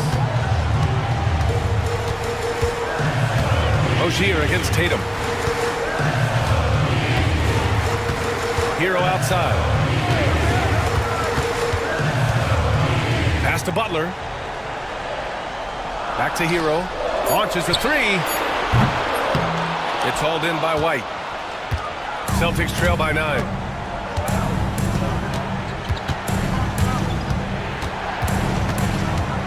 Ooh, here's White on the drive. Count that one. And coming down the stretch, both teams still playing fantastic offense. Yeah, in hopes that your opponent is just going to go cold. That's not going to happen, it doesn't look like in this one. This might go down to whoever has the last possession. Here's Rozier. The rebound by Jason Tatum. They've done a great job of moving the ball tonight. Yeah, B.A., keeping everybody involved keeps everyone engaged. Here's Jovic, pounded by Tatum. And he banks in the layup. Jovic has got 5 points now this quarter. And breaking down some numbers here, the hustle stats for the Heat.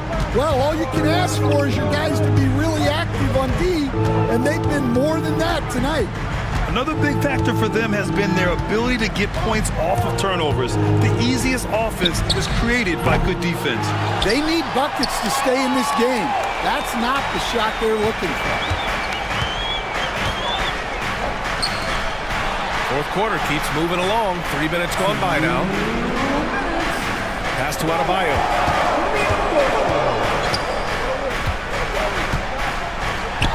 And the layup is good off the glass. And now an 11-point Heat lead. And there's a bevy of young talent in the NBA right now. Who are you most excited to see grow into a star, Stan? Well, what I'm really excited about, Brian, is to see which of these young talents becomes true stars, transformative guys. Certainly, Chet Holmgren and Wembanyama have already had this great rivalry. Scotty Barnes has become the next big point guard. We see Anthony Edwards, Paolo Banchero. There's a lot of guys that could be the guy, and it'll be fun to find out who actually develops into that play. As the torch is passed, who's going to take the mantle? And finished off by Adebayo. Well, with a comeback out of range, we can put a bow on this one. Good performance for the Heat. Offensively, they made the most of their trips. They found multiple ways to score consistently, and a little luck doesn't hurt them either. They also got some nice bounces off the rim tonight, too. And when you look at the game, the one thing that helped fuel this team to victory was the efficiency for Bam Adebayo. A quality offensive outing. When you get it going like he did, I'll tell you, it's one of the best feelings in basketball. Pass to Tatum. Offensive struggles continue. Missing again. Miami with the ball. A great fourth quarter, just giving up 2 points. Butler taking his time here. Pulls it. Boston pulls it in. 15 seconds left in the fourth quarter here.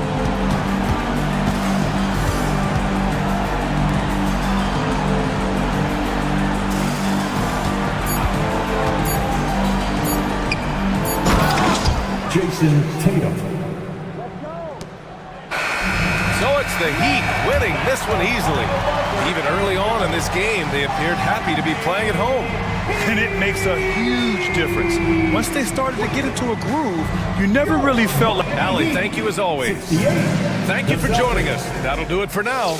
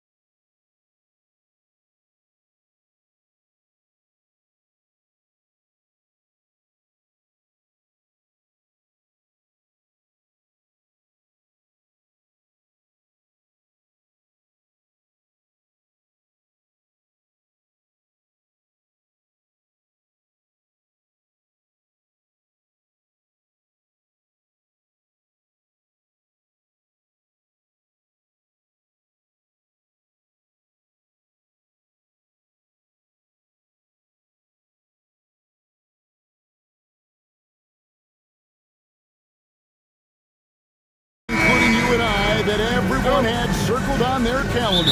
So, that being said, how do you see it being played out? Have two excellent teams. The talent is there. The coaching is there. There's so much at stake when two good teams square off. Make it anyone's call tonight, because I don't know exactly who's going to come out on top. And the starting lineup for the Timberwolves. Julius Randle is out there with Rudy Gobert. Then there's Edwards. Then there's McDaniels. And it's Alexander Walker in at the two-guard spot. Now Edwards. After the missed three from Shai Gilgeous-Alexander. Back to Edwards. Randle with a screen for Edwards. Gobert in the corner. Shot clock at 6. And Edwards slams it in. Goodness, Anthony Edwards, always on the attack. This guy is just so dynamic. And the whistle blows. It's going to be on Anthony Edwards. That is his first foul of the game. Really, these are some of the toughest calls an official has to make. Reed, he's checked in for Gobert. Edwards against Gilgeous-Alexander. Pass to Chang. Tipped away.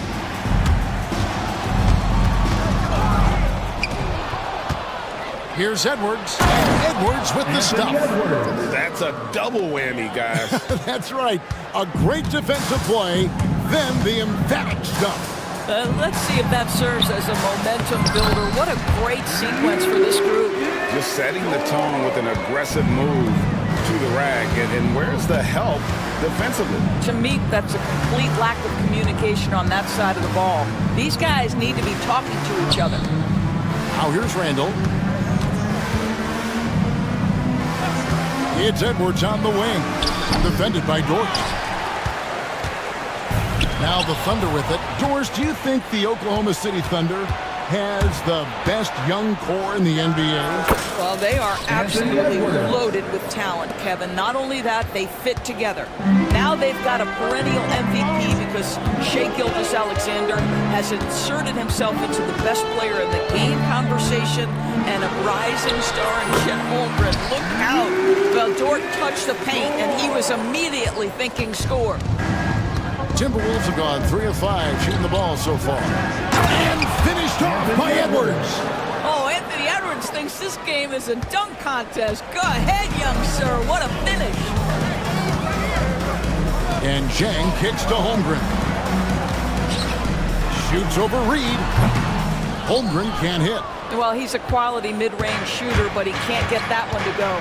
Let's check in with our reporter, David Aldridge. Well, I talked with head coach Mark Dagnall, and we talked about the bruising big man, Julius Randle.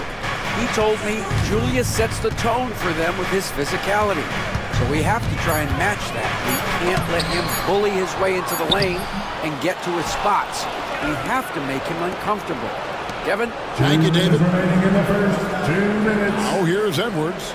8 points for him. Just 5 on the clock. And foul on the shot, so he'll get a chance at the line. That one on Gilgeous-Alexander. Guys, you have to put a body on Anthony Edwards. This guy is too skilled and too strong. You hear, Doris, people now calling Anthony Edwards one of the faces of the NBA. And I'm assuming you'd agree. 100% agree, because the skills are extraordinary. The development in his decision-making has gone leaps and bounds from where it was. Beyond that, Kevin, he's a lockdown defender, one of the best competitors, fearless in the big moments, and one of the most charismatic young men in the league today.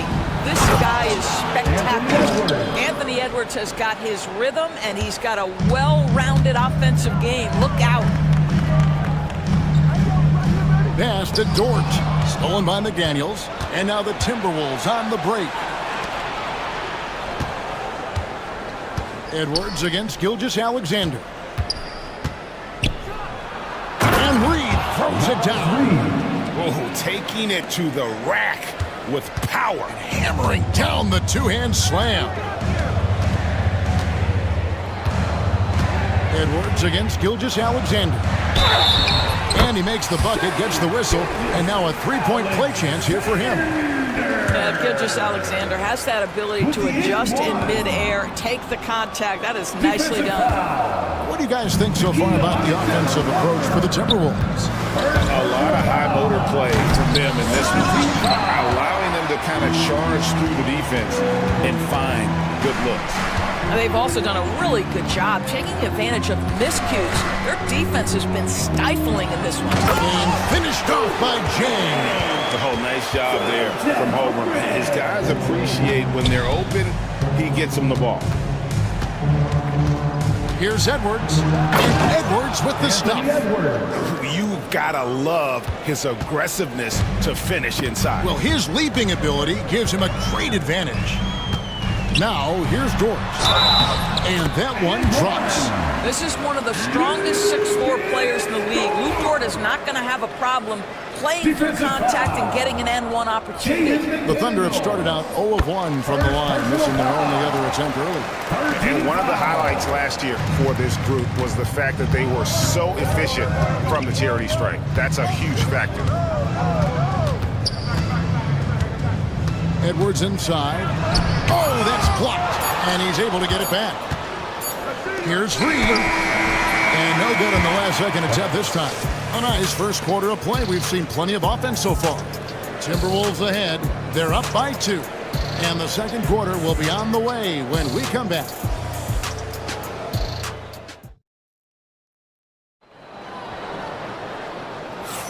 And if you're just tuning in, it's been a pretty even game through the first quarter.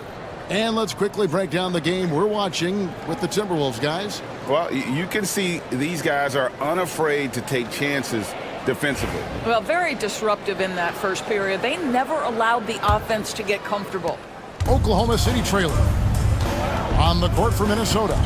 We've got Joe Ingles. Rudy Gobert is out there with Jaden McDaniel.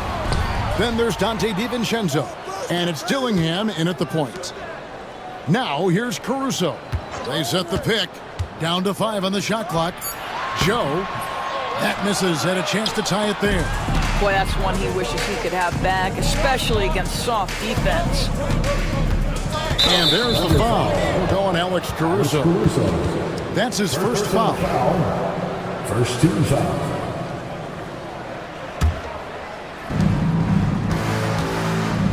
Teardrop shot. Here's Gobert. And slam dunk by Gobert. We always know this has been a strength of Rudy Gobert, getting the offensive window. Nicely done. You know, Greg, when you look at the Timberwolves' history, the first round had been a problem for them. But not last year, as they swept the Phoenix Suns. And you got to look at it as being a tremendous success, right? Because going into the season, I don't know that anyone thought they would have made it to the conference finals. But boy, that young group gelled well together, and the sky's the limit. Minnesota shooting their 3rd and 4th free throw attempts of the game. Yeah, a year ago, though, Kevin, 78% conversion rate from the free throw line. So that's a nice all-around effort. You know, a trend that's been unmistakable, Greg, over the last few decades has been the number of positionless players.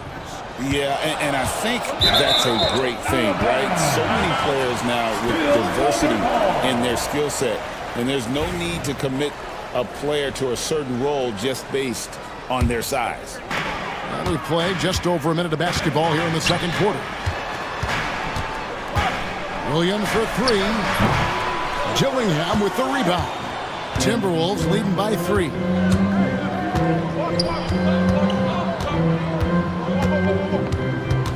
Pass to McDaniels. Now here's Gobert. And there it is for him. Well, there's height and reach to the advantage of Rudy Gobert. Just gets up and over the top of guys. To the paint. A rebound by the Timberwolves. Here's Dillingham. And here in the second, 2 minutes gone by. Gobert with a screen on Caruso. Here he goes. And the slam dunk by Dillingham. Making the most of the screen. That's how it's done. And it's in the perfect spot, Greg. Frees him up to get all the way to the bucket. Where was the defense? No fighting through the pick, no rotation. My goodness. Really well done there. Just confident and composed, never in a hurry. Here we are sizing up Jalen Williams, and his shooting has got to be his biggest strength. Absolutely. He's great at spacing the floor for his teammates with his catch and shoot abilities, but he's equally gifted shooting off the dribble. And with an update from the sidelines, let's check in with David Aldridge. Kevin, thank you very much. Jaden McDaniels has become an X factor for the Wolves. Mike Conley says, we know what he does defensively, but the offense that he can bring for us balances our... And it looks like, yep, it's a coach's challenge on the personal foul. That triggers a replay review by the officials. And this is the time now where the officials can review in closer detail what constituted the original personal foul. The previous play is under review. To determine. Indeed, and the one thing with replay review is that when you see the slow motion replays, you really... After review, the ruling on the floor stands. And how hard it can be sometimes, you know, Greg, to make the right call. And so the word is in, they've decided that the call stands as it was made on the floor. And, you know, even if a coach still feels this wasn't the right call, you got to acknowledge the effort being put in to reviewing it. The double checking, and the game continues on.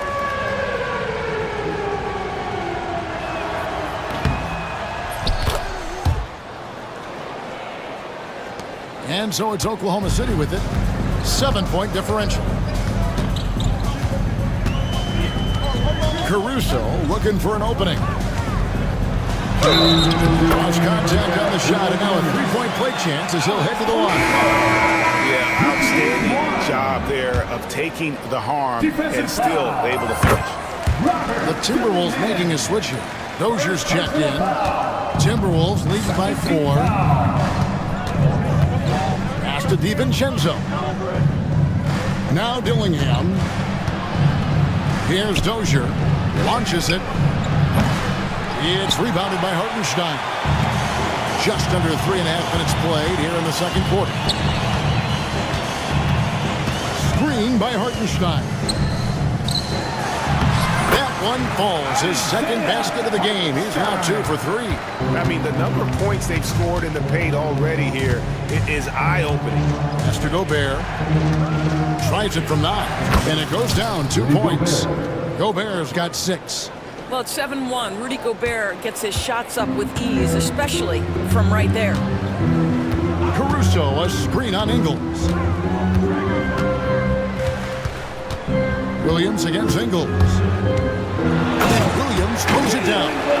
Oh, just solid on the one-handed slam. And guys, when it's a tight ball game like this, he's the guy they want with the ball. Pass to Dozier. The Timberwolves working the ball around now. And here's DiVincenzo from the arc. A three-pointer is right on target. 3 points. DiVincenzo's got himself going there. His first points of the game on the deep ball. Timberwolves foul.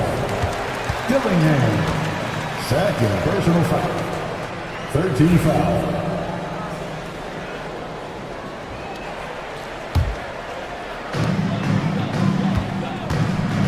Here's Williams, and it's Williams finishing it off.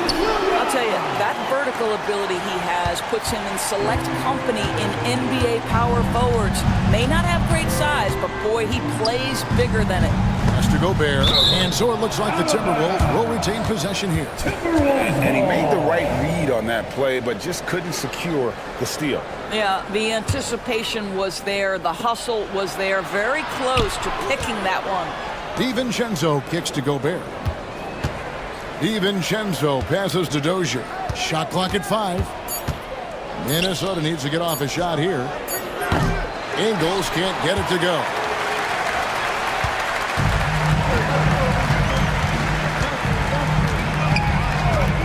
Now Caruso.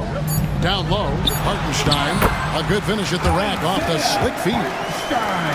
Now just a 1-point Minnesota lead. Taken away by Williams. So that'll be it for the first half. Fairly even battle underway in this one. Timberwolves lead by 1. And don't go away. We'll be back momentarily.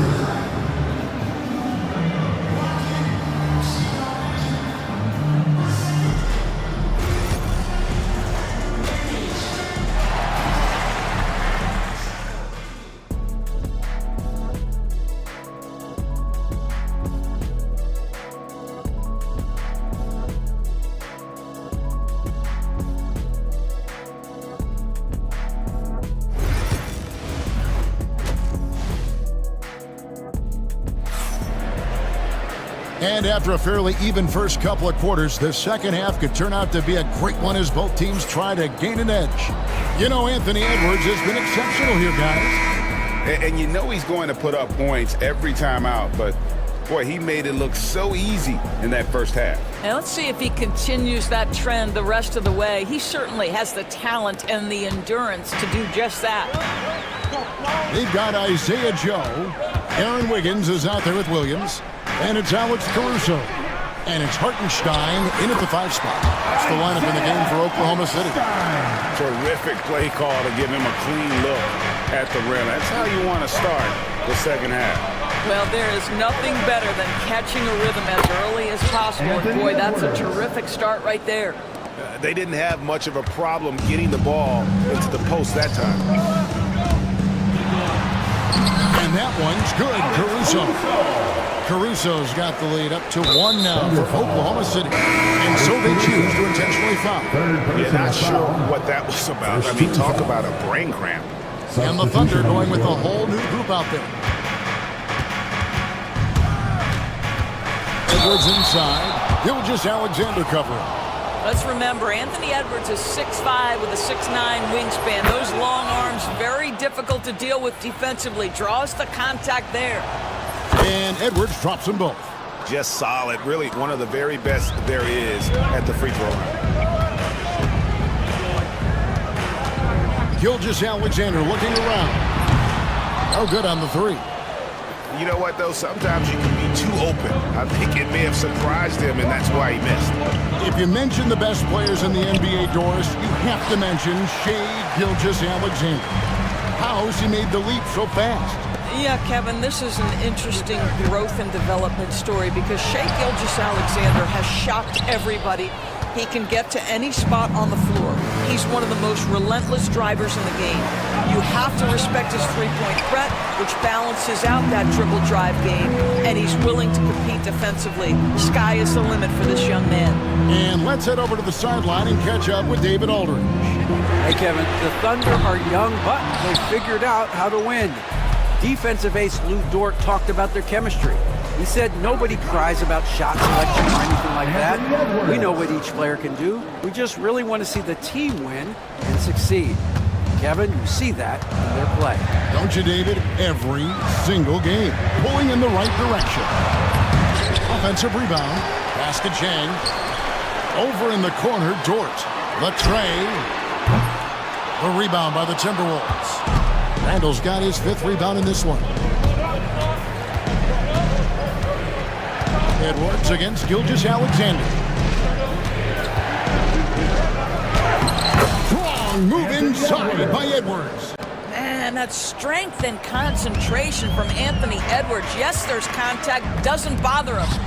Outside for Gilgeous-Alexander. Holmgren with a screen on Edwards. From deep, Gilgeous-Alexander. Here's Holmgren.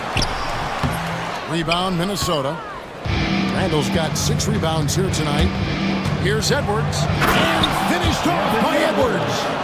Beginning to take charge of this game. This could be a crucial point. Well, working hard, building out a small lead, but you can't afford any kind of letdown here. A little artistry in the painted area, converting against the size. Some guys just relish the challenge. Find a way, and he does. Here's Edwards. Good D by Gilgeous-Alexander. And the way he was able to reach out towards that release had an impact. Well, no question. He altered that shot, and most of the time, that's just as good as blocking it. Out of bounds. Minnesota takes possession. Timberwolves ball.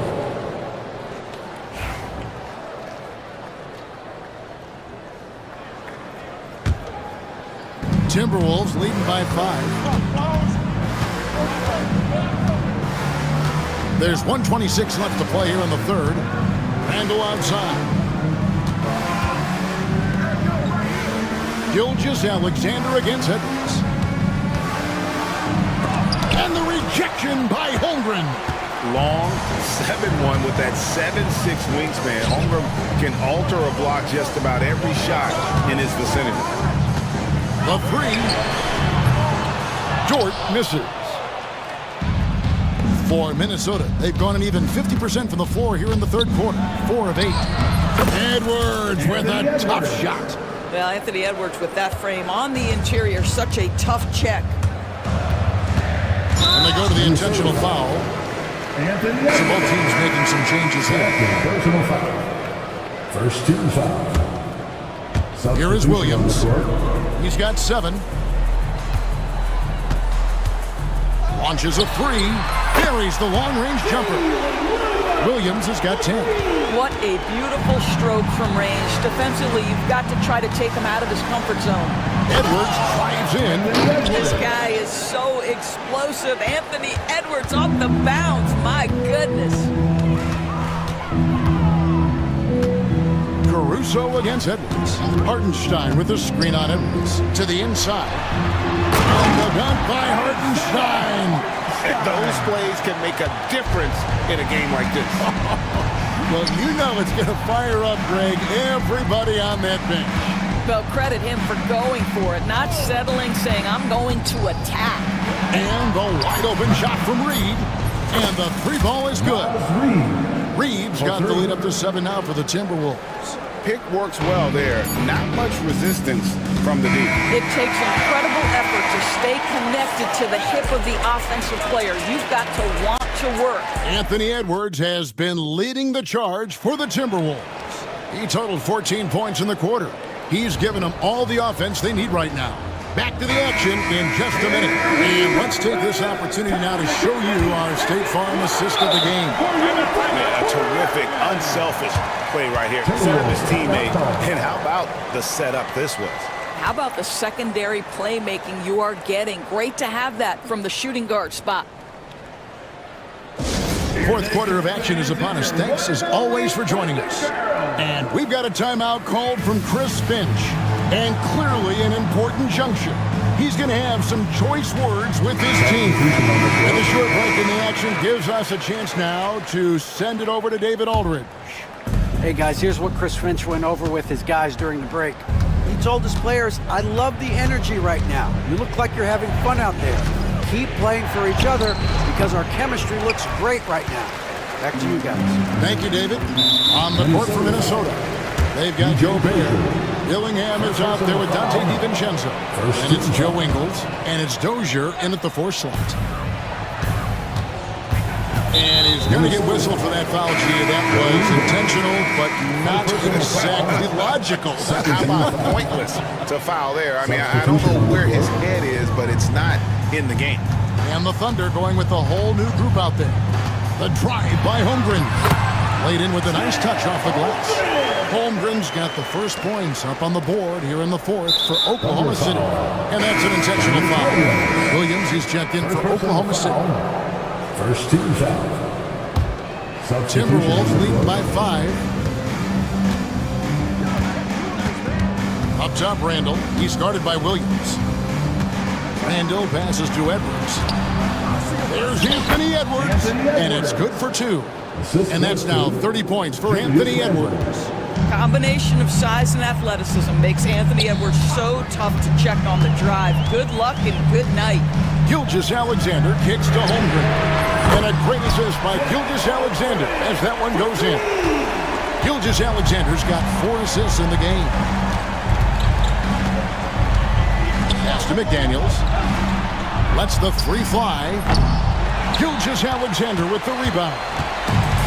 Gilgeous-Alexander's got his 5th rebound right now in the game. About a minute and a half into the 4th quarter now. Count it, good.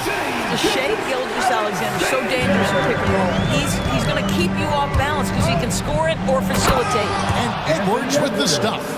Oh, and he went for the 2-hander on the slam using some muscle. Some urgency from him there, sure. To the middle. Here's Holmgren.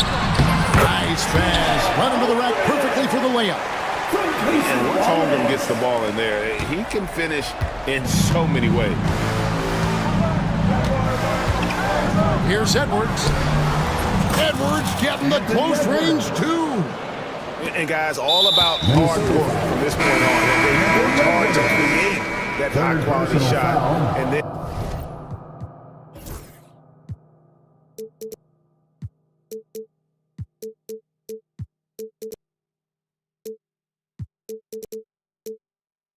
able to knock it down. Big group substitution now for Minnesota. Gobert, he's checked in for Reed.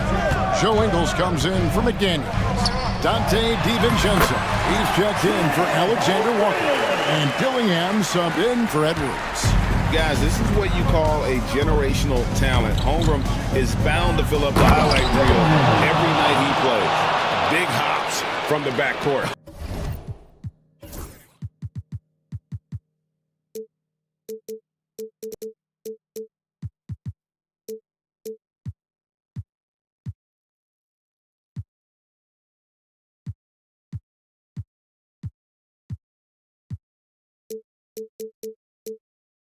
Oh, absolutely. And maybe just what they need to get this game, GA, going in their direction. Boy, as tight as this one is, that's a statement play saying, hey, listen, we're not here to back down from you guys. Minnesota leading by 4. Dillingham with it. Outside for Randall. That shot misses.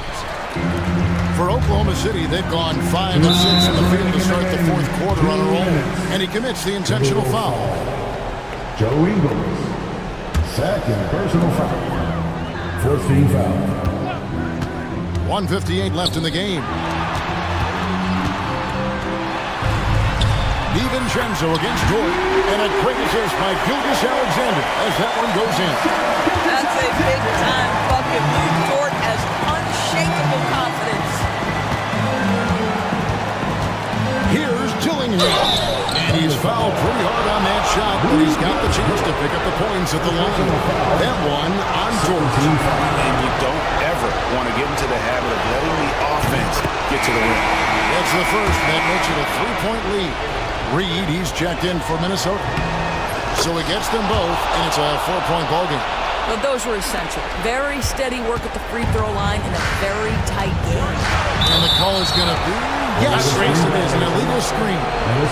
When a pick like that is questionable and creates that much of an advantage for the offense, you have to blow the whistle. I don't think there's any question. There are so many rules that favor the offense these days. You've got to be able to equal things out when an illegal screen is set. Here's Dillingham, defended by Dort. 6 on the shot clock. Takes it inside, and the slam dunk by Dillingham. Love seeing a point guard who can explode to the rim like that. Oh, great attitude and even a better finish. Boy, it's incredible how much explosive scoring ability can come from the lead guard position. That is a big-time play. The Timberwolves shooting fantastically in this game, 62% from the floor. And it's good, 2 points. And it's an 8-point Minnesota lead. And that's just cold-blooded right there. He's taking no prisoners. Well, when it's closing time, he's trying to lock the door. He's been going all night. My goodness, dude, Dort in the clutch. We see you, young sir. Basket here, and this game may be all over. Yeah, but the main priority, Kevin, has to be taking care of the basketball and using the clock. Late in the game, up big, they continue to attack. And as a result, they may be facing just a little bit less resistance right now. They are having their way. Gilgeous Alexander can't get it to go.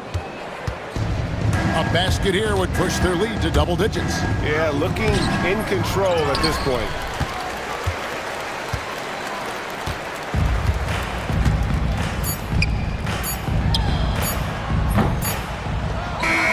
And so the Timberwolves take the win.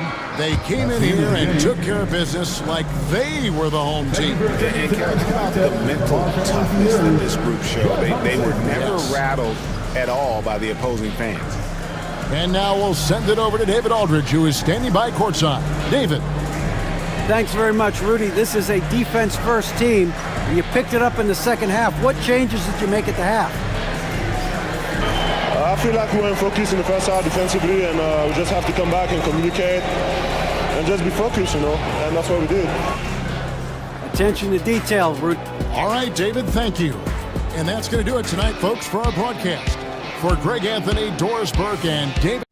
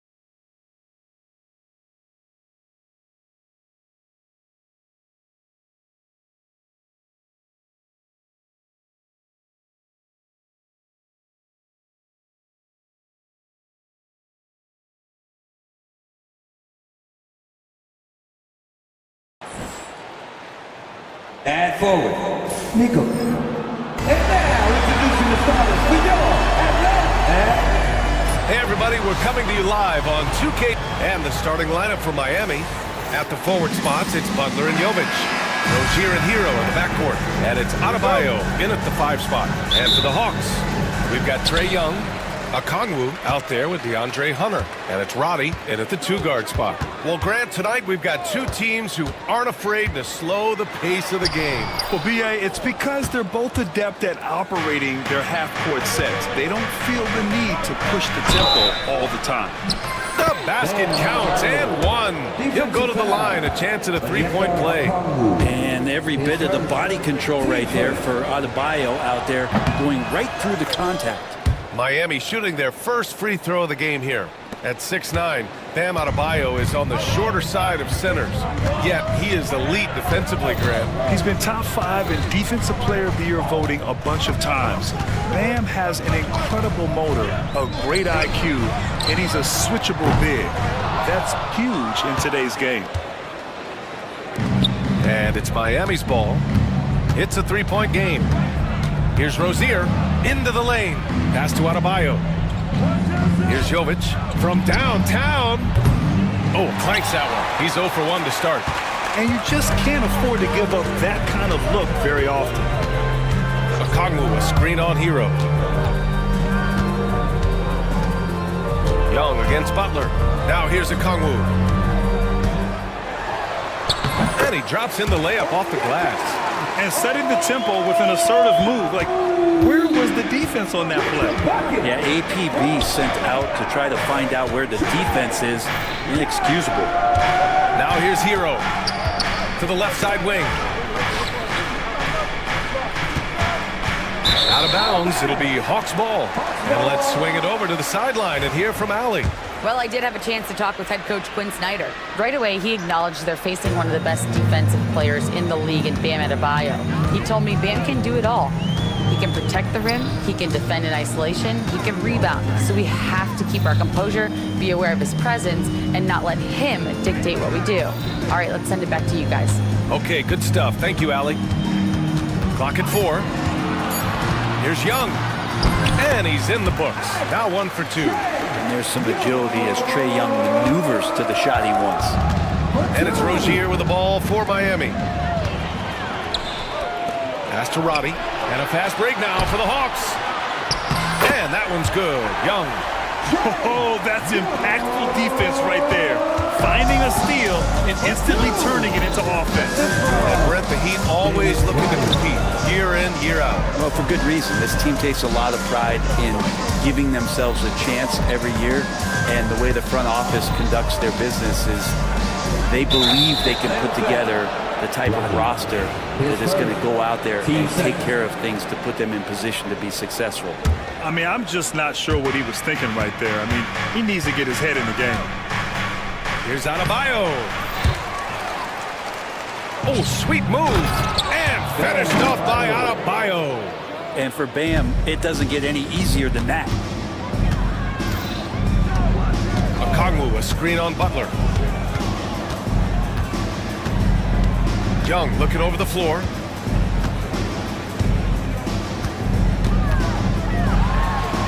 Adebayo with the rejection. Are we sure that Bam's not wearing a watch out there? Perfect timing.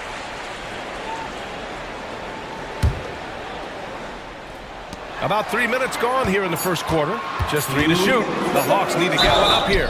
And the whistle blows as the basket counts. Chance at a 3-point opportunity here. One free throw coming up. Atlanta shooting their first foul shot of the game. And you look at the history of the Hawks. Brent, they've won 1 NBA championship. That was back in 1958. Yeah, BA, tough for people in Atlanta to even recognize that because the team wasn't there in 58. They were in St. Louis, and they were led by the great Bob Pettit, who was one of the first really impressive, agile big man of his era. Here's Roddy. Miami making their last shot. Pass to Young. And stolen by Adebayo. Off they go. It's a 3-on-1 break. Hero for 3. And a great assist by Butler as that one goes. Tyler Hero ready to pull the trigger at any time. Here's Roddy. He's guarded by Hero. Inside. Here's Okongwu. Over Adebayo. The kick out to Young. And here's Hunter from deep. And the three-pointer goes. He's consistent from out there, especially when you give him that kind of room. Hero against Young. Hero, the pass to Rozier. Drives to the hoop. And a Kongwu with the block. Outside Hunter. Tipped away. Out of bounds. Hawks ball as Atlanta keeps possession.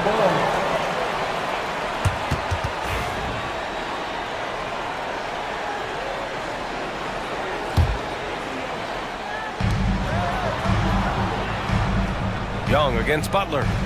Okongwu, a screen on Butler. Young. Oh, and makes it with the kiss. Young's got 6 points. Defender's just too worried about Trey pulling up on the shot, so he took advantage and just flew by him. 7-second difference between the shot clock and the game clock.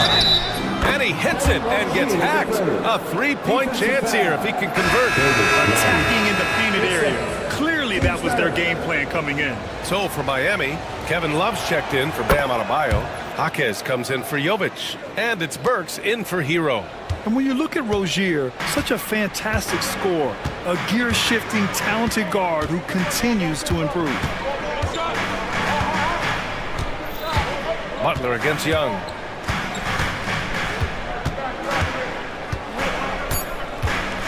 Just 3 on the clock. An easy 2 on the layup. Give him 8. Getting enough shots in close to play inside out. A big-time effort for Trey Young, providing a lot of energy for the Atlanta Hawks.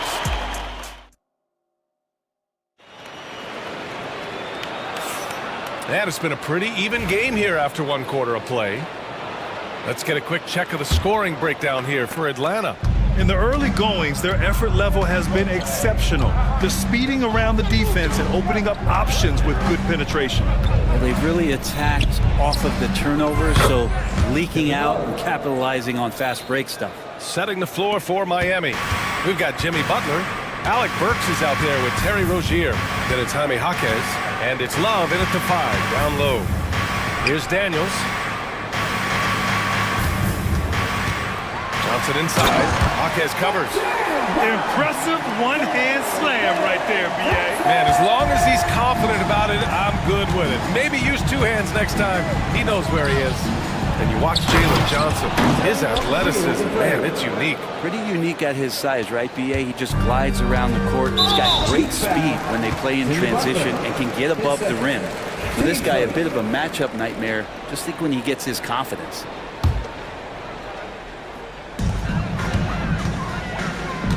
Johnson with it. Driving to the basket.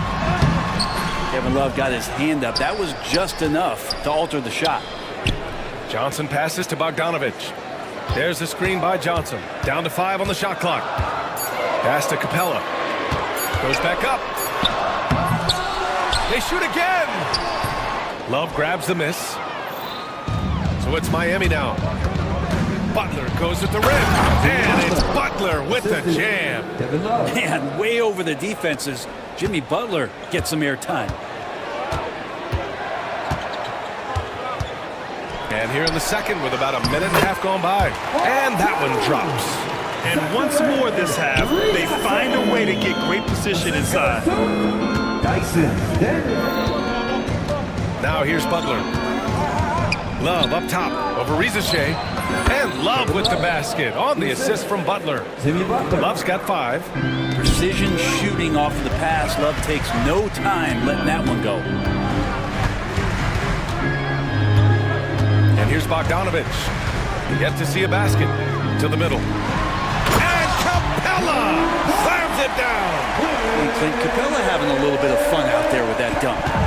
And it's Rozier with the ball for the Heat. Outside Jaquez. Back to Rozier. Pass to Burks. Rozier outside. Here's Butler. Outside for Love. Fires for 3. And a great assist by Butler as that one goes. Butler's got 3 assists now in this one. Looking at lineups around the league, Graham. Seems like they're becoming more positionless than ever before. Yeah, you're spot on, B.A. To the point where some people feel all-star voting shouldn't be by position anymore. It should be by merit. Daniels misses. Well, the D doesn't seem to be too worried about him from three-point range, and he shows us why still. I expect him to make one of those. Now here's Butler. Oh, tough work inside from Butler. Now the combo of strength and quickness from Butler, that's going to help him on the inside. Bogdanovich against Burks. Inside. And it's Capella with the jam. His hang time on the rim puts a sweet cherry on top, BA. It's a close game, and those displays of explosiveness can jumpstart a team. Oh, here's Love with the jam. Love has some height and enough ability to get up and throw it down. All right, Brent, let me ask you a very important question. What exactly is team culture? BA, team culture is about toughness and competitiveness. And if you step into that building, you better make sure that you're ready to be pushed and push the limits that as a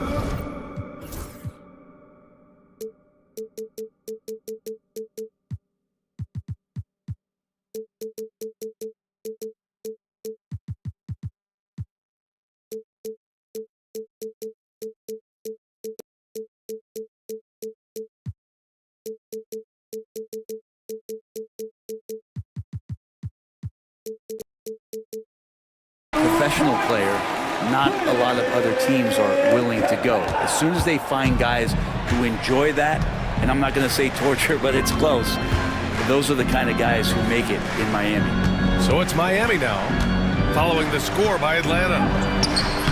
Burks no good. Everything right except the finish.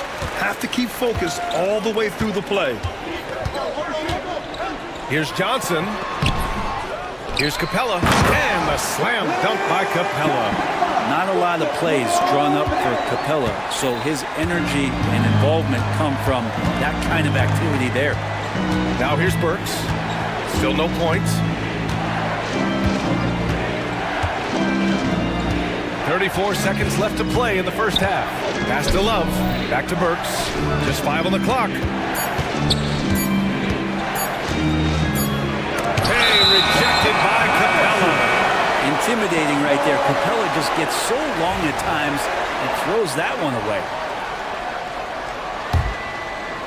The Hawks trailing. Here's Bogdanovich. Here's Johnson. Robinson with a steal.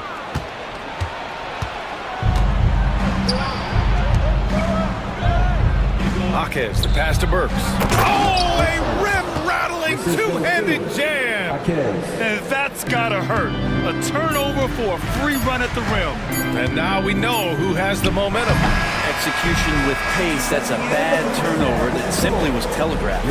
Kevin Love has been on display for the Heat. He put together 10 points in the quarter. All right, stick around. We'll be right back after this.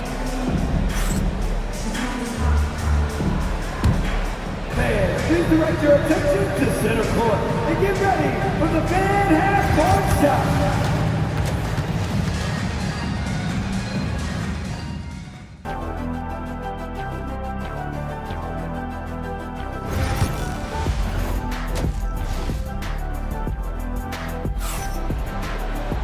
And if you're just joining us, we've played through the first half in a game that's been fairly even so far. Man, we've seen Kevin Love really having a great game. Yeah, he played such a smart first half, maximizing his opportunities offensively. Yeah, I'm thinking back to the first half and wondering, did he take a low percentage shot? Everything efficient.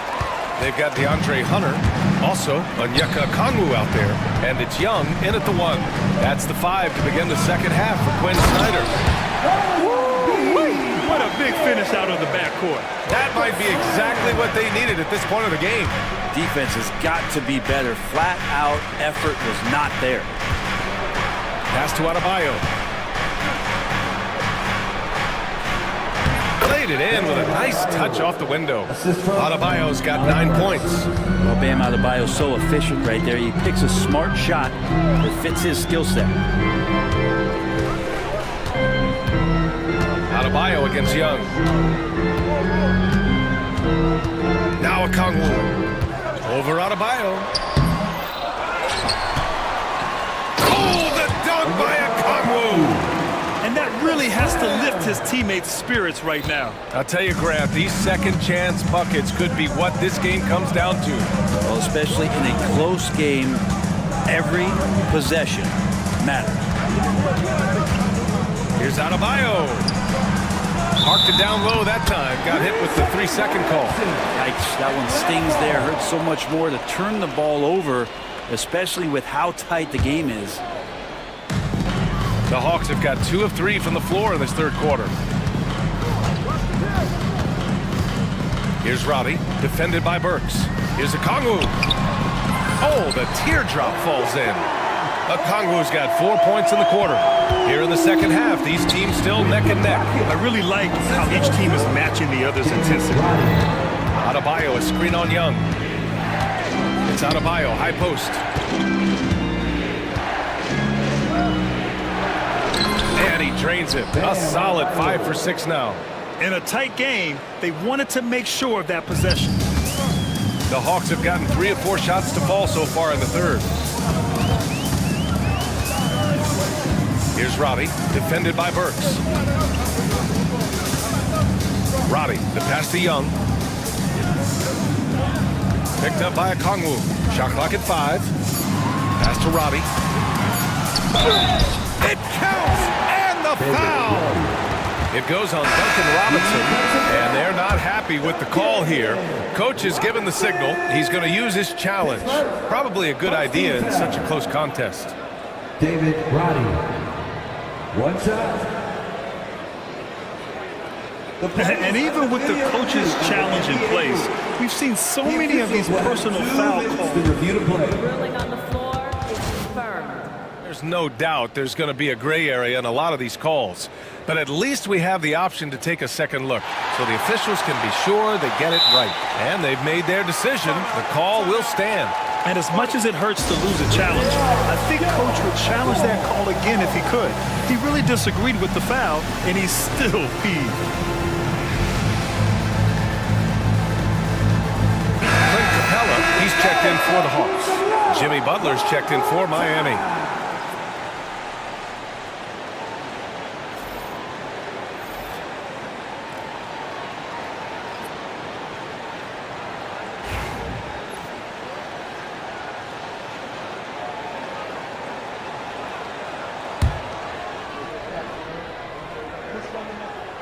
And the free throw, no good. Miami has gone 3 of 5 from the perimeter in this game. Here's Hero. It's rebounded by Roddy. The Hawks leading. Outside Young. To the paint. And it's Capella with the jam. Using his length that time, Capella up top to slam it down. And looking at Trae Young, Brent, his teams always finish in the top 10 in offensive rating. Yeah, for Trae, those teams he's played on have normally been in the top 5, along with playing at a top 10 pace. So when he has the ball in his hands and he's coming at you, very difficult to stop. Young's so talented, you're basically guaranteed to have a good offensive team. Oh, Young with the power move. Young working hard on the defensive end that time. Heat trail by 3. 1:41 left to play in the third quarter. Love for 3. The rebound by Atlanta. Capella's got 4 rebounds now. Young against Rozier. Young goes in. Boy, that foul looked intentional. Not exactly what you'd expect here. Yeah, I know. It just doesn't make sense given the situation. Miami making a switch here. Adebayo's checked in. Miami on D. Outside Young. On the take. Pass to Capella. The kick out to Young. Shot clock at 2. Beyond the arc. Rebound Miami. Hero outside. And he lays it up and in. Hero's got 5 points. In a flash, Tyler Hero makes his way to the inside. Nice use of his athleticism. Capella, screen on Butler. Here's Young. Adebayo grabs the board. Won't see him miss that one too many times. Yeah, that happens. Important thing is for players, just don't beat yourself up and make a miss like that cost you another play. And what I love about Rozier is his fearlessness as a scorer. Inside, outside, in between, it doesn't matter. Here's Robbie. He's guarded by Hero. Young from long range. And it's Young again missing. Not sure how he finds himself in so much space there. He's kicking himself for whiffing a bit on that one. And that's an intentional foul. His first. Team first.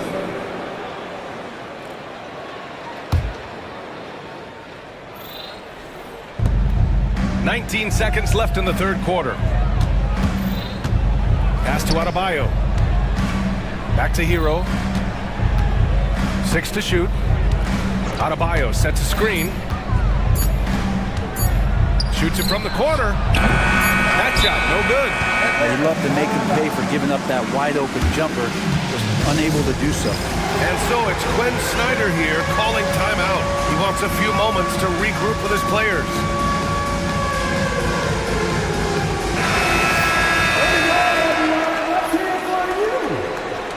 Heat substitution. Number 11. And so it's Quinn Snyder here calling timeout. He wants to give him a breather and talk things over. All right, fans, look who it is. I mean, it makes them.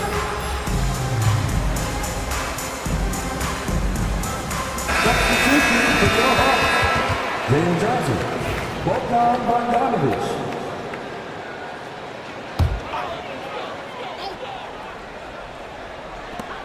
That'll count. Oh, he got it up in time, but it wouldn't fall for him. 3 quarters of play and a close one here. Miami out in front. They lead by 1. And while we have a chance, let's go to our State Farm assist of the game. You can count on him to deliver a few assists like this one each and every night. Sometimes it happens when the offense is struggling, but now and then this helps with the offensive uptick right there. Great job of setting his teammate up. Well, this has been a great contest so far. I imagine the fourth quarter could have more action in store for us. Setting the floor for the Heat. Hero is the 2 with Butler as the 3. Jaime Jaquez out there with Bam Adebayo. And it's Rozier in at the point. Atlanta foul. Trae Young. His second. Team first. Substitution for your Hawks. Now here's Rozier. Defense is right there. Hawks foul. Daniels. His first. Team second. Jaquez with a screen on Bogdanovich. Hero. And that one's good. Fighting the inside defender, Hero really works to get to the bucket. The Hawks shooting around 59%. They've been outstanding on the offensive end. Not sure why he committed the intentional foul. No purpose. I think everyone's a little confused, but weird plays happen. Heat on D. Now Bogdanovich. Johnson on the wing. There's the screen. There's the drive. Oh, and Johnson slams it in. Did you see that? Look at the elevation on that dunk, B.A. Man, he just cocked it back and fired it down with one hand. Here's Hero. Uses the glass on the layup. Hero's got 4 points in the quarter. How about Hero? Gets inside and finds a way to sneak up his shot and get it to go. Outside Bogdanovich. And he drives in. Here's Capella. And it's Capella with the jam. And coming down the stretch, you just can't afford that type of defensive breakdown. Breakdowns like this are only going to hurt you moving forward and late in the game. Establish some trust and make the defense come together. That's good from Jaquez on the assist by Hero. Hero knowing about the whens and the wheres for an assist. Outside Johnson. Fires from deep. And Rozier pulls it down. And it's Rozier with the ball for the Miami Heat. Butler finds Adebayo. And for some reason, he decided to foul there. Yeah, B.A., that's an odd move. Maybe there's something else behind it.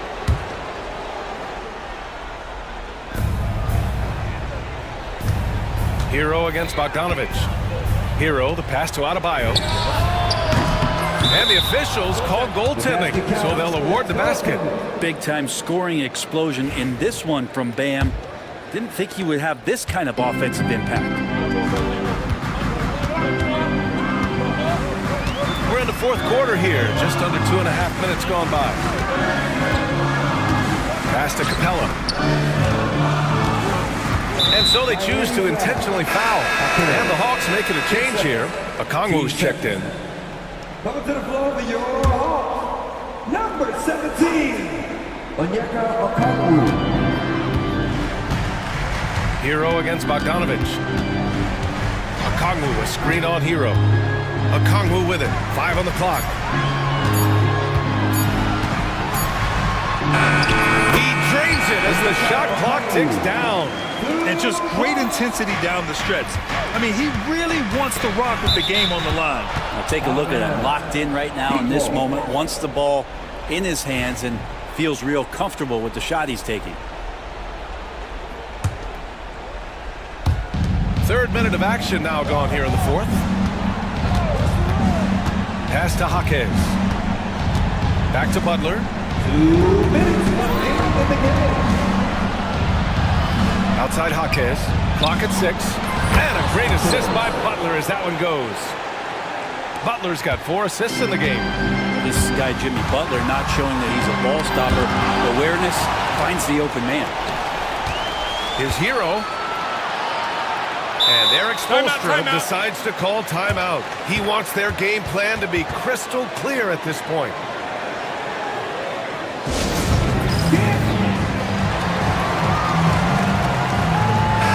Let's go now to the sideline and catch up with Allie LaForce. Well, over the break, I listened in on Eric Spoelstra's huddle. Confidence is what he's asking for right now. He said, quote, when it's close, we have to keep believing in ourselves. And if we don't think we... Oh, Butler! Unreal! And Jimmy Buckets is alive. Hawks trail by 5. Okongwu, a screen on Rozier. Pass to Okongwu. And it's Miami with a rebound. Adebayo's got 5 rebounds in the game. Miami has got 4 of 7 threes to go so far in this game. And that's out of bounds. Miami will keep it. Young, he's checked in for Atlanta.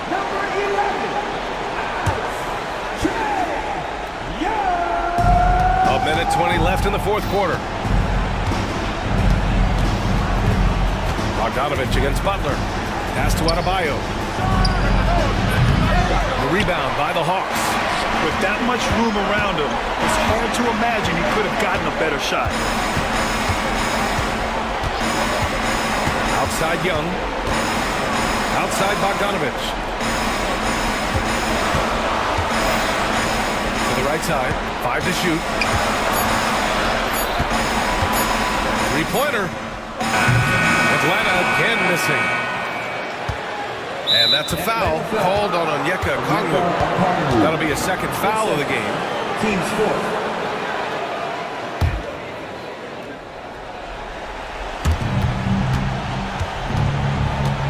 Hero with it.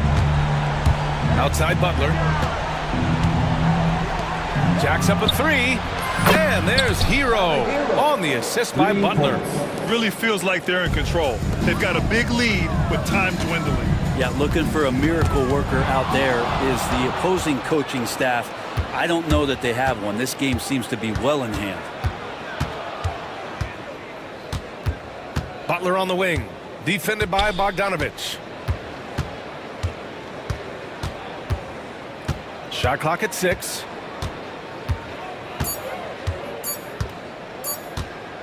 From deep three-point range. Off the mark. So the Heat win it. Exceptional effort on the road. They were ready and they were. Thanks, Allie. Great interview once again. And that's going to do it tonight, folks.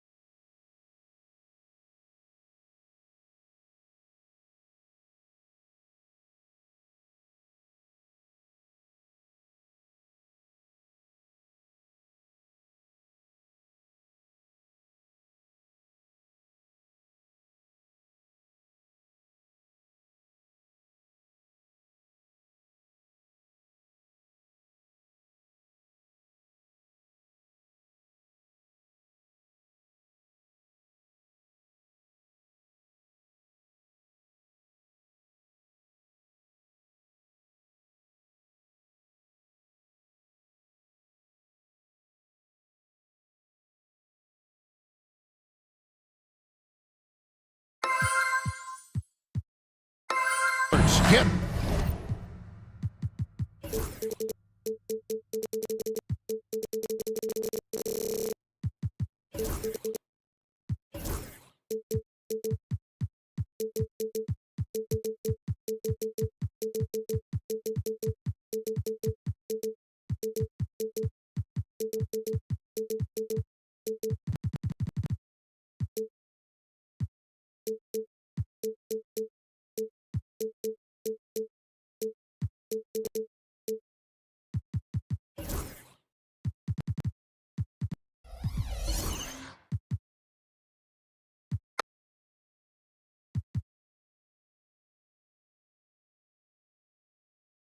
Ready for some. And now the opening lineup for Boston. The small and power forwards, the star pair of Brown and Tatum.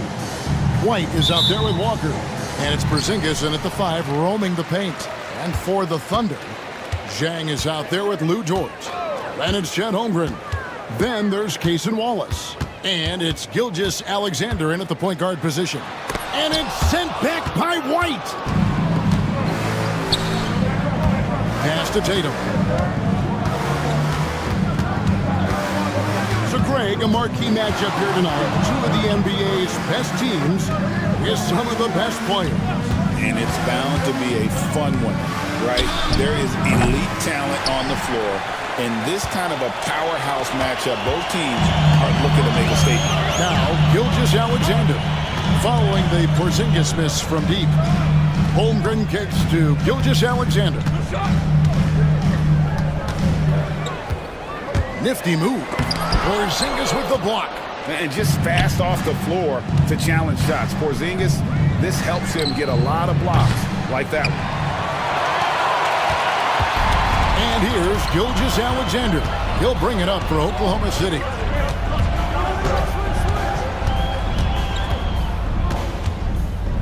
Pass to Holmgren. And he gets the whistle for the 3-second call. Celtics ball.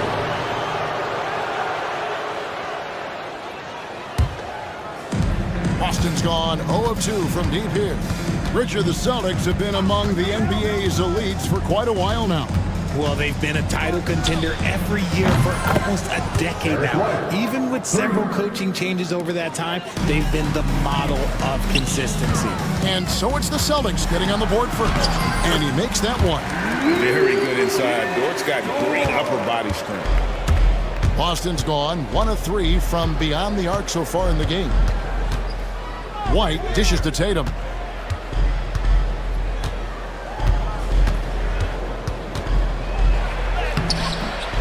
The first quarter of action, 2 minutes in.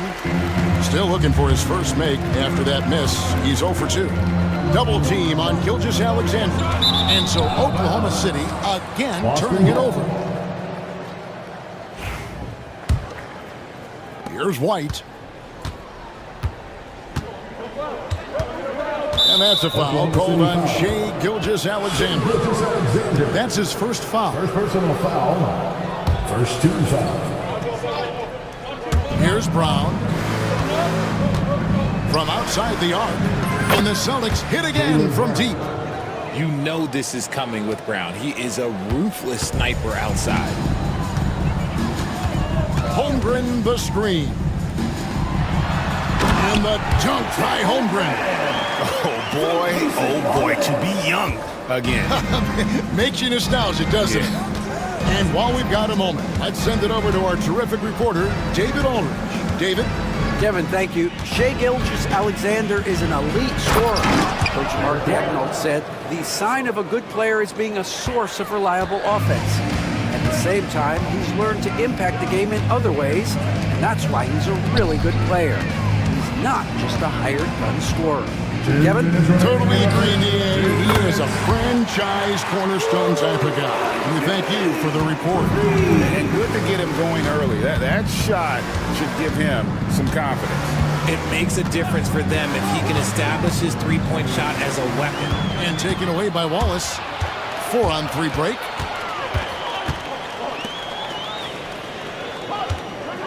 Wallace with a screen for Holmgren. That doesn't go in. Had a chance, though, to take the lead. And so Brown will bring it up for the Celtics. And that one goes out of bounds. Last touch by Gilgeous-Alexander.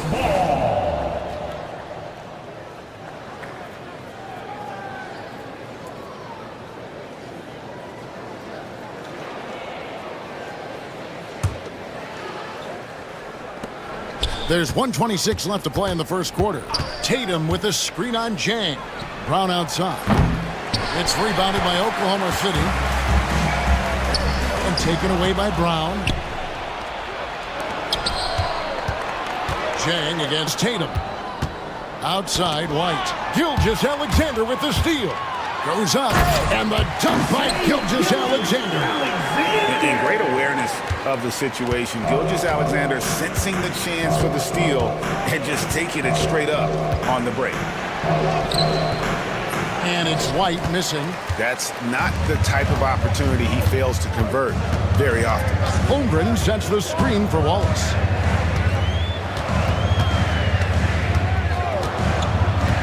Inside, here's Holmgren.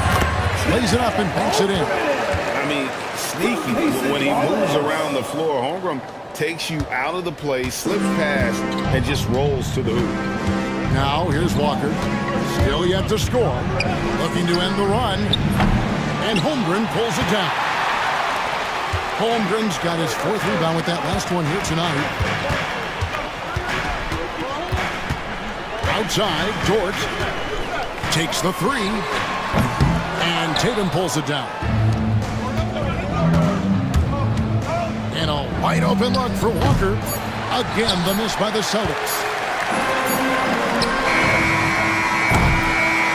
A good close contest so far as we finish the first quarter. Thunder lead.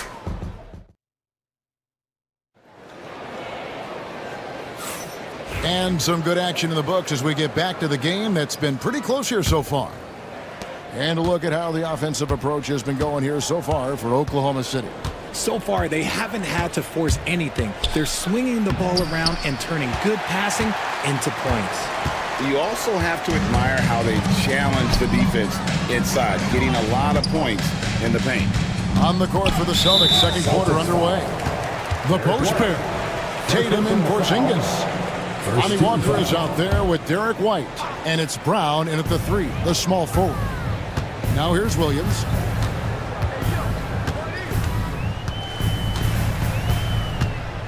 Just 5 to shoot. Driving in. Porzingis with the block. Outside Tatum. Trying to find Porzingis. Gets it to him. Jacks up a three. Tatum no good. And they had some botched coverage that turned into no coverage. And you watch Jason Tatum, year to year, he is a model of consistency across the board. The numbers are pretty similar, and the effort never wanes. They've been looking out of sync offensively. Yeah, their offense has ground to a standstill. Oh, come on. Just add vision to his perfect skill set. Like, when he's dropping dimes like that, like, Jason Tatum is a problem. Porzingis with the steal. Brown against Williams. Let's go. That one a tad offline to the right, but drops in for him. Brown's got 5 points so far. Higgins outside. Fires for three. Porzingis with the rebound. The Celtics with the lead. Tatum on the wing. Covered by Wiggins. Tatum down low. He's against Williams. And the dunk by Tatum. Oh, this is how aggressive Tatum is. Excellent job of getting to the rim in a finish. Just light work. And again, no good by Oklahoma City. Boston leading by 3.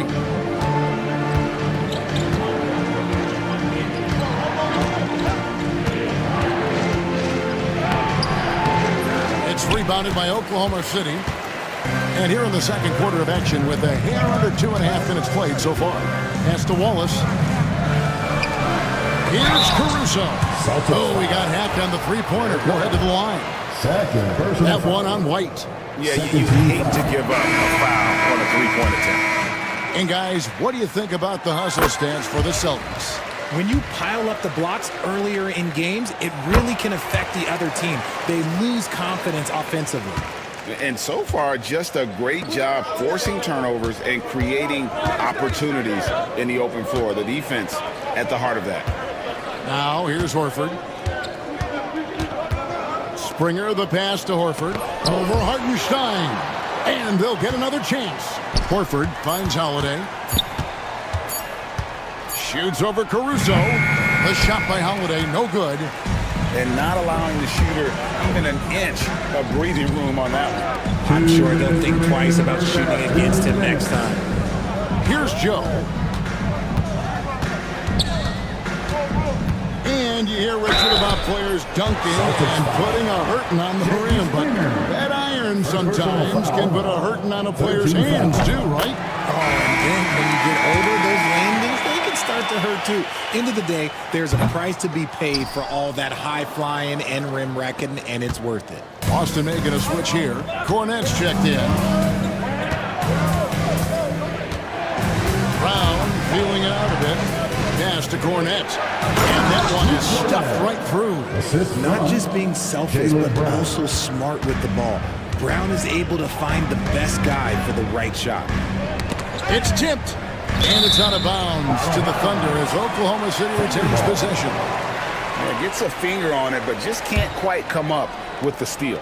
That's fine. You love the effort, not making things easy for the opposition on offense. Pass to Joe for three. Rebounded by the Celtics. Brown's got 4 rebounds in this game. Here's Springer. Shot's good. Brown making the play. And now it's a 3-point Boston lead. Yeah, and there it is again. On a lot of their possessions this first half, they've established great inside position. Here's Joe. Sinks the three-pointer. Joe's got the game tied up here for the Thunder. He just makes it look so easy on offense. Like, who takes pleasure in torturing defenses? He does. Holiday, that one's in. His first bucket of the game. He's 1 for 2. And how about the burst there of speed from Holiday on the drive, zipping in before the D can rotate. Three-pointer. Thunder with the rebound. And sometimes on defense, people just get lucky. Here's Caruso. And again, Oklahoma City with the triple. Guys back and forth this first half. And this could continue to go back and forth the entire way. Left side, Brown. Back to Holiday. This one for 3. It's rebounded by Hartenstein. Hartenstein's got 4 rebounds in this game. Now, Joe. And the last shot before the buzzer is off. And some good action through the first 2 quarters as we reach halftime. It's the Thunder. They're up by 1. We'll see you after halftime for the beginning of the 3rd quarter.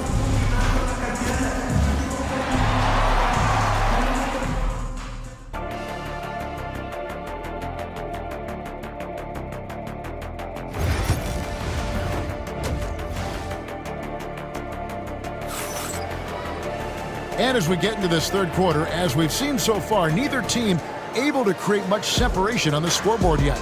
Without question, Derek White displaying his skills today. He's done a fantastic job of finding open space to operate within the first few quarters. I like how they came into this one with a game plan, and they're just going out and executing it. Terrific job. We've got Gilgeous Alexander. Shang is out there with Chet Holmgren. Then it's Lou Dort. And it's Joe in at the 2 spot. That's the lineup in the game for Oklahoma City. Richard, so many things about Drew Holiday's game we love, but what impresses you most about his game? Well, I know it's an easy answer, but it's his defense. It's hard to be a feared defender in the modern NBA, Kevin. But Holiday is such a pest at all times on that end of the floor. So it's Boston now. The Thunder making the shot. Outside Holiday. Tatum with the screen on Gilgeous-Alexander. And contact on the shot, so he'll be shooting free throws here. A deceptive guard. Holiday draws fouls by keeping his defenders always on their heels over the course of the game. Both free throws good from Drew Holiday. And here's Gilgeous-Alexander. He'll bring it up for the Oklahoma City Thunder. They trail by 1. And a strong finish with 2 hands. Just focusing on the task at hand, that's all you can do. Yeah, when the game is up for grabs like this one has been, it's all about the attention to detail. Holiday, the pass to Cornett. Here's Springer. Out the bucket, and he's got a free throw coming up as well. Savvy play from Holiday. Quick thinking helps him get the ball to the wide-open man. Boston shooting their 3rd free throw attempt of the game. And last season, when they got themselves to the line, they usually came through as a team up around 81%. Gilgeous-Alexander passes to Holmgren. Lays it up and in off the pretty assist. Holmgren's got 6. And once Holmgren gets the ball in there, he can finish in so many ways. Holiday looking for an opening. Pass to Cornett. And that one, good. And the Celtics lead by 2. And no matter what they've tried, the D just has not been able to deny them the ball inside. Outside, Gilgeous-Alexander. Rebound by the Celtics. Now here's Holmgren from the arc. No good. Outside Holiday. Second half of play with just under 2.5 minutes gone. Pass to Tatum. Tatum gets it inside. Now, what hard work from Tatum inside. Doing what it takes to find his shot. Holmgren with a screen on Holiday. Gilgeous-Alexander kicks to Zhang. Here's Gilgeous-Alexander. Holmgren with a screen on Holiday. 6 to shoot. And there's Holmgren. That's good on the assist by Gilgeous-Alexander. And you gotta love the big bucket in the paint in this sort of a grinded out game. 1:56 left in the 3rd. Outside Holiday. It's rebounded by Oklahoma City. Holmgren's got his 6th rebound on the night. Holiday against Gilgeous-Alexander. And he drives in. It's tipped.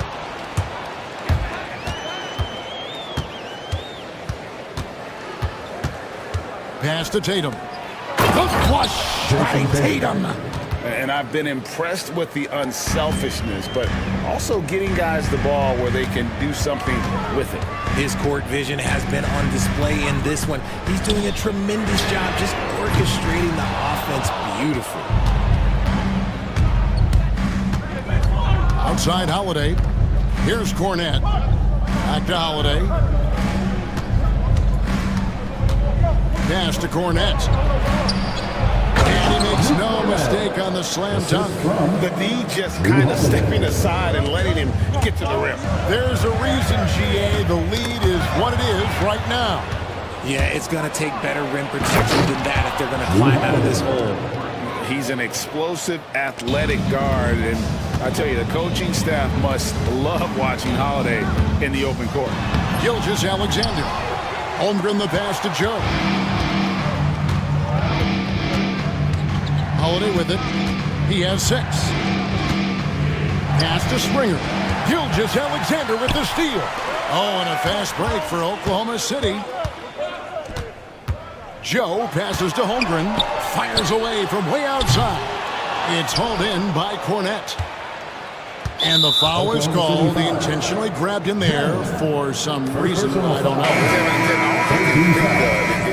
That he's trying to slow the game down a little bit. Right. That's a stretch, though. Definitely a strange move on his part. White looking around. Left side Tatum. The 3. And So it's the Boston Celtics in the driver's seat, up 8 points at the end of the quarter. They're pounding the... And a moment now as we take a look at our State Farm assists of the game. Just true artistry right there. I mean, great decision on where to go with the ball, and how about the perfect delivery? A lot of times a spectacular pass is more impressive than a spectacular shot. This is one of those times. The fourth quarter has arrived. So good to have you with us. And a look at the 5 for the Celtics to start the fourth quarter. And on the front court, Brown and Tatum. White is out there with Lonnie Walker. And it's Porzingis in at the pivot spot, manning the middle. White, wide open, he fires. The three-pointer, no good. And even without that three ball dropping for him, the defense should have done more on that last play. It's deflected. Caruso against Porzingis. Here's Williams, and the layup's good off the glass. Williams has got his first 2 points. And the D not really doing its job there. A little slow to react to the ball getting into the paint. White dishes to Tatum. It's to Porzingis. Tatum kicks to White. Tatum with the screen on Caruso. He gets that one. And the Celtics lead by 6. Intelligent play by Tatum, moving the ball to get an open shot. Wiggins, a screen on White. To the paint. And now White pushing it up, and no one back to stop him. The Thunder pull it in. Caruso's got his 4th rebound with that last one here tonight. And let's quickly check out the scoring breakdown here for the Celtics. I like how they've been attacking the lane. It's been beautiful. All game long, they've been successful penetrating and getting offensive production. And also, got to be impressed with their interior play, getting it in the paint and figuring out ways to score. Caruso, a screen on Walker. Here's Wallace. And again, no good by Oklahoma City. Celtics leading by 5. Out to White, over Wiggins. He claims that one off the back iron, and down it falls. And that's 11 points for Jarek White. And here's Wallace. He'll bring it up for the Thunder. There's a screen by Williams. Down low. And it's Williams with the jam. And wait to finish and cut into that lead a little bit. Yeah, but look at the basket guy still shaking. And we have an intentional foul there, GA. I wish I could say why. That one's pretty strange. I mean, no idea what got into his head right there. Looking at who's out there now for the Thunder. Holmgren, he's checked in for Hartenstein. George comes in for Wiggins. And Gilgeous Alexander is subbed in for Alex Caruso. 6 on the shot clock. Here's Tatum. The Celtics need to get a shot off. Here's Walker. Good, and it's Tatum picking up the assist. Tatum's got his 4th assist in this one. A quality pass, setting up a quality shot. It's just textbook basketball. Williams has a screen for Wallace. From downtown, it's the 3-point bomb. Wallace has got his first bucket of the game, and he's on the board for 3. Celtics leading by 4. Walker finds Tatum. And stolen by Williams. Oh, and a fast break for Oklahoma City. 2 minutes remaining in the game. 2 minutes. Tatum against Dort. And boy, that looked like Dort's, and yes, it is. And so they will award the basket there. Whoa, just got too aggressive. You've got to play smart. Got to it on the way down. And that's a big whistle. Over in the quarter, Porzingis cranes it from beyond the arc. And you can rely on Porzingis in these moments. He's always ready to shoulder the load offensively. Holmgren sets the screen for Wallace. There's the triple. Rebounded by the Celtics. 1:29 left in the fourth quarter. Tatum with the screen on George. Brown the pass to Porzingis. Inside. Count that one. Porzingis has got 5 points in the quarter. No wonder defenses have a hard time limiting Porzingis inside. Just look at that massive wingspan. Holmgren wide open. Drops in the tray. Staying cool in a clutch clutch moment. Holmgren not letting his inexperience get the best of him. Tatum a screen. White dishes to Tatum. And plenty of contact on the shot. So 2 free throws coming up. And there's the call. Oklahoma City with the foul. First free throw is good, and that puts them up by 5. Second free throw, no good that time. He really wanted that one. A multi-talented swingman. Tatum just continues to get better and better each year. Williams kicks to Dort. Porzingis comes with the double team. In the corner, Wallace with it. Time on the clock. Misses the 3. Good job by the D to stay with him and make that a tough 3. Williams for 3. Walker with the rebound. Not quite enough defense that time around, just lucky. And the officials signal the backcourt violation. Not very careful there.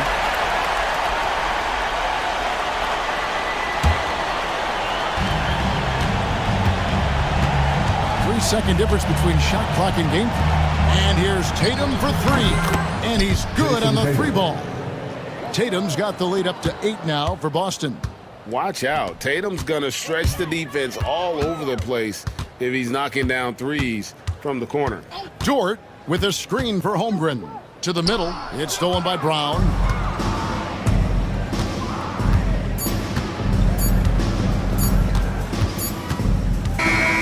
So we see Boston get the win here. And in the win, a comfortable win. All right, David, thank you. And that about wraps it up.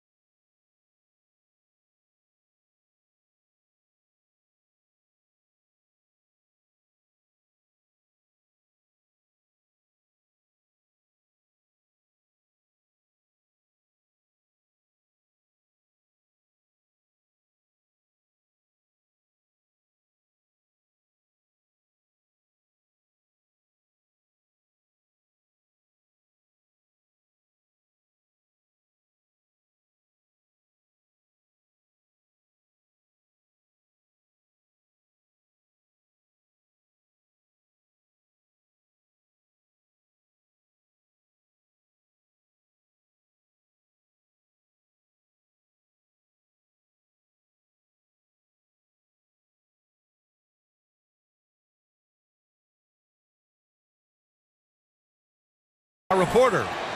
Let's check out Minnesota's starting lineup. Nas Reed out there with Julius Randle. Then it's Nickeil Alexander-Walker. Then there's McDaniels. And it's Edwards in at the point. And for Atlanta, we've got Trae Young. DeAndre Hunter is out there with Clint Capella. And it's Bufkin in at the 3, small forward. Here's Young, plenty of space. You know, on paper, this looks like a lopsided matchup, but anything can happen in the NBA, Grant. That is the truth. I mean, that's why they play the games. One guy gets hot, a team gets cold. That's all it takes to swing the entire outcome of a game. A composed and cool effort from Edwards inside, not rushing himself or forcing a bad shot, taking what's available. Edwards against Young. Pass to Hunter. Left side Young. 6 on the shot clock. Out of bounds. It'll go to the Timberwolves.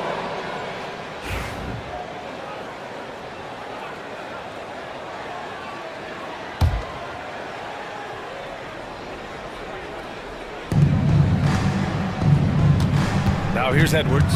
Guarded closely. Oh, he powers right through the defender for the dunk. Draws the foul, too. And he'll go to the line. It's going to go on DeAndre Hunter.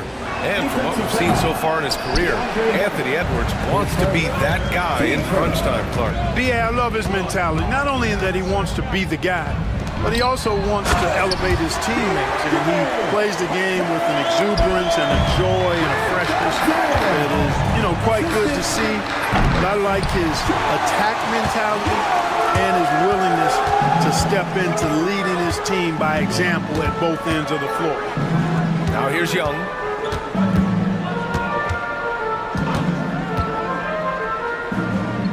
Pass to Hunter. Shot clock at 5. 4-3. It's rebounded by Minnesota. Gives us a chance to catch up with Allie LaForce. Well, I did have a chance to talk with head coach Quinn Snyder. I asked him about Julius Randle and why he's so hard to stop.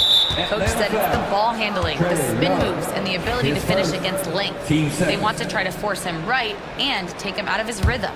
Something many teams have tried, but few have accomplished. Guys? And Allie, thanks.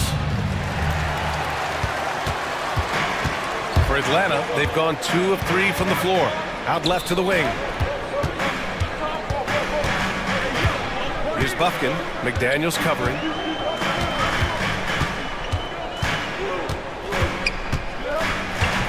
Here's Bufkin. There's the drive. Count it. 1 for 1 to start the game. Too easy. I mean, the defenders were sort of looking at each other like, whose man was he? And everybody thought somebody else was going to guard him, and nobody did. Reed for 3. Capella with a rebound. The Hawks have gone 3 of 4. Off to a nice start. This one for 3. Fires in the triple. Bufkin's got 5 points. Yeah, what a look. I mean, Young, a high-level passer. Edwards, a pass to Randle. Launches it. Minnesota again missing. He is just so deadly from out there. You expect that to fall. Clark, with Minnesota being a major player in the West now, Wolves Nation is howling. Howling and growling, B.A. That's the name of their fan base. And yeah, they're excited. And for good reason. Not only is this team competitive, but they can be downright dominant at times, especially at the defensive end of the floor. Easy group to cheer for. Now here's Young. 5 points in the game. That's tipped.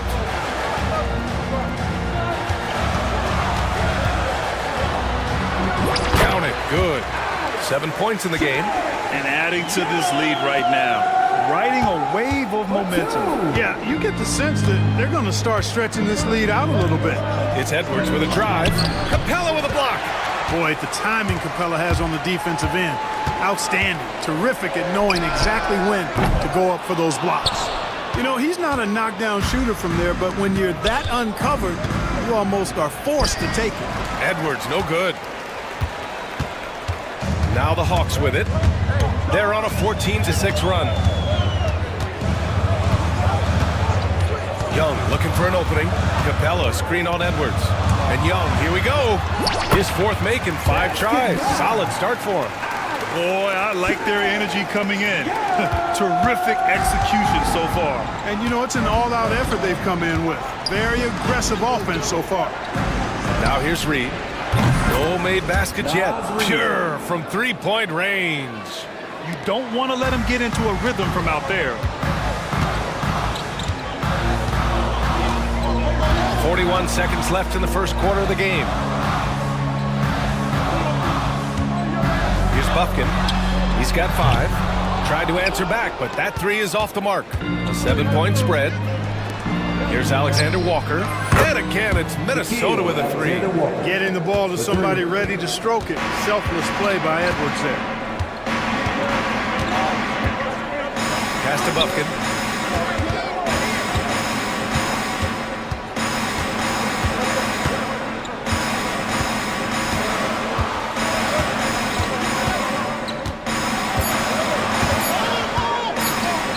Rejected by McDaniels. And that one goes out of bounds. Last touch by McDaniels.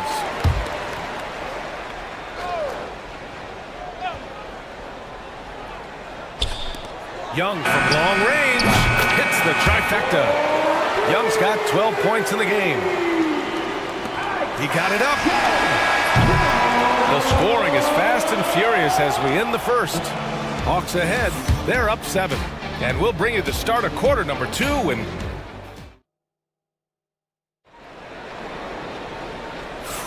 And for those of you just tuning in, second quarter action is where we are.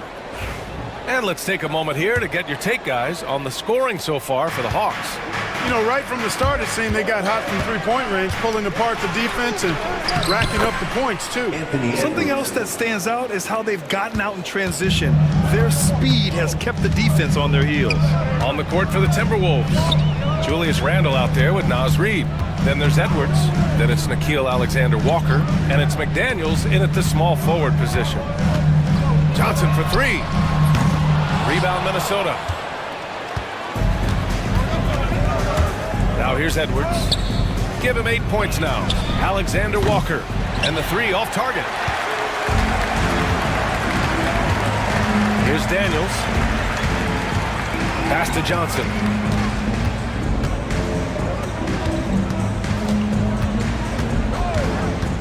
Daniels passes to Johnson.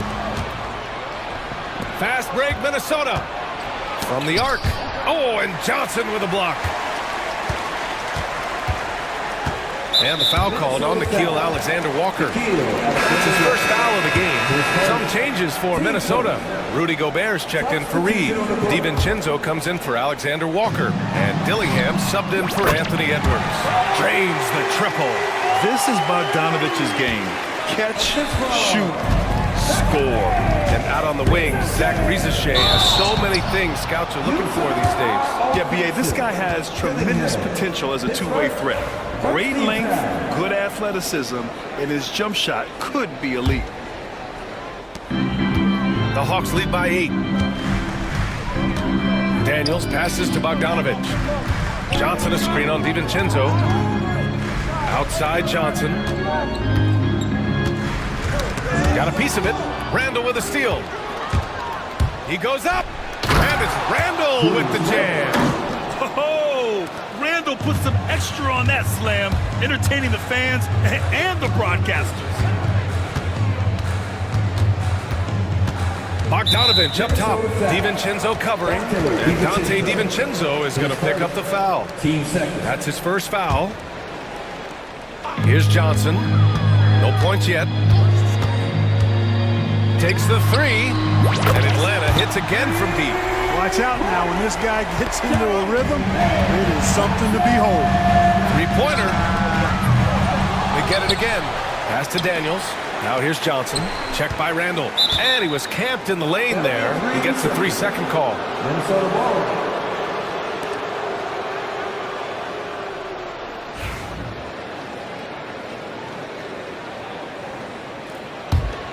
Timberwolves trail by 9. Here's Dillingham. And a nice finish on the layup. Dillingham's gotten his first points in this one. And he gives up some size inside, but makes a great adjustment on the finish. Yeah, you know, with that size difference, that's not an easy shot. I mean, I don't care how close to the rim he is, that's a tough shot. Here's Daniels. Uses the glass to finish the layup. Inside, Daniels really uses his agility, getting nimble to find himself a shot. McDaniels with it. Now Okongwu defending to the left wing. Gobert, no good. Atlanta leading by 9. Oh, deflected. Ooh, McDaniels with a steal. Here's Dillingham, and he jams it home with authority. A defensive stalwart, McDaniels, causing a turnover there. Jaden affects the game on this end of the floor quite nicely. Pass to Daniels. Here's Rizachet. There's the triple. McDaniels with the rebound. Here's Dillingham. Oh my goodness! Disrespectful. And he makes no mistake. Slam dunk. B.A., forget about attempting the long-range 3 to cut into that lead. Just attack the rim, my man. Man, that was sweet. Exercising his authority. Okongwu, a screen on DiVincenzo. Here's Bogdanovic. Right wing. The 3 from Rizachet. Excellent defense from McDaniels. Jaden's length and activity, really a problem for shooters. Bogdanovic passes to Okongwu. Shot clock at 6. Tries yet again. And Bogdanovic with a nice bucket inside. Bogdanovic has got 5 points. Good heads-up basketball. Sees an opening and capitalizes. Count that bucket. They're punishing those late defensive rotations, getting good looks inside throughout the half. Atlanta leading by 5. Here's Daniels, bearing his second of 3 attempts. So strong at the rim. That'll serve Daniels well here in this league. And there's the foul. It'll go on Julius Randle. That's foul number 2 for him. I love great defense. Just quick to establish his feet, and he takes the hit. And not afraid to put his body on the line either. Took a shot for the team in that situation. Ingles, he's checked in for Minnesota. Here's Dillingham going inside. No, stopping him there. Jams it in, and he's fouled. An opportunity to 3-point play. It's on Onyeka Okongwu. Minnesota shooting their second free throw attempt on the night. 44 seconds left to play in the second quarter. Daniels passes to Bogdanovic. Banked it in off the glass. He has 7. You like seeing Bogdanovic get it done inside. An opportunistic score around the rim. Pass to Gobert. That shot off. Good D by Okongwu. Outside Bogdanovic. The 3. Hauled in by DiVincenzo.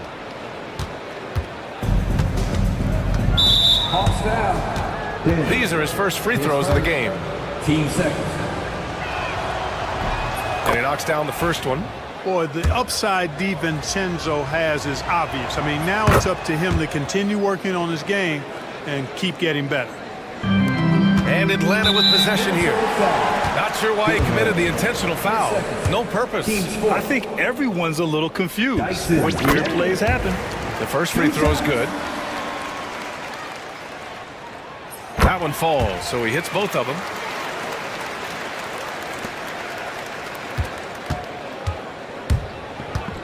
And he commits the intentional foul. You don't want to stop the clock right there. I'm not quite sure what he was thinking. Yeah, but that's no excuse for that kind of foul. I mean, that might be an explanation for it, but certainly doesn't justify it. And even then, it's just not a good play. And Quinn Snyder decides to call timeout. He's going to gather the troops and talk it over.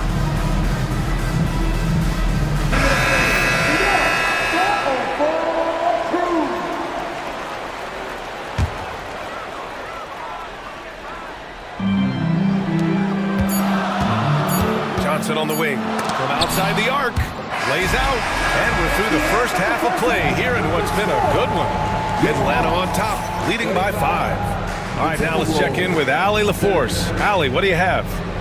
I'm here with Coach Quinn Snyder, and Coach, you're getting stops in the first half. What do you attribute? Appreciate it, Allie. And we'll be coming right back after this break, ready for the third quarter. For the fan half court shots, drum roll, please. thinking about the shot.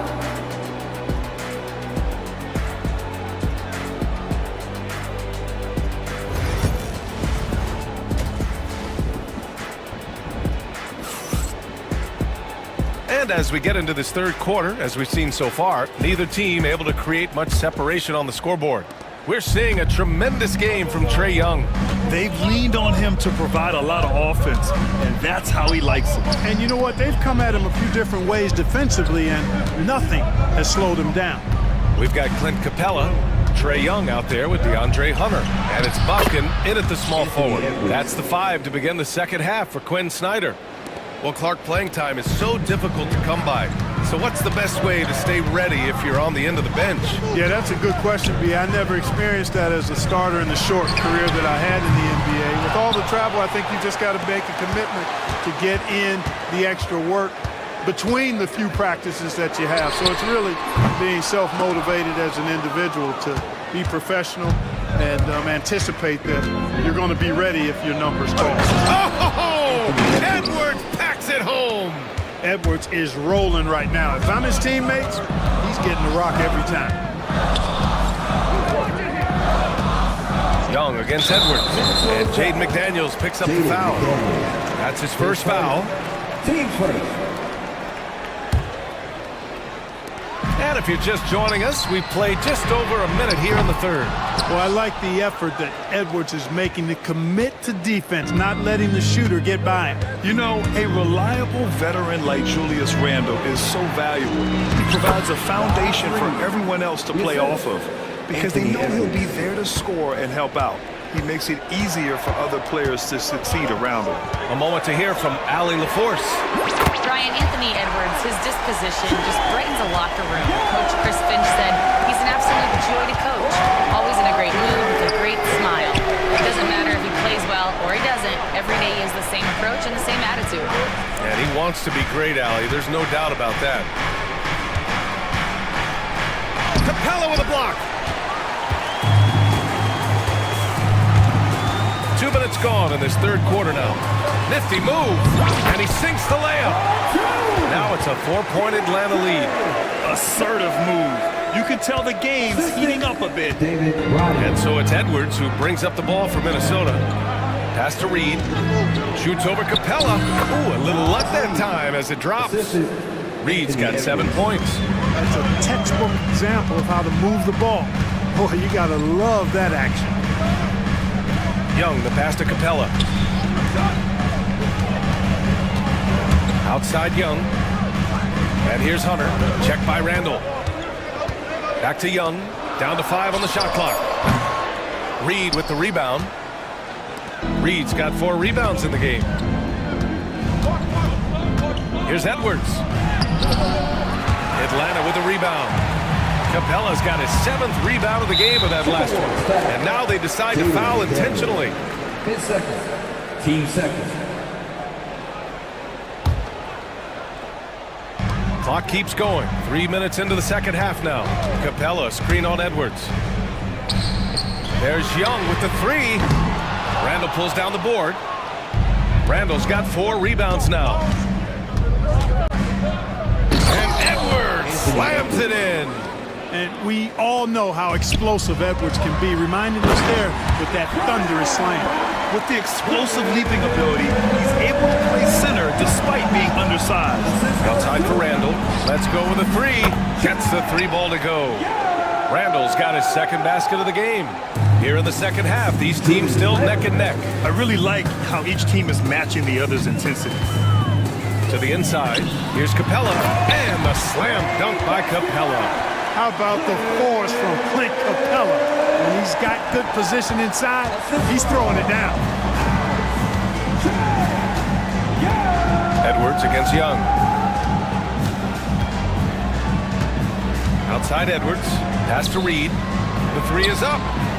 Gets the 3 to fall. Reed's got 7 points here in the quarter. Unselfish. As somebody who already draws a lot of defensive attention, Edwards has to be willing to make that next pass. There's Young with the 3. It's rebounded by Minnesota. Randall's got 5 rebounds tonight. Strong drive by Edwards. It's stolen by Hunter. Here's Buffkin. That's in. Coming off an assist from Young. Buffkin's got 8 points. And Young isn't just a scorer. He also takes pleasure in creating opportunities for others. Edwards against Young. McDaniels up top. Still without a bucket. 6 to shoot. From behind the arc. Kept alive by Minnesota. Here's the 3. The shot that time not on target. Outside Young. Over Edwards. That misses. Would have counted had it gone. And we've reached the end of the third quarter. Just a terrific game thus far.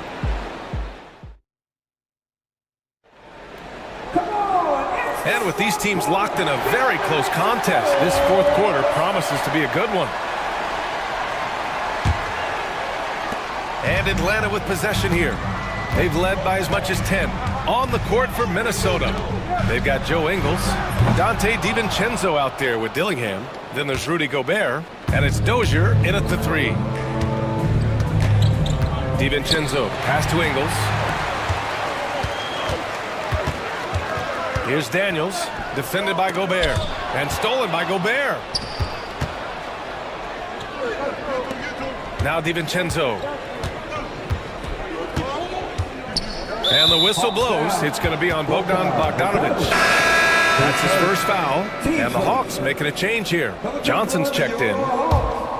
And here's Dillingham from the arc. Rebounded by the Hawks.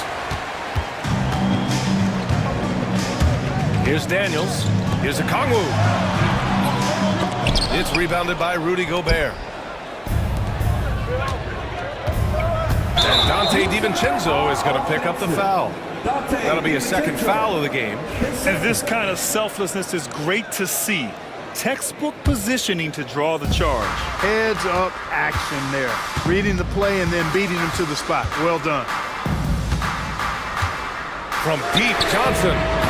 They get it back. Puts up a 3. And it's Bogdanovic that time on the assist from Rizachet. And this is why Bogdanovic is a vital cog in this offense. It's his ability to stretch the floor like that.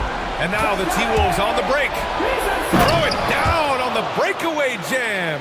They found strong offensive footing in the open court. Yeah, and for them to reduce the lead, they should keep the pace brisk. I mean, that's how they've generated the highest quality shots.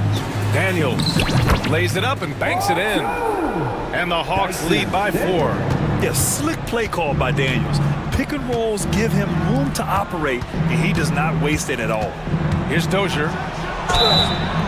And a foul called on the way up. So he'll take 2 from the free throw line. I don't mind that. I mean, they met him at the rim and temporarily prevented the points. Old school D right there, just telling them no easy layups. It's as simple as that. And that's what you expect from them.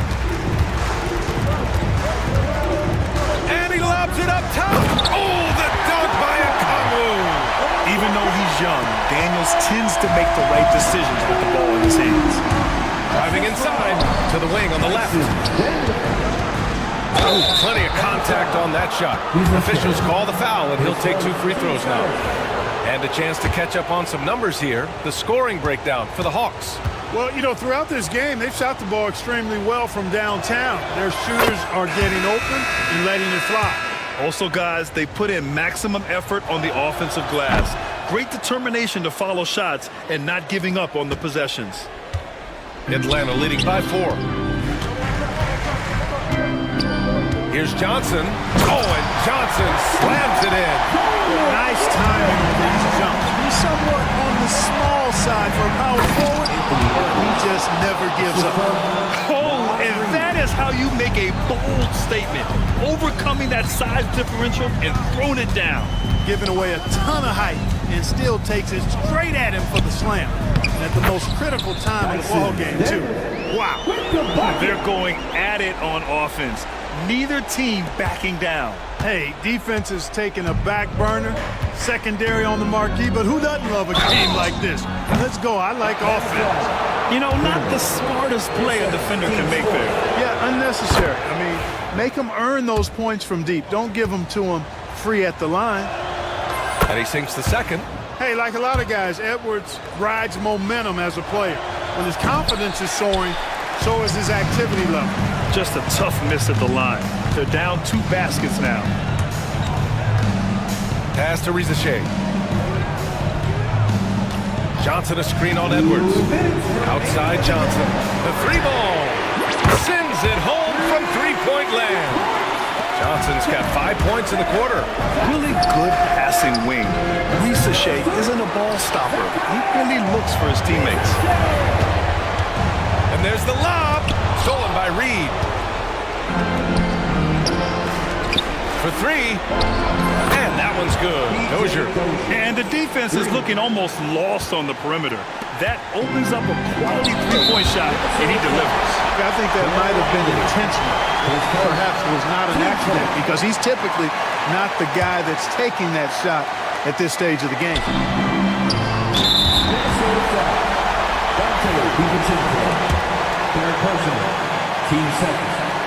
He drops the first one, and that puts him up 5. 2 seconds. And so both free throws good, and it's a 6-point ball game. Making the most of his trip to the line and helping them extend their lead. 1:27 left in the game.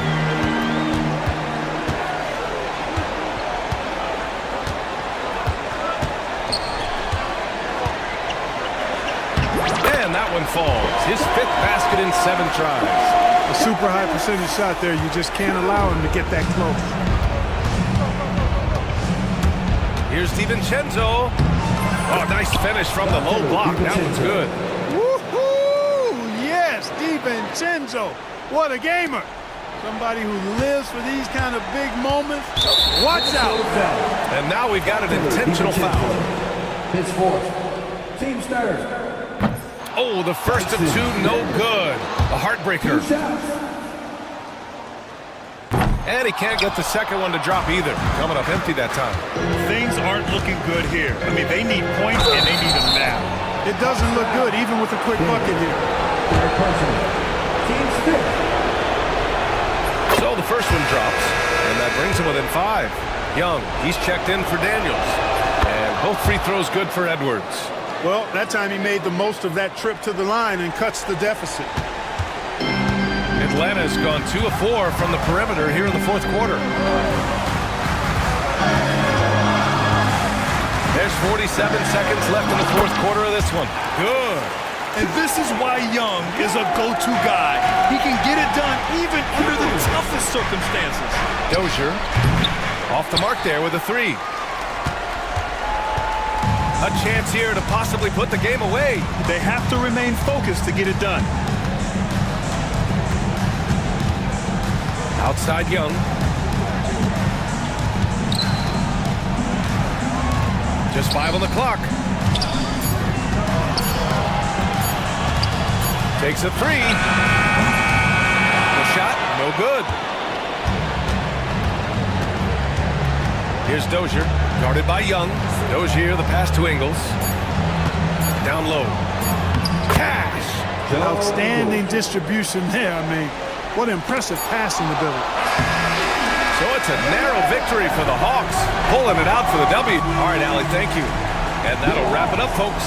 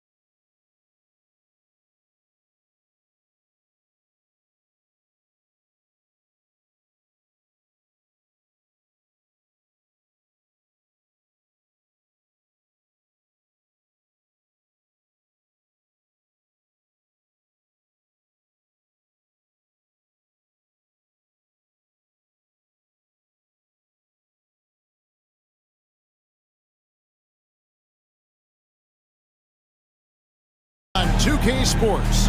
I'm Kevin Harlan. With me tonight, Greg Anthony and Coach.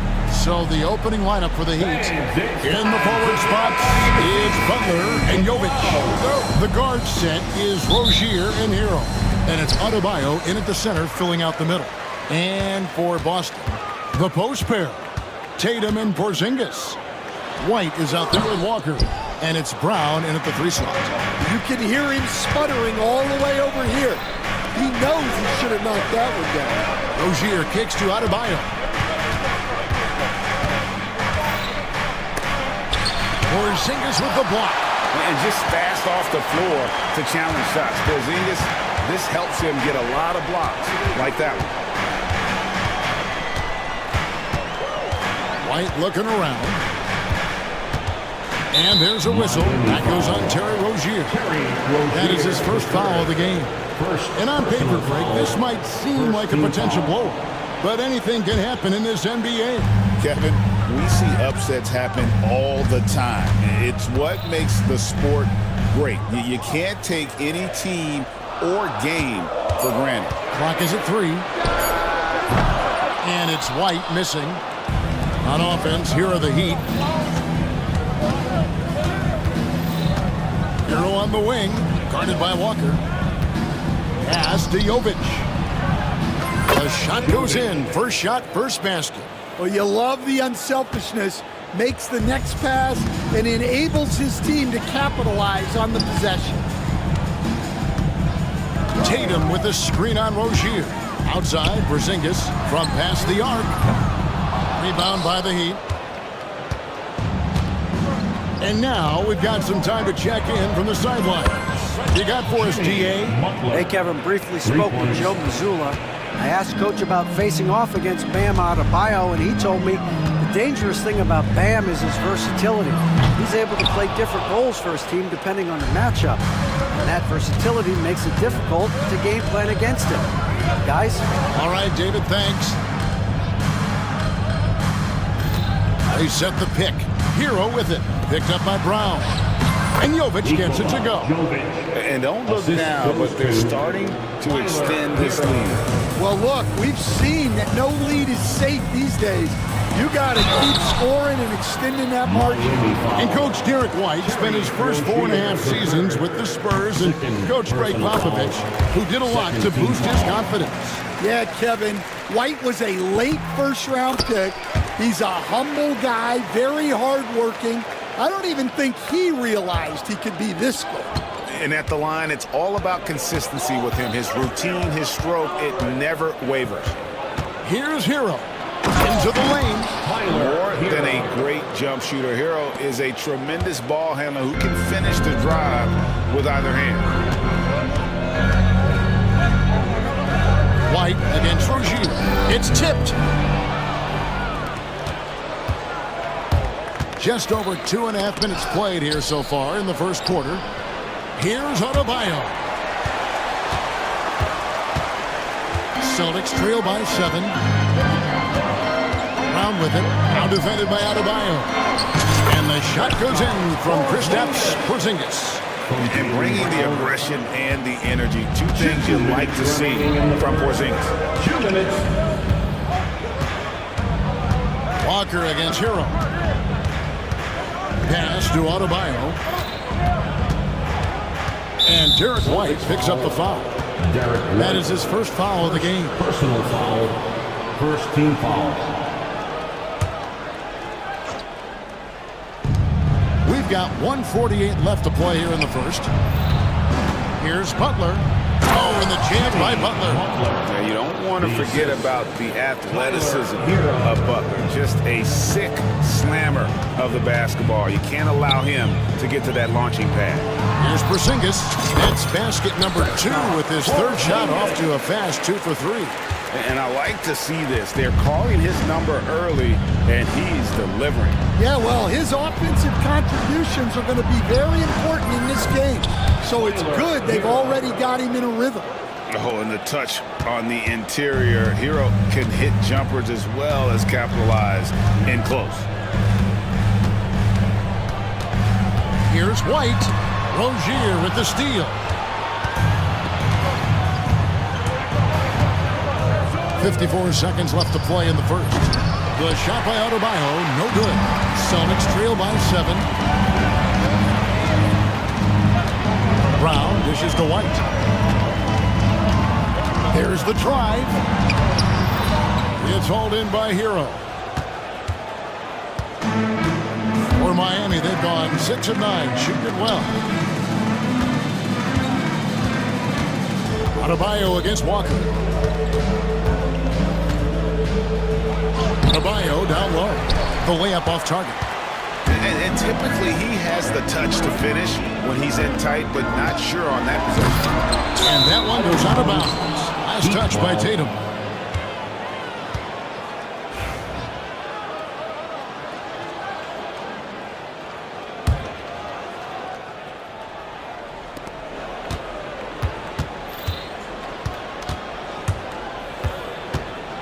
Outside Rozier. Pass to Adebayo. And it is good at the buzzer. Wow! And give him credit. Good. And so it's the Miami Heat, ahead by 9 as the quarter comes to a close. And it's been their rugged defense setting the tone. Back right after this. And if you're just tuning in, we've got a wide margin on the scoreboard, but plenty of time left for a comeback. And to look at how the offensive approach has been going here so far for the Heat. Well, their game plan has been very effective so far. They're working the ball inside, putting constant pressure on the defense. And something else that's working for them is ball movement. A lot of their points so far have come as a result of smart plays. The small and power forwards, the star pair of Brown and Tatum. Lonnie Walker is out there with White, and it's Porzingis in at the 5. That's the 5 to begin the second quarter for the Celtics. The Heat leading by 9. GA, these Boston Celtics are unquestionably a top-tier offensive unit. Stupendous shooting, excellent instincts with the ball. Yeah, they are a model offense in many ways, making it tough for many teams to keep up with them. And it's Walker penetrating, and the dunk by Walker. A power flush with a long hang on the rim at the end of that. That could be a catalyst for him. It really could. Heat have gone 1 of 3 to start out the second quarter. Here's Burks. Good, nice job down low. And Matador defense, that's one of the easiest shots he is ever going to see. An unorganized defense like that is not going to help them close this deficit. Tatum on the wing. Tatum pulling out one of his many moves. And look at the focus. I mean, Tatum's not going to allow the defense to overwhelm him. Simply keeping his eyes on the bucket there and cashing in down low. Substitutions for the Celtics. Here's Rozier. Scoreless thus far. The rebound by Holiday. 2 minutes now played in the second quarter. Hits it from three-point range. What focus there from Holiday on the shot. He really makes the most of his looks. Love with the screen on Holiday. And the basket by Rozier. Well, credit the screen there, springing him loose for the finish. And here's Holiday, who will bring it up for the Celtics. Trailing here by 8. There's the pick. Off target from outside. The Heat have gone 50% from the floor in the second quarter, 3 of 6. Jaquez outside. Good, and Butler gets the assist. Jaquez has got the lead up to 11 now for the Heat. There has been, Coach, a lot of talk about how players today are better than ever before. Do you agree with that? Well, absolutely. Isn't that the way evolution works? Right. Kevin, they're bigger, stronger, faster, but everyone builds on the players who came before them, and the guys today would not be where they are without the guys before who laid the foundation. It's time now to hear from our Hall of Fame reporter, David Aldridge. What's the latest, David? Kevin, well, like a lockdown corner in football, teams just try to keep the ball away from Jrue Holiday. He says, I feel like they're not afraid of me, but like, okay, get him off the ball. To me, that's respect. I don't need other people telling me how good I am. You can see it by their actions. Kevin? So true. He can be intimidating, David, and we thank you for that report. Lock at 6. Hawkes against Tatum. And no good. The dry spell continuing for him. All sorts of time, and Hawkes puts it in. Hawkes has got 7. And they're getting points, they're getting stops, and this is how they'd like to play all the time. Great example of how to build a lead and then sustain it. You win games on both ends of the floor. A shifty player who really thrives on making the right play. Holiday sure runs a smooth pick and roll. The Heat have gone 2 for 2 in the game at the line. So, Stan, you can talk about this. We always hear about Heat culture, the Miami franchise, from top to bottom. Everybody is all in and focused in one direction, aren't they? Yeah, Kevin, I think that is the greatest strength the Heat have had as an organization, is they are all on the same page. And I think they've done it in large part because they have great continuity. If you just look up and down their staff, guys have been there forever. And that allows them to have a very consistent culture. And teams have tried to copy that, and it's been very hard, hasn't it? Well, it's been hard because the part they leave out is the consistency part. You can't build that kind of culture when you're making changes with your coaching staff and your front office every 2 to 3 years. Horford with the screen on Robinson. Here's Brown. It's a great finish! Oh, my. Yeah, we know Brown loves some aerial theatrics, and he really went all out there. Here's Richardson. Back to Robinson. Shoots over Brown. And that would have counted, but his shot was off the mark this time. So we've reached the end of the first half of play. Heat out front. They lead by 11. And a chance now to send it over to David Aldridge, standing by court. Thank you, David, and we'll be back after halftime as the third quarter gets underway.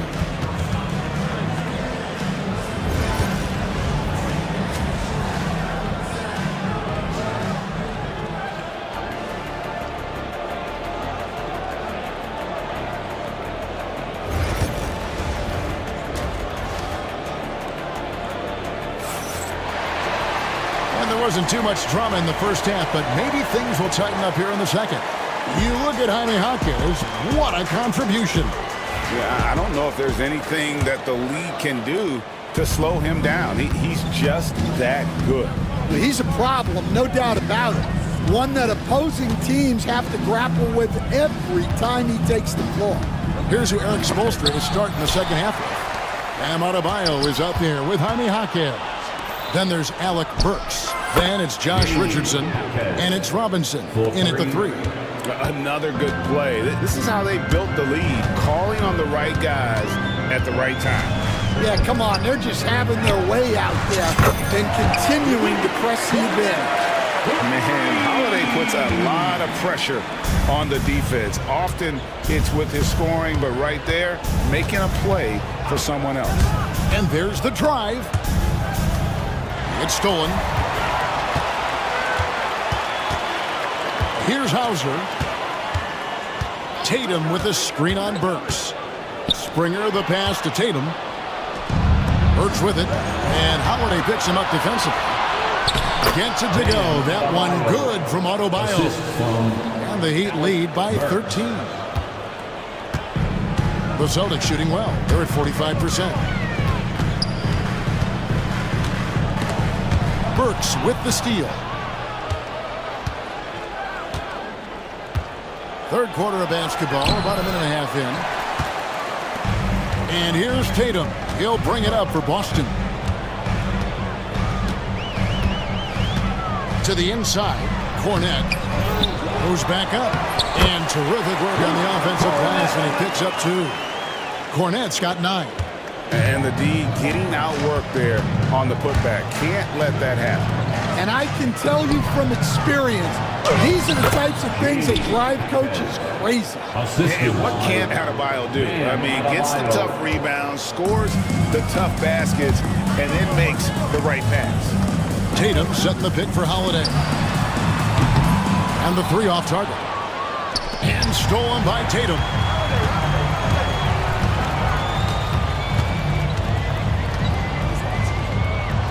Pass to Springer. And the whistle blows. It's going to be on Jaime Jaquez. That is his first foul of the game. First team foul.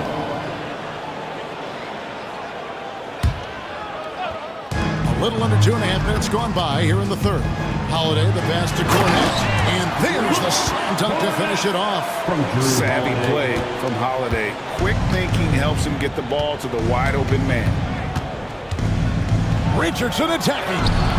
And he lays it straight in. Well, that's easy pickings for him. Unless the defense is all over him, he'll take that all day long.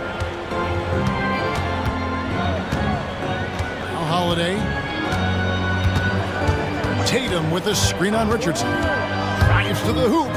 Here's Cornette. No good from outside. Miami leading by 13. Again from 15 feet in. Not many players more dangerous in this NBA than Bam Adebayo.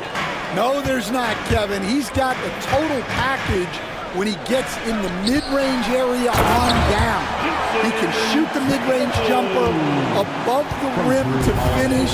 He can score with his back to the basket, and he's an outstanding passer. We haven't even mentioned his defense, right? Because his defense is off the charts. Always an all-defense consideration. And now the latest from our reporter, David Aldridge. Kevin, when you look at the draft, it seems talent evaluators have a type. LeBron James says our league is always hungry for potential. That's the whole focus of the lottery. It makes sense that those guys who are taken 16 and 30 are on real contending teams and making impacts.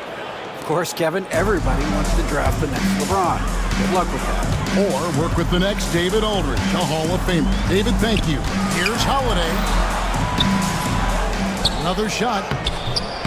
And Cornette gets it to go. Cornette's got 9 points now in the quarter. Now that's how you pick up second chance points. Stay active and be ready as soon as the shot goes up. To the paint. And Adebayo throws it down. Assisted. And this is too easy for Adebayo. Once he's close to the rim, he is going to damage it. And so Joe Mazzulla calls for the timeout. He's going to have a discussion here on the sideline. For Boston's own.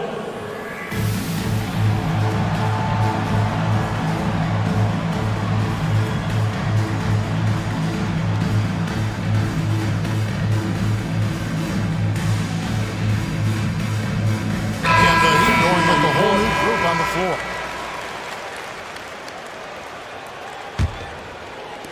There's 42 seconds left in the third quarter. It's White on the wing. Rozier defending. Here's Porzingis. Banked in off the glass. Porzingis has got 6. And nice use of size by Porzingis inside. Able to practically play on top of the D. Love with the screen on Holiday. Pass to Love. Takes a 3. Rebounded by the Celtics. White with it. The kick out to Brown.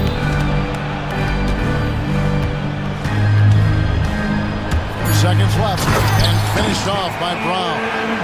He just punched the ticket on that one. That'll get the job done. Powerful two-hand jam. Hero from deep three-point territory. What a performance for Jaime Jaquez. He has been the story for the... And a worthy candidate tonight as we take a look at our State Farm assist of the game. And how about the floor generalship right here? I mean, showing us why they're always in good hands when he's the man in charge. Well, he really just helps tie this team together. They know they can count on him to set them up. And this is it. Glad to have you along for this fourth and final quarter. Horford and Porzingis are manning the post position. Derek White is out there with Holiday, and it's Brown in at the small forward position. That's the Boston 5. Shot clock at 6. Rozier against White. And it's Rozier missing. Celtics trail by 10. And it's out of bounds. The Heat will take it the other way. And this has been a comedy of errors. I mean, you can just add another one to the list. Miami's gotten fewer than half of their three-pointers to go down tonight. They're 4 for 9. Driving inside. Oh, wow, what a great move inside. That is incredible. For Rozier to be effective, that's just what he has to do. Keep moving, don't sit back and be passive. Right side Horford, outside White. Beyond the arc. It's rebounded by Jovic. And you could tell he thought that triple was going to fall. And so they foul intentionally. Dan, you've been on the bench in the NBA for many decades. What were some of your biggest pet peeves as a coach? Oh my gosh, Kevin, that would be a long list. But the two biggest would be this. I think number one, anytime there was a lack of effort, not running back on defense, things like that. That I had a hard time tolerating. And then mental breakdowns, things we had prepared for over and over and over again. And then guys just zone out and forget what they're supposed to do. Those were things that were hard to tolerate. Especially when you would take such care in preparing them in every way. It's got to be just, excruciating. Frustrating as hell. Haven't we seen that a few times today, guys? I mean, their defense has got to have a little bit more toughness about it. Holiday against Hero. And Adebayo sends it back. And got to be careful shooting around Adebayo. An athletic big man who gets up as fast as anybody to block shots. To the middle. Here's Tatum. Tatum gets it to go inside. Yeah, so skilled offensively. Getting the ball in his hands is generally a good idea. Stolen by Holiday. From the arc. Offensive rebound, Celtics. And even with good coverage defensively that time, he has confidence to drill the three. Hero kicks to Adebayo.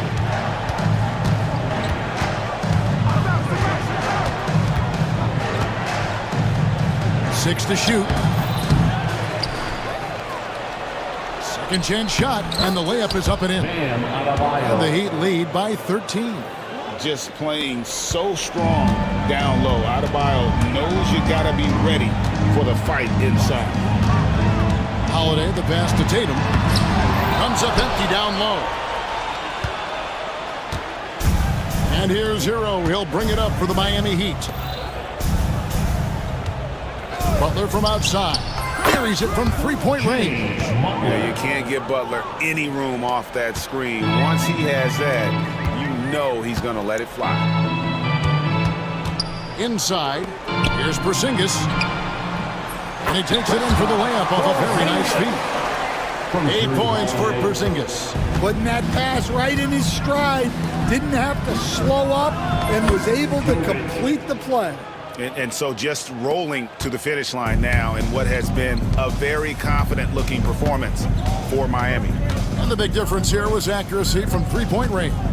And once they started sinking shots, it really stretched out the D and created other opportunities. And anytime they got space, they seemed to just knock down another triple. And what a tremendous standout performance it was for Jaime Jaquez. Yeah, and I loved his attitude tonight. He really had that scorer's mentality. Absolutely no one was stopping him. And stolen by White. And here is Tatum. Porzingis sets the pick for Tatum. They get it back. Nice shot by Porzingis. 40 seconds left in the fourth quarter. Holiday against Hero. Adebayo with a screen on Brown. Butler passes to Adebayo. Shakes him. Back to Butler. Shot clock at 5. Kicks it out to Hero. Adebayo with a screen on Holiday. Back to Adebayo. And Adebayo throws it down. Assisted by Tyler Hero.